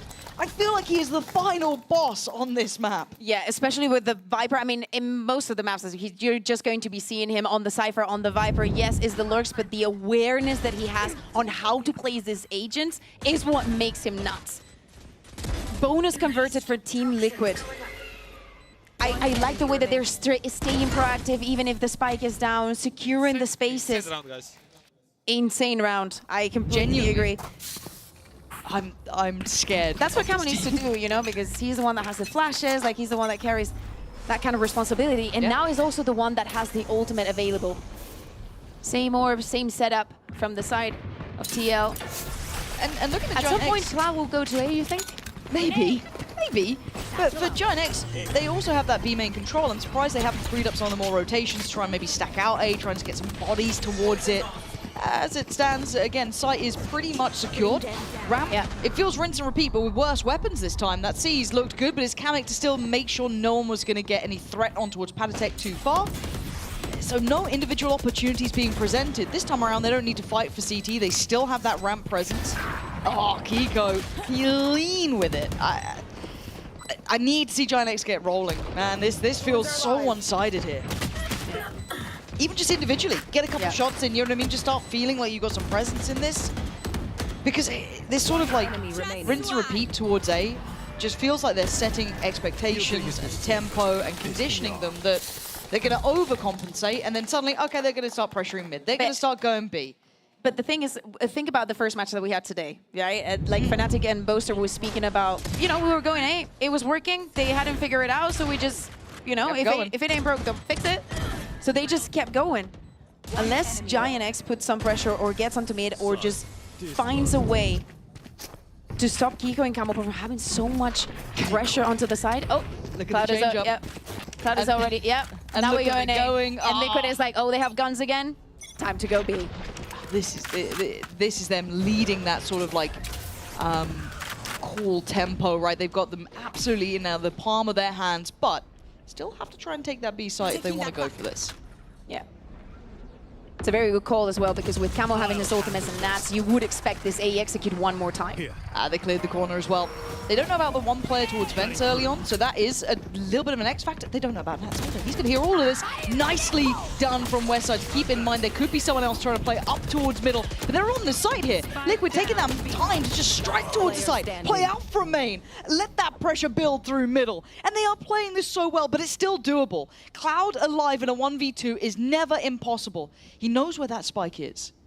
He's playing just a pixel angle on this. Camo trying to find a way through. Gets it. And he swings. Stunning from Cloud. And he's read this so well. Cloud couldn't land the shot. And Kiko's the one to keep the scoreboard flawless for Team Liquid. 5-0 right now. And as you're saying, pretty flawless from the side of Liquid. The idea for this round, I'm saying, just be aware of the ults that you have. Just try and think of something different that we have not seen yet. And this duo of Camo and Kiko working so well on the execute. Yes, the util does not find much, but it doesn't matter because the refracts are there time after time. So impressive. And Cloud so close here. That's, you know, that's the difference in the end of them maybe starting to get this one going, but it is what it is. Liquid looking like this has got to be high up in their veto. They look really, really solid here. Maybe any team with Nats in it is always going to look good in this, but still a patient round. Maybe unsure if there was going to be some sort of stack or you know, an aggressive play. Especially, yeah, like with all the space that Team Liquid is controlling and with the weak weaponry the Giant X has for this round, you would expect, and definitely Team Liquid respects that possible push. And Nats has found. No, they're just going on to Vents. They just want to explore the entire map. Yeah, I mean, they're going to get a good read of what this A site looks like, at least now with this adjustment. He's got really deep positioning. Spots out on that Vice util as well. Westside is aware that, you know, someone could have played towards Heaven, but at this point, are they going to carry on like this? It's kind of feigning that it's going to be this A lean, which has drawn the third body over. But they still need to clear out Purpo. These are Sheriffs, so it's not give me tower. the threat. Yeah, it is now going to be Runner kind of tucked down. The TP, the util. His position's known. Quick flash and tries to get out of danger. Can he get anything? No. So it is on Purpo over towards that B main side. He does win his fight, so that is a rifle recovered. Huge for him, and he has ult if the round feels even close to possible. Oh, I mean, God, even look if at this that 4v4, yeah, as you're saying, having his ult, Nats knows is a good call. And look at the to get this ultimate. Kiko, if he goes walking through that, if he wants to, he's going to be behind all of them if he fancies it. But for now, we look to see if they can flood back in, get the pressure going. Camo forced away from the first angle, and Cloud does connect. Good shot there. Aditech still going to be playing towards the pit, keeping some security, forcing them to fight in that smoke. And it is going to be Kiko eventually with that pressure through heaven. And the options and the numbers beginning to dwindle down to this 2v2. Hold on. West side finding Panatek is huge, but the final boss is still here. And the final boss doesn't lose these situations. Red Bull clutch for Nats. I'm telling you, it ain't even just his site, it's his map. And again, with the shorty onto the smokes, he knows exactly when to purchase the weapon. We're seeing a lot of the presence of the shorty in these rounds. The wrap-up from Kiko also understanding that the pressure, if it's put onto side from the side of Giant X, that he needs to take control over tower and just get the angles outside of that Viper's pit to actually help the team. Very close round still for Giant X, but it's not one that they managed to convert. And is that right? Is it a liquid time? It looks like it. Maybe just because of the amount of ults for Giant X there. I'm not too sure. We'll have to see 5 out of 5. Because I'm not seeing Nats being the one to be talking here. Oh, it's okay, it is, yeah. Okay, fair enough, fair play. Maybe it is because they have that full hand of ults. And the weaponry, like everything's coming online, and we're Operator also coming seeing, out. yes, the operator coming online for Purple. Yes, he was not very lucky on Fracture with it, but it has to set a difference on Split from the defense. Everything that they had to work for, they can do anything they want. They can play for the retake. They can put some pressure onto me with Westside's ult. Okay, but I'm trying to see if they have anything that kind of checkmates it. They don't quite have Camo's ult yet to kind of bring in. They do have the Divide, which is incredibly useful, obviously. One away from Panatex too. There's a couple of things here that they could maybe lean towards, but I'm really curious how they try and get around their expectation of where Purpo's going to play. Can they draw that out? Can they figure out where he is? Is there information to be gathered? Is there just a prediction? Because again, if you're in the minds of Giant X, Team Liquid have abused this A site. They've run it so many times. So you'd imagine that, you know, if you're taking a betting odd, that you'd put the op there to try and deal with it. But with that in mind, look at the approach thus far. Yeah, that Viper's pit is going to go onto mid, helping them control that side. And even though Klaus has his utility onto B, all the pressure coming in from Team Liquid. Now, do they force a rotation? They're going to have to put a lot of pressure on Cloud to try and draw players away. I'm looking at the Omen as well. Tomasi is starting to come back over towards B. There was enough presence noted, and I don't think there's any full commitment yet. That's the signal there. Nats now knows exactly where that operator is. Can they remove it quickly, or is it going to be a permanent threat towards the site? There's contact on both sides of the map. No shame, you know, when he sees that. Also, Nats not playing operator from the attack. Absolute fraud. And look at the panic. They don't know where this is ending. The Seekers have come out because they're genuinely so unsure. Now, one man made it through the wall. That is going to be Kiko. Oh, the timing! Was Kalik up on the... How did Kalik see that? I have no idea. Maybe it is just bad timing. And Panatex found West Side. This is a masterclass. You felt the discomfort from Giant X in this. They still weren't sure where to put the players. And now the lurk in the middle. No, sis! Nothing makes sense when you're playing against Liquid. Nowhere is safe. And speaking about saving, it's time to save that operator. Is Nats going to allow that to happen? You expect it. There's no way you don't. I mean, you may expect it, but he's still going to hit the shot on one. There's more. Nats is hungry, and he wants that operator gone. Purpo desperate to put up a fight to try and keep this in hand. He's got so many more targets coming his way, though. He tried to make a stand, but the op is gone. Ripped out of his cold, dead hands. Team Liquid look incredible on this map. 2 ultimates invested also for the side of Giant X onto this round, but as you're saying, Lauren, he was up in the box. So sick! Absolutely beautiful, but I'm telling you, I don't think Cloud is going to let that one go. Not playing in that same position. I'm so impressed with Liquid on here. the board. God, I love Split. Seeing someone play this map like this is so beautiful to watch. And I feel for Giant X. BBL the other day. I was extremely impressed. Like, the BBL's plan with the Euro was on a different level. it's so good to be seeing this map back in play, in my mind. I'm sure Giant X disagree at this point, but it is what it is, right? Nothing's working for them. They couldn't even save the operator in the previous round. Like, absolutely nothing. It's rough. It is rough, but man. You're in this situation again. Camo 1 away from his ultimate, Kiko 2. So even though Giant X has those ults in their hands, for the next buy round, Team Liquid is going to have plenty to work with as well. And it doesn't matter if it's the post plan that we barely get into. They will have something prepared for the round. We're seeing Patatech now. And it is still a bit of a half buy. You've got Westside with a rifle. You still have a Judge. Oh, Kiko gets Tomasi down, but hold on, they're holding this back here. We've got thorns littering the floor. We've got it. How did Cloud fall there? Did he just peek out into that, or was he just spam through? I'm not too sure. But Runner's position could have been even more, but it was Westside on the counter swing. Really well handled there to keep them in that choke point on B main. Taking a little bit of that extra risk with Cloud, but still, that pays off. Having that round, having also the balls to just go against the ult, just taking those duels, even with the weak weaponry. First one for Giant X on the board, of course, it's a long way ahead, but it's definitely doable. Not devastating, and definitely just good for moral. Yeah, and I love the fact that they went on that deeper exploration towards A as well, pushing out. They're getting full info, because it feels like Liquid are so slippery at the moment. Now we've got a bit of a stack. Oh my god, Purpo's away. That should be a kill, and it is. It's like first of VALORANT. Answer back, Kiko. Oh, stopped in his tracks. That's sick. Okay, Giant X, there we go. Now I'm starting to believe a little more. Give me a game out of this. Make Nats work. Speaking of him working, he's got a free site. Yeah, and the call is being given. Team Liquid is going to apparently retrieve this mid, and then the 3v5 situation was the Giant X just waiting towards B. And Nats. You can see the pings on the map as well as CT. They're aware that someone could have slipped A, right? Especially like, we don't know where Nats is. Everybody leave A. We do not know where Nats is. Hits the panic button. Yeah. Everyone is ready and waiting. And Nats is also ready and waiting over towards Pillar. Now, they could double back. They can do all sorts of very slippery plays. Now, they've shown a little bit extra presence here. This is absolutely outrageous. So now there's going to be problems everywhere. That's huge, though. From Heaven, they still get the pick. Nats hasn't really revealed his hand, but there is a firing squad around this corner. Two are forced away.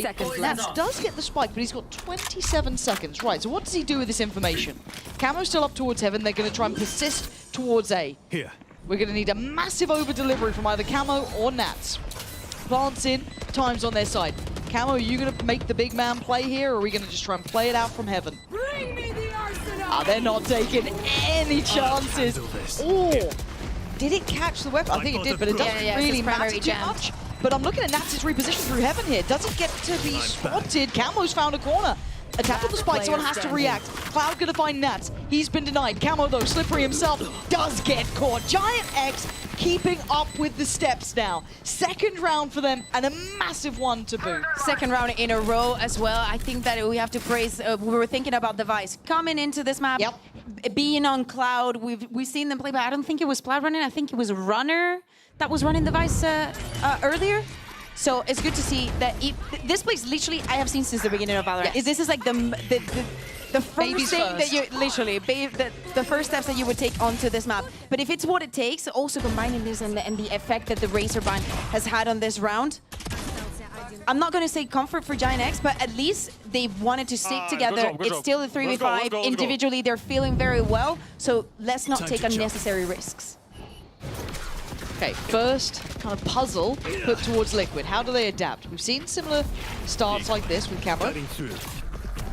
Lots and lots of pressure towards A here. Lots of pressure towards Tomasi, who doesn't like what he's seeing, trying to backpedal away, but he comes out of the blind at the right time. They are finding gaps to play in now. They are holding this back. Nats has a stinger, and he's not from Americas, and apparently his does work. So wild from him to find that. That's now a 3v3, but again, Bulldog here. The Phantom with Nats, but it's a stinger with Kamek. Operator on a retake, not easy. Okay. Still doable for Kamek. Purpo's gone down. This was a round with a very light purchase from Liquid. This was not meant to be the big one to fight back on, but Cloud's going to get timed. Nats read it so well, but he's still got Patatech there. The number's still on their side. Stinger. How are they doing this? How are Liquid doing this? I don't understand. I swear to you, there is something about Split and the Stinger that I honestly do not even want to understand. Like, it works different on this map. They fixed it? No, they didn't. Not here on Split. It's probably time for Giant X to call across after this. Fighting from side this time around. A change of pace also from Team Liquid, just going in very aggressive, putting all the eggs onto the same basket. And getting this round even with the weak weaponry. Disgusting. Disgusting. We need to get Billy to do that. Billy, if you're listening. Can you give us a disgusting? Practice and then show us it and later. But okay, Giant X, I don't know what you're going to be coming up with here. You got 2 rounds. You got to buy. Yes, you're 1 off from the Seekers. You're 2 away from the Vibes Pit. Everything else, not there. I don't think they've got a full solution to this A-take that has been pretty dominant from Liquid. I don't know how it worked with the Stinger. Nats finding that second on the side just feels egregious. That's the kind of round that shouldn't have happened, and it just happens, and you have to live with it. Exactly. But the problem is that it kind of sucks that you're in an elimination match and that happens. This just feels like Liquid have found another gear. It feels like this map for them looks brilliant. The first map, the adjustments, it feels like so much work has been put in by Liquid since those previous games to now to give them a chance of survival. They had to make all those mistakes. They had, and they needed to make all those mistakes against a team like Foot. Really suffered yesterday. Yes. To get into this cut. Yeah. I can't believe the difference we are seeing, but it's not over yet. Giant X. Dig in. You don't want to go out with a whimper. You don't want to just go and lose like this. Right now. Them think that they put in the same position, but look at where the spike is going. And it's Purpo. The big man himself. He's got to be firing on also. We've been critical a little of Purpo because we need to see him start to hit, right? A high potential player. Need to see that in big games. I don't care about, you know, early group stage farming and all of this stuff. Show me what you can do when it matters, when your life is on the line in these sort of games. But now I like what we're seeing, though, from Giant X. Be main control, tick in the box, cool. This then gives them hopefully a little bit more confidence to go for that pressure towards A to keep those bodies here. But with that little bit of a lean through heaven, they're hitting rotations back. Such a weird minimap right now with the positions that Team Liquid have, and most importantly, Giant X. And at least they're playing together. They've got to know now. They're trying to split through CT. Runner Seekers, actually maybe a little bit misleading, but still it's Kamek to find 2. Liquid have decided to play this map however they want. The spike is currently in the defender spawn. 30 seconds is what I'm telling you. So Kiko does get cleared. He should have spotted 2 players there. So do they turn around? They do. So they're going to go back straight towards Cloud. This is just decisions in the moment. Cloud's got this. He's got the arrows. He has to have this, Bayer. That is... He doesn't. It's 15 seconds. The pit's gone down. Does he get to deny the spike? It is in the standard position, and he does. Keeps coming down. Oh, it's gorgeous from Cloud. That is what they needed, some backbone here. But Paditek with 3 seconds, he hasn't got the time or the chances. Liquid overcooking this one quite some way. Yeah, and that is 3 rounds already for the side of Giant X. Yes, they are sweating a lot, but at least we're seeing that confidence come back. That having the movement, just keeping up. Yes, Team Liquid work with the map a lot. We cannot be sure of how much of it is clear. We have to be very careful. And as you're saying, sometimes the Seekers from Runner, not only in this run, previous run that he used it as well, on this map can be misleading, especially for the way that Team Liquid is literally everywhere. It's bizarre. As you said, the minimap just looks ridiculous sometimes. Do we have a timeout? Wait. Lauren? No, I think we're going back in. Yes. We are back in the round. If you can't see it, we can. We'll keep you up to date. Don't worry. Prowler being used, being destroyed as well. It looks like a start. They're trying to feign it. Looks like this A presence again, right? Trying to keep these players here. And look at First also that creep. molly. Look at the creep straight through B main. They're going to be out so early on this. That B main, they have no idea, but the saving grace is Tomasi. Sets up Purpo with that paranoia. There was a moment it could have gone so badly wrong. They were so close to being a dagger in the back, but the only saving grace is that the spike is recovered by Kamek. It is actually this earlier plays, this very 2020 actually kind of ways of stopping the attackers that is working for Giant X. They're using that paranoia that, yeah, is going back to basics. Maybe it's what they needed. Camo's working with far from ideal. Does get through heaven, but the site is not safe. Trying to, again, cause these over rotations, which I guess they're doing, but they're still trying to work late back in towards A, where we've been seeing brilliant work from Cloud. And Camo.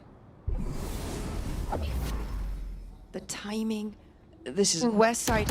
It is all timing, right? Like Purpo goes down, but it's West side to win, so they kind of trade up, but the numbers are still so favorable towards Giant X. It's fine, runner's fine. There was no chance there, I swear to you.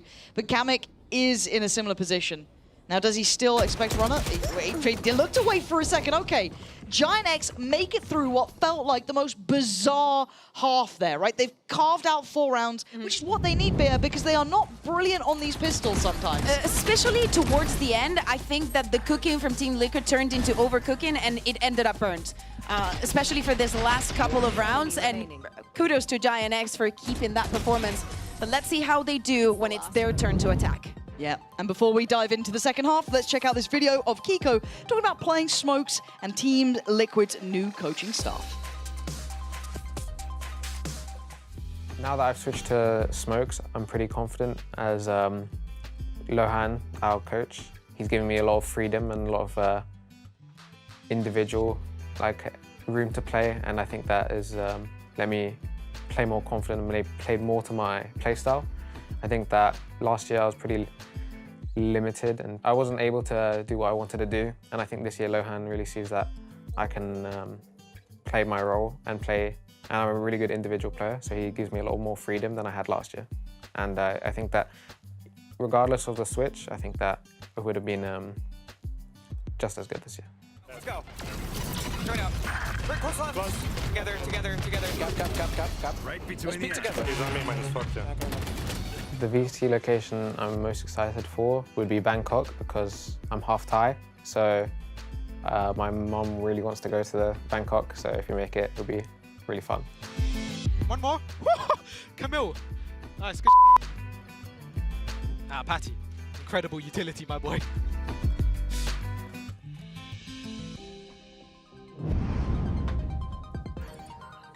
And the sights will be still set towards Bangkok here. Survival of the fittest, it feels like, between these two. And as it stands, Liquid are very much in the lead. 8-4 on the half. Map 1 also in their favor. What do we see as a chance here for Giant X? Surely there's something, or is it too little too late? I don't think it's too late. I would like to see them start with the pistol. It would be the first one for them in the series. Yeah, and I feel like it's like the pen them homework that they have to turn in if they want to go and pass on to the next year. But I'm also thinking about this defense. I wonder if Camo's going to go on the operator, because we were having the conversation of how is Nats the one that's playing the op and the outlaw. I want to see if with this double duelist composition they want to go for that. Maybe double operator. Yeah. We'll see. We'll see. For now, Giant X going to be kind of faking up towards ramp. You can see where the spike is. It is non-committal. Not into it. Holding off. And they want to re-clear. Nats has found, I don't know if that's really a corner to play in. Not sure what the plan was there. Maybe I've missed it, but Purpo certainly doesn't miss. Palitek's gone down as well, and they've had the easiest start to things that they could have dreamed of. We've been saying these pistols have been evading them. Kiko now knows they are on the way. He said he wants to go towards Bangkok, and maybe he's given them a solid chance here to get there. But it's down to Camo in a 1v2 now. Cloud and Runner still alive. Plant not in. Oh my god, he's seen both. He's got a chance. Caught mid-air. Cloud drags him down. And Giant X finally get a pistol. Yeah, a little bit too eager from the side of Team Liquids. We were seeing Nats just getting onto that corner. Very similar to the pistol round that we saw on the first half. But them just finding these openers and then just moving as a pack. It doesn't matter if you go down, there's still that follow-up. Beautifully played from Cloud there at the end. No smiles for Lohan this time around. 0 smiles. That's a head shakes. How dare they lose one of the pistols to Giant X? Seriously? But hey, some of the anti-ecos have been rough. But this one has very little threat to it, right? This has 2 sheriffs, and the other side should have everything they need, right? So we're looking at, is there a stack? Is there anything naughty going on? Well, there was a little bit of a stack towards B. That's about it. Beyond that, it's kind of par for course, right? You're looking at how clean can someone like Giant X now keep this. They want to try and march this one back. Ooh, that was almost a kill onto Patatek. Got a little closer. Down to dog 21. onto side. But at least the stack is not here, is what they're thinking right now. I think that spotted Camo at the end. They're just going to play all together, except for Tamazi. He has been heard. can see him looking up in case that TP was above. Going to hear the steps towards sewer, so Patek actually might have a little bit of timing here. He's going to hear this. He now can kind of freely call, no, they are definitely going A. Heard the rotation. Get ready. Camo is by screens. That could be a 1. Any more would be very, very good. He does a bit of chip damage. I'm still a bit worried about this position. Patek, almost got a little bit nervous there, but he does really well. Don't know if he's going to have the info up towards ramp as well. That sets up Nats here. Starts to get in towards this west side. Is in trouble. He's surrounded. And Liquid are starting to make him sweat this time. Purpo and Tomasi, this is never meant to be the close one. We said those anti-ecos weren't clean either. But what more can they recover? Nats got the Guardian. Sheriff still with Kiko. Patek still there. Util I don't think is around for a second or two. So they have to try and work this one out. Try and draw those crosshairs away. Trying to set up someone to swing. Oh, it's Kiko as well. Devastating for Giant X. That is a heartbreaking fumble in the end. And also, wasn't Camo the only one that had a Sheriff? This is not one of the rounds that they even invested on.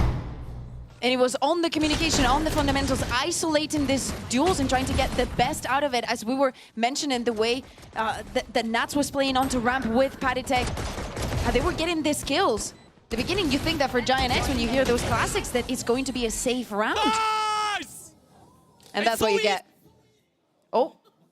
How easy is it, Patrick? I think it's pretty easy, guys. Yeah. Well, this is suddenly gone worrying. Thrifty to... It's almost like they didn't get the pistol, but now we come in. Okay, so Purpo... Do we count that as they didn't? They've got to have one. We give them one. So Purpo, Vandal, right? You got the big gun. Show me what you're going to do with it. Show me a little something here. You've got a set-up kill. Kamek couldn't quite get that. I guess that was a shorty out or something out in time. So that's perfect. Right, you got the foothold towards the site. You got flung in, and you did what you needed. Plant's now in. Time is on your side. Hey, if they can give it back, it doesn't matter what happened on that second round. Correct. We are all aboard the train. 5 more seconds for the Horn to come back in. Prowler's still there to be used. So interesting, because Cloud left the wall, the shear in the back. So even though this flank is coming in here, should be noted. Yeah. Trying to go together, they do. Not bad. They're at least going to be considered, but there's 2 of them. Now timing is starting to run a little low here. They've got to get a speed up, and actually it's working out. What? How are they all just falling like flies? Westside could be called upon in a near-on impossible situation. How has this happened again? I genuinely thought they had some really good positions on this. They were aware of the flank. They had everything they needed, but the timing from Liquid was just picture perfect. Waiting, also seeing how to work with the wall. This is the same as we watched in the previous round. Guys, listen, communicate, we can do this. It doesn't matter if they have the upper hand, if they got the first kill, the spike is down, clock working against us. Nothing seems to be stopping them. This confidence is definitely what they're going to be needing if they want to keep progressing. Ooh. It's a bit tense over in that side of the camp. Yeah, it's tense. Very good retakes. Solid for Team Liquid so far. And of course, Liquid did have, better weaponry and all of that jazz, but having the sight, having, a and it was very well timed out. It was. It really was. Like, I do want to give credit on the timing of that one more than anything, but we go back in. It's do or die time, Giant X. If you want a chance to even stay in this tournament, to stay alive, to get a shot towards Bangkok, you've got to turn up now. No ults to play here. And already a 1-for-1 trade out. They've lost out on Tomasi, but they took away Kamek. So, Smoke's, I guess, a little removed. Still got at least a little something to work with. Taking their time now. They forced Nats out of this position, but again, you never know. He might go back. He has repositioned. And now it looks like they want to walk towards A. Without having that start from Kamek. Ooh. That's actually kind of big, though. Now he's still keeping an eye on it, but he just gets diffed. Nice from Purpo. Okay, red carpet starting to be rolled out here. Camo, the only one in the way. Ooh, he's got the timing on that too. Do they still expect him here? Do they still clear diligently? They don't. He's toying with their expectation. Last time behind screens, now seeing that little bit of an off angle instead. It's lovely. They don't know where to look. I'm telling you, keep your eyes on Camo, but it's Kiko from up on top as well. It's all on Cloud. A 1v2 is doable for this man. There's a time to shine. It has to be now. He has to find Camo. The spike back in hand, 9 seconds, and Camo's only got 10 HP. Cloud Try and find him. Oh, ring a rose. Here we go. Camo, does he play it perfectly? He absolutely does. He just had to stay alive. And Liquid making it up to 11.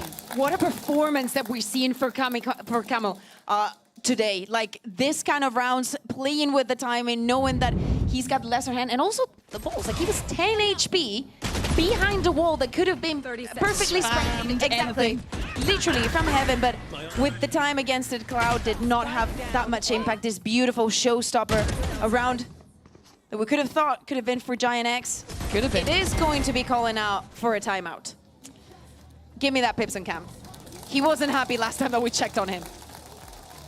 Yeah, I do want to see that. Because it is the last check-in, right? Yep. This is when the money's going to be gone. They're going to be down to a scrappy buy at best. You can see In a Guardians, 5-11. Sheriffs. Yep. You got ults on the horizon, though. Doesn't feel like a chat about ults. It feels a bit of a wider conversation. Gotta make it count. So much potential, so much talent. You can say that about both teams. I think that's where my credit gets put towards Liquid with their work recently. How they've reinvented themselves. They've adjusted in a very short amount of time. They look great here on Split, enjoying what we're seeing. And again, those change-ups on Fracture were perfectly timed. And also here on Split, I think that after what we saw last week, very little people had hope, actual real hope that this could be the Team Liquid that will make it back to this international events, that was going back to what they were once. And right now, they're 2 rounds away from playing again tomorrow. BBL's waiting on the other side, and I'm telling you, tomorrow they're banning Fracture. I mean, I wouldn't want to keep splitting either, really. I don't know. It's a little bit wild. I would love to see Split. Whoa. Nats might be dead here. Purpo. Nats tried. But, oh, Purpo, are we really going to be trying to knife a body when you've just been absolutely backhanded by Camo? That's a little brave at 5 rounds, mate. Now,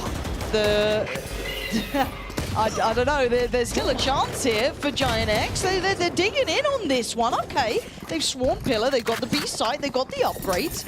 Mark should be next. This is all ticking the box. And Kiko's got an Outlaw, which, I mean, could do well, but it's pretty tough on a retake. Yeah, we were speaking about how the buy wasn't the best one, but it doesn't matter. You work with what you have. You use that ultimate, that showstopper at the beginning of the round. With all the utility, very well calmed as well. Haditech is going to trigger that shear, but him and Kiko on a 2v4.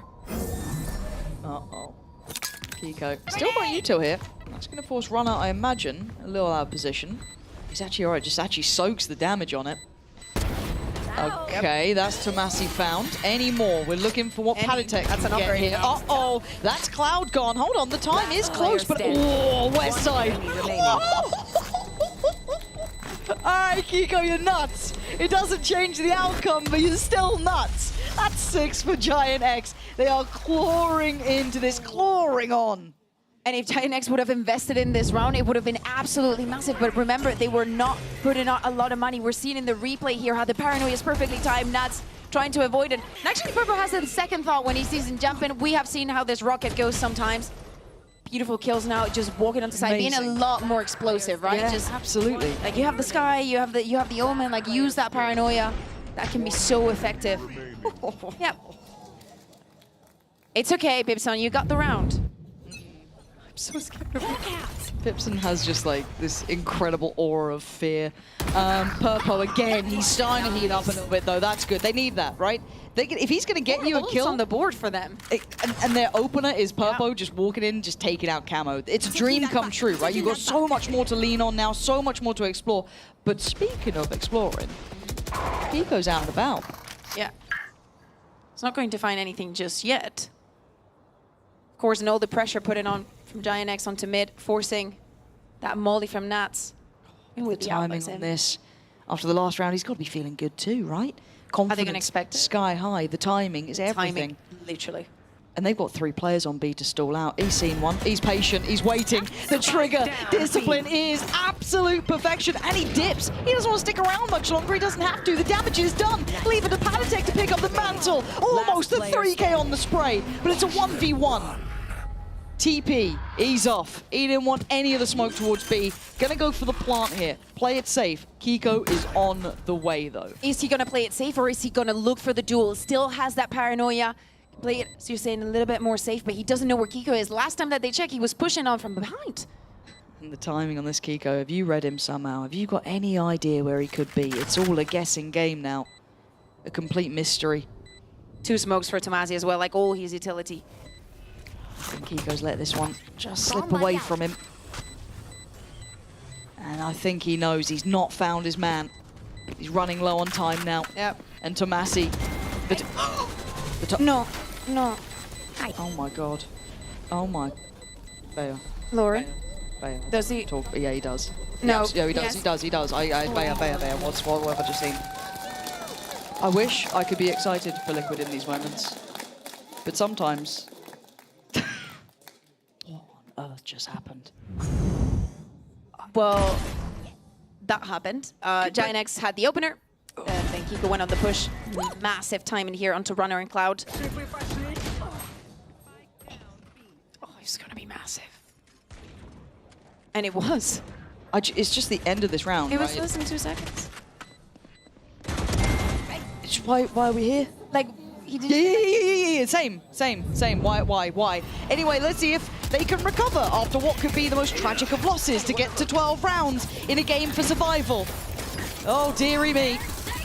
There's some method to the madness I'm missing. Feel free to tell me, but right now this looks like a nightmare coming to life here.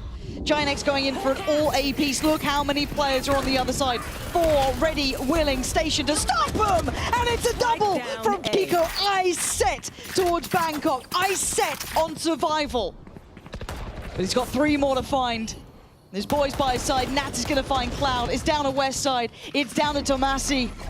And they barely have a foothold on the site. The spike left deep in enemy territory. 5 HP. It's uphill. And then there's mountain climbing sort of situations.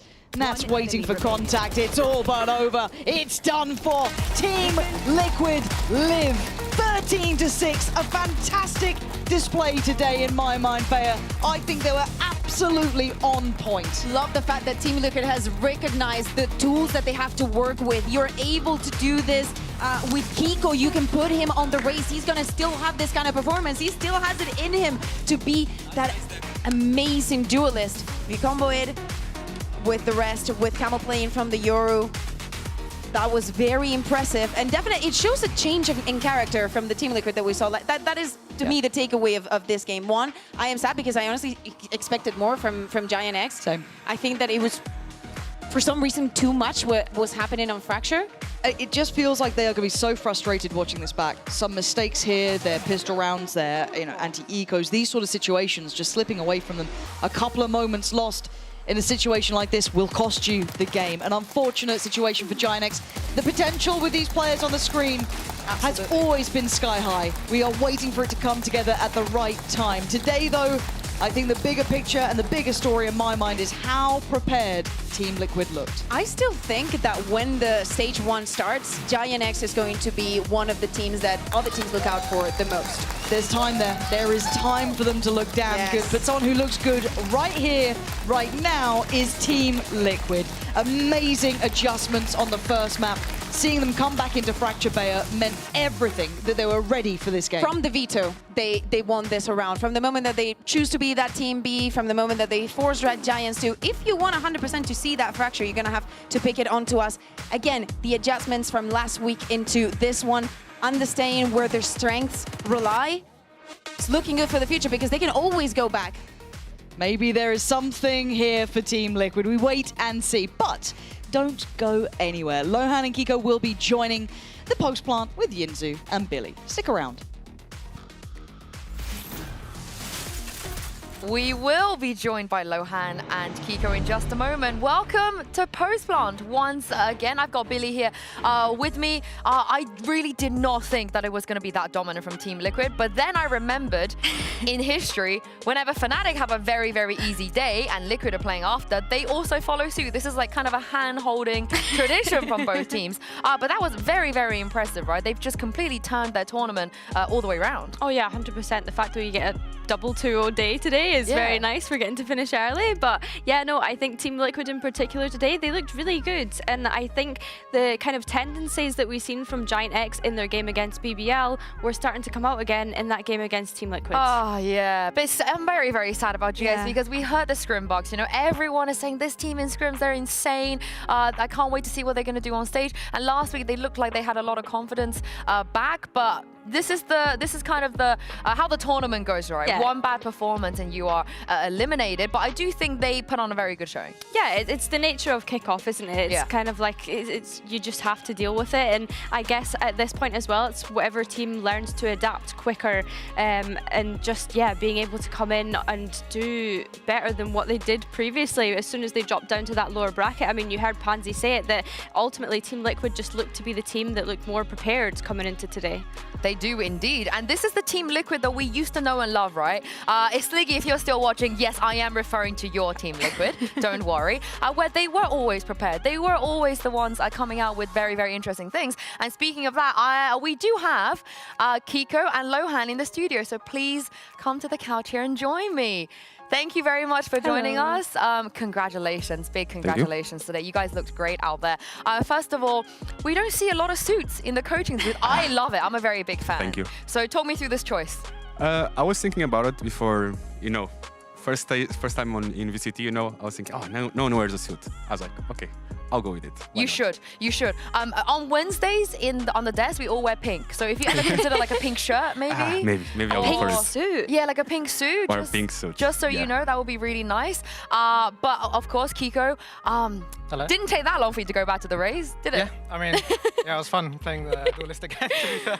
Yeah, it was, just have it on, just practicing different, different agents on a lot of different maps in the off-season, and we just found out, it was pretty fun to play different agents on different maps, Rays, and the Smokes role was fun. And we played off-season some Cypher as well, which was really fun.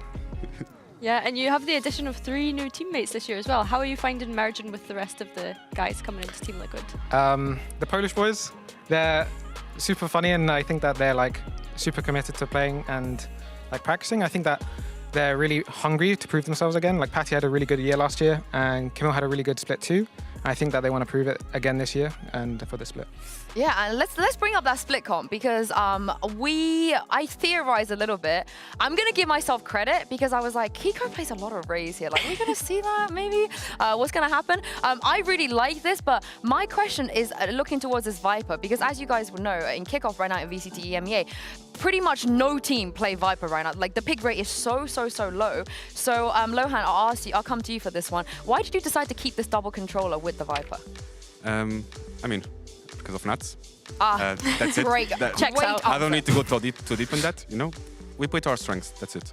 Is that a Nats thing or is that you've watched him enough on this map you play? Yeah, I watched him enough on Split already to understand he understands the agent and I think he's really good with the agent. So we play to our strengths, not to whatever is the meta developing into. And in which case, why not Kiko on the Omen maybe, Because you could have done the Omen Viper? We tried some variations, but I mean, Kiko, Camo, full sending it, why not? There's a theme. I don't know if you watched any of the Fnatic game earlier, but they pretty much said, yeah, just send them in, go kill. That's kind of the meta. Is that how you guys feel too? You feel like that's the way you should be approaching some of these maps? I think it's a balance in between our playstyle. There's some maps we feel comfortable with it. There's some other maps we like to play a bit more standard. Not so much full send, but yeah. Kiko, I got to also talk to you. We kind of had this chat already about your personal performance, but we do have a leaderboard, see where you place, because we showed this leaderboard yesterday, and it was pretty much just full duel list, and then you snuck yourself in there. You are still in there. And here's the thing, though. Okay, what I'm about to say, I am not flaming you. I am not trying to put you down at all, but last year when you were playing duel list, that split 2, obviously I know there was a lot of different challenges, but in terms of leaderboard, where did you think you ranked in split 2, stage 2 of last year when you were only playing duelist? It wasn't looking good for last year's split 2. So maybe, I don't know, to be fair, I wasn't paying as much attention, but I didn't do great last year on split 2 for sure. Yeah, but that's the crazy thing, right? Because you would think that a duelist player that roll swaps to a smokes wouldn't increase in the shooting department and the damage department. So how are you doing this right now? How have you actually looked mechanically even more consistent on a role that doesn't really require that? There's a lot of things, like to be honest, I think the system that we have is very different to last year. And I think that a lot of responsibility to Evo and Ayaz, they've taken a lot of control about like macro decisions. And I think as players, the rest of us, I think we're more focused on individual performance. And I think it allows us to like more focus on playing well, and they'll take care of macro. They'll take care of, you know, like all the hard decisions and hard like adjustments in game. And I think that for me, on the Smokes role, I think it's easier for me to perform well because I'm playing my own game. It's more individual role, I would say, compared to the Duelist, where you're creating space for the team. So I think that it's a little bit more individual for me. I've heard you guys talk about the word freedom quite a lot. You know, you spoke about how you feel like there's more freedom on this roster with this coaching staff as well. Are you able to kind of define what that really means? Is it just not being micromanaged? Is it kind of the strat? What is the meaning of freedom? Obviously, we have a strat book. Obviously, I like to give freedom to the players, but I think fundamentally having a solid base, a solid foundation for the team is the most important. We always go through that foundation towards our identity in a way that, yes, they have freedom to do whatever they want, but within the foundation of the team, within the foundations. We're not just like, oh yeah, I feel like going for a pick here by myself. No, we have good fundamentals, good communication, good protocols, but there's like a room for them to go in their own direction. You know, like, okay, we want to go north, they can go northeast. They can go northwest, we're not going south, right? There's a clear direction where we're going to go. Everyone's on the same page? Yeah. Oh, okay. I feel like that's quite rare sometimes for a new team. Especially, I'm glad you mentioned fundamentals, discipline, all this, because we do have a little bit of a stat. You guys won 11 out of 24 V5s today. I know some of that was GX maybe doing a tiny bit of trolling. I saw your reaction a little bit, Kiko, on the cam, like being confused about how some rounds were being won. But talk to me about how you guys won so many bloody thrifties as well. What was going on? I think for us, I think we have like when we're in these disadvantages, it's a lot more puggy, and I think that it's like it's much more looser play, like compared to the 5v5. I think that we're taking a lot of smart risks individually, and I think we're making our own decisions, which is the reason why the freedom is so good. That like the way that the structure is that we all make our own decisions, and if they're good decisions, then great. If they're not, then it's big VOD review, you know? So okay. we'll be talking about it in VODs, yeah. Sticking with the sort of like freedom theme, does that translate into compositions as well then? Because of course we've seen a bit of a composition change today, a bit of a role swap, and I wanted to ask you, what are the kind of risks associated with that too? Obviously, there's a lot of risks associated with changing comps. I think we're a team that can learn a comp really fast. We might have some surprises. Okay. I thought Kiko might play Reina as well. Sorry, that's in your repertoire. Maybe. Yeah. Maybe. Obviously, I make most of the decisions for the team. I think, as a players, yes, they have the freedom inside of the server, outside of the server. Let me take the responsibility. Let them give the direction. I think the boys react really good to assertive direction, and they're quick learners. So let's see. Any more Kamek on stage? Will we be seeing that again after the fracture? I like Kamek on stage, but just not on fracture. Yeah. Maybe not when he's won the rest of his team off. I mean, at some point, Icebox will come back at some point. We know this that, is true. You know, he's going to have a great time. Yeah. But can you answer that video question? I actually do want to know an answer. What, about Kamek on stage? Yeah, or is he staying with the Tejo? Because I like this change too. Maybe. Again, so that comp specifically, we're having a lot of success on it. That's all I'm going to say. Okay. It didn't work. We made changes. We're not confident on it anymore. So we made changes, and today it worked. Yeah, great change. Yeah. And when it comes to Team Liquid as a whole, I mean, Kiko, you were, here last year as well. I think one of the biggest criticisms people had is just a confusion when it comes to identity, because as you know, a lot of teams, they have their very own specific ways of doing things. So when you were first brought into this team, what kind of identity did you want to carve, and has your mind changed a little bit now you're competing on stage? Yeah, I mean, obviously the identity of the team is built based on the players that I have. I'm not going to come here and say, guys, we're going to play like this. No, I think it's more important to understand and learn the players' strengths, and then try to build our identity towards their strengths, right? I think there were some changes in directions here and there between the off-season and now that the kickoff started. I think we're on a clear path right now, especially on the mindset that we bring into the stage. I think a lot of the mindset, the shift that we had in mindset since the footballist game, I think it's been helping us a lot, and our identity right now it's looking good. Not gonna lie. How would you define what Team Liquid is right now, Kiko? I think that we have a good clear direction and like sort of how do I say it?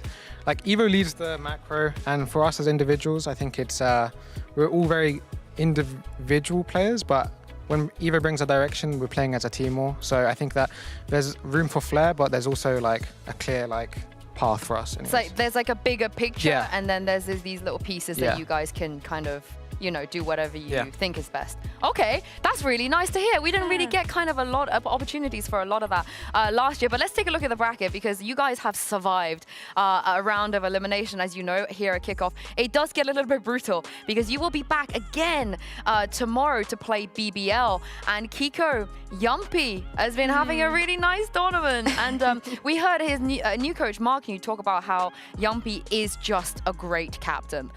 Did you see any of those qualities when he was on Liquid, and how do you think about his development as a player now? Yeah, I mean, for sure, I think that he's a really energetic person. He's a good leader, and I think that his charisma and like sort of the vibe that he brings to a team is definitely someone that you can look up to as a sort of a younger player.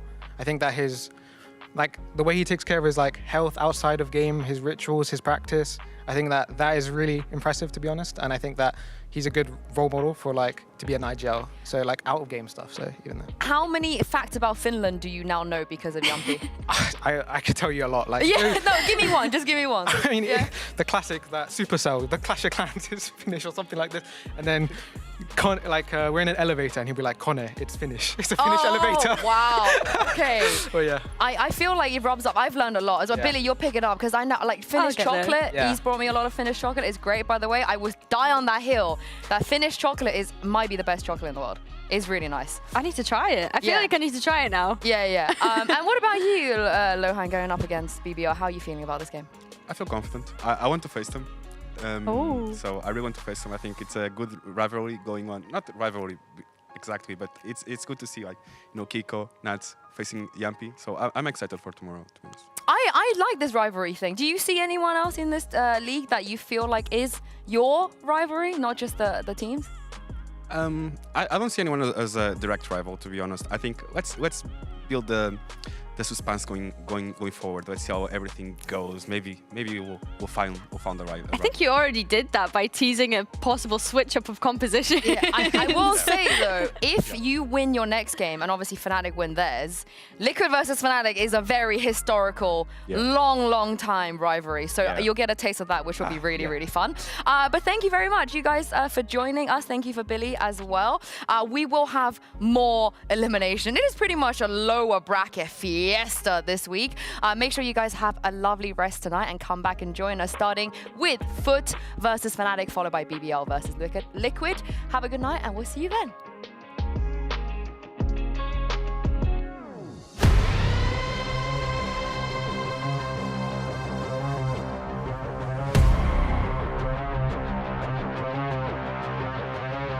It's going to be fun. What they've decided to do is fight fire with fire.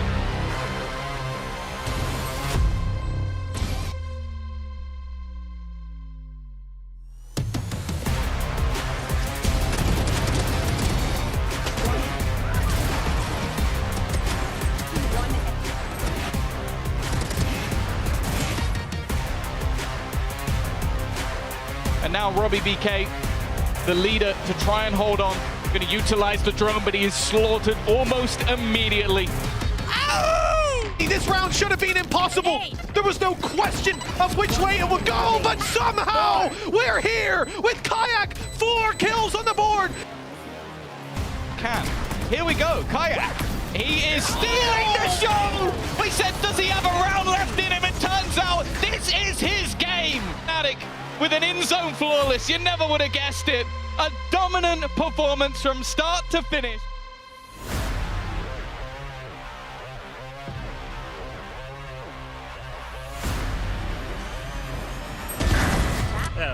Boys, I'm the IGL. Coaches cannot speak, so we play what I'm saying.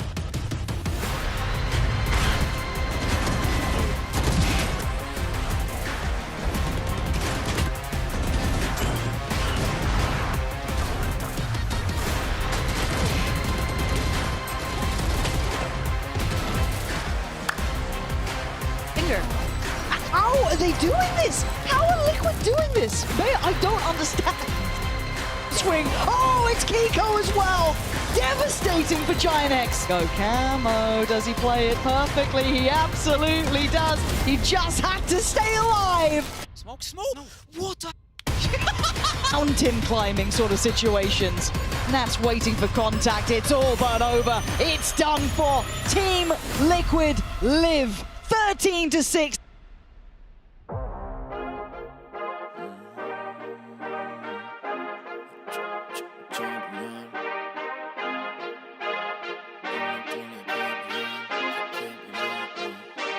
I feel like a champion. A champion. Ain't nothing that can't be done. Oh yeah. I put it all on the line. Definition of divine. Yeah, I feel like a champion. Ain't nothing that can't be done. They told me I wouldn't be nothing. Came on now, second to none. I need me a trophy, I need me a ring. I'm not with the bull, but keep it a beam. You know what it is, you know what I mean. Shit, all I do is win, win, win, win. Haters wanna hate, they ain't made top 10. Double, triple team, what they need to defend. I juke left and I'm gone with the win. I'm gone with it. I feel like a champion. A champion. Ain't nothing that can't be done. Oh yeah. I put it all on the line. Definition of divine. I feel like a champion. A champion. Ain't nothing that can't be done. Oh yeah. I put it all on the line. Definition of divine. Feel like a champ, MVP status. Yeah, the win been guaranteed. So let's see about it. If you gon' speak about it, then be about it. If you don't bring that energy, no, I can't be around it. Nah, I'ma shoot my shot. I'ma stick it, watch. At the tippy top, I cannot take no loss. 2 seconds on the clock, they gotta give me the rock. I got a game on wet, yeah, I got a game on lock. I feel like a champion. A champion. Ain't nothing that can't be done. Oh yeah. I put it all on the line. Definition of divine. I feel like a champion. A champion. Ain't nothing that can't be done. Oh yeah. I put it all on the line. Definition of divine.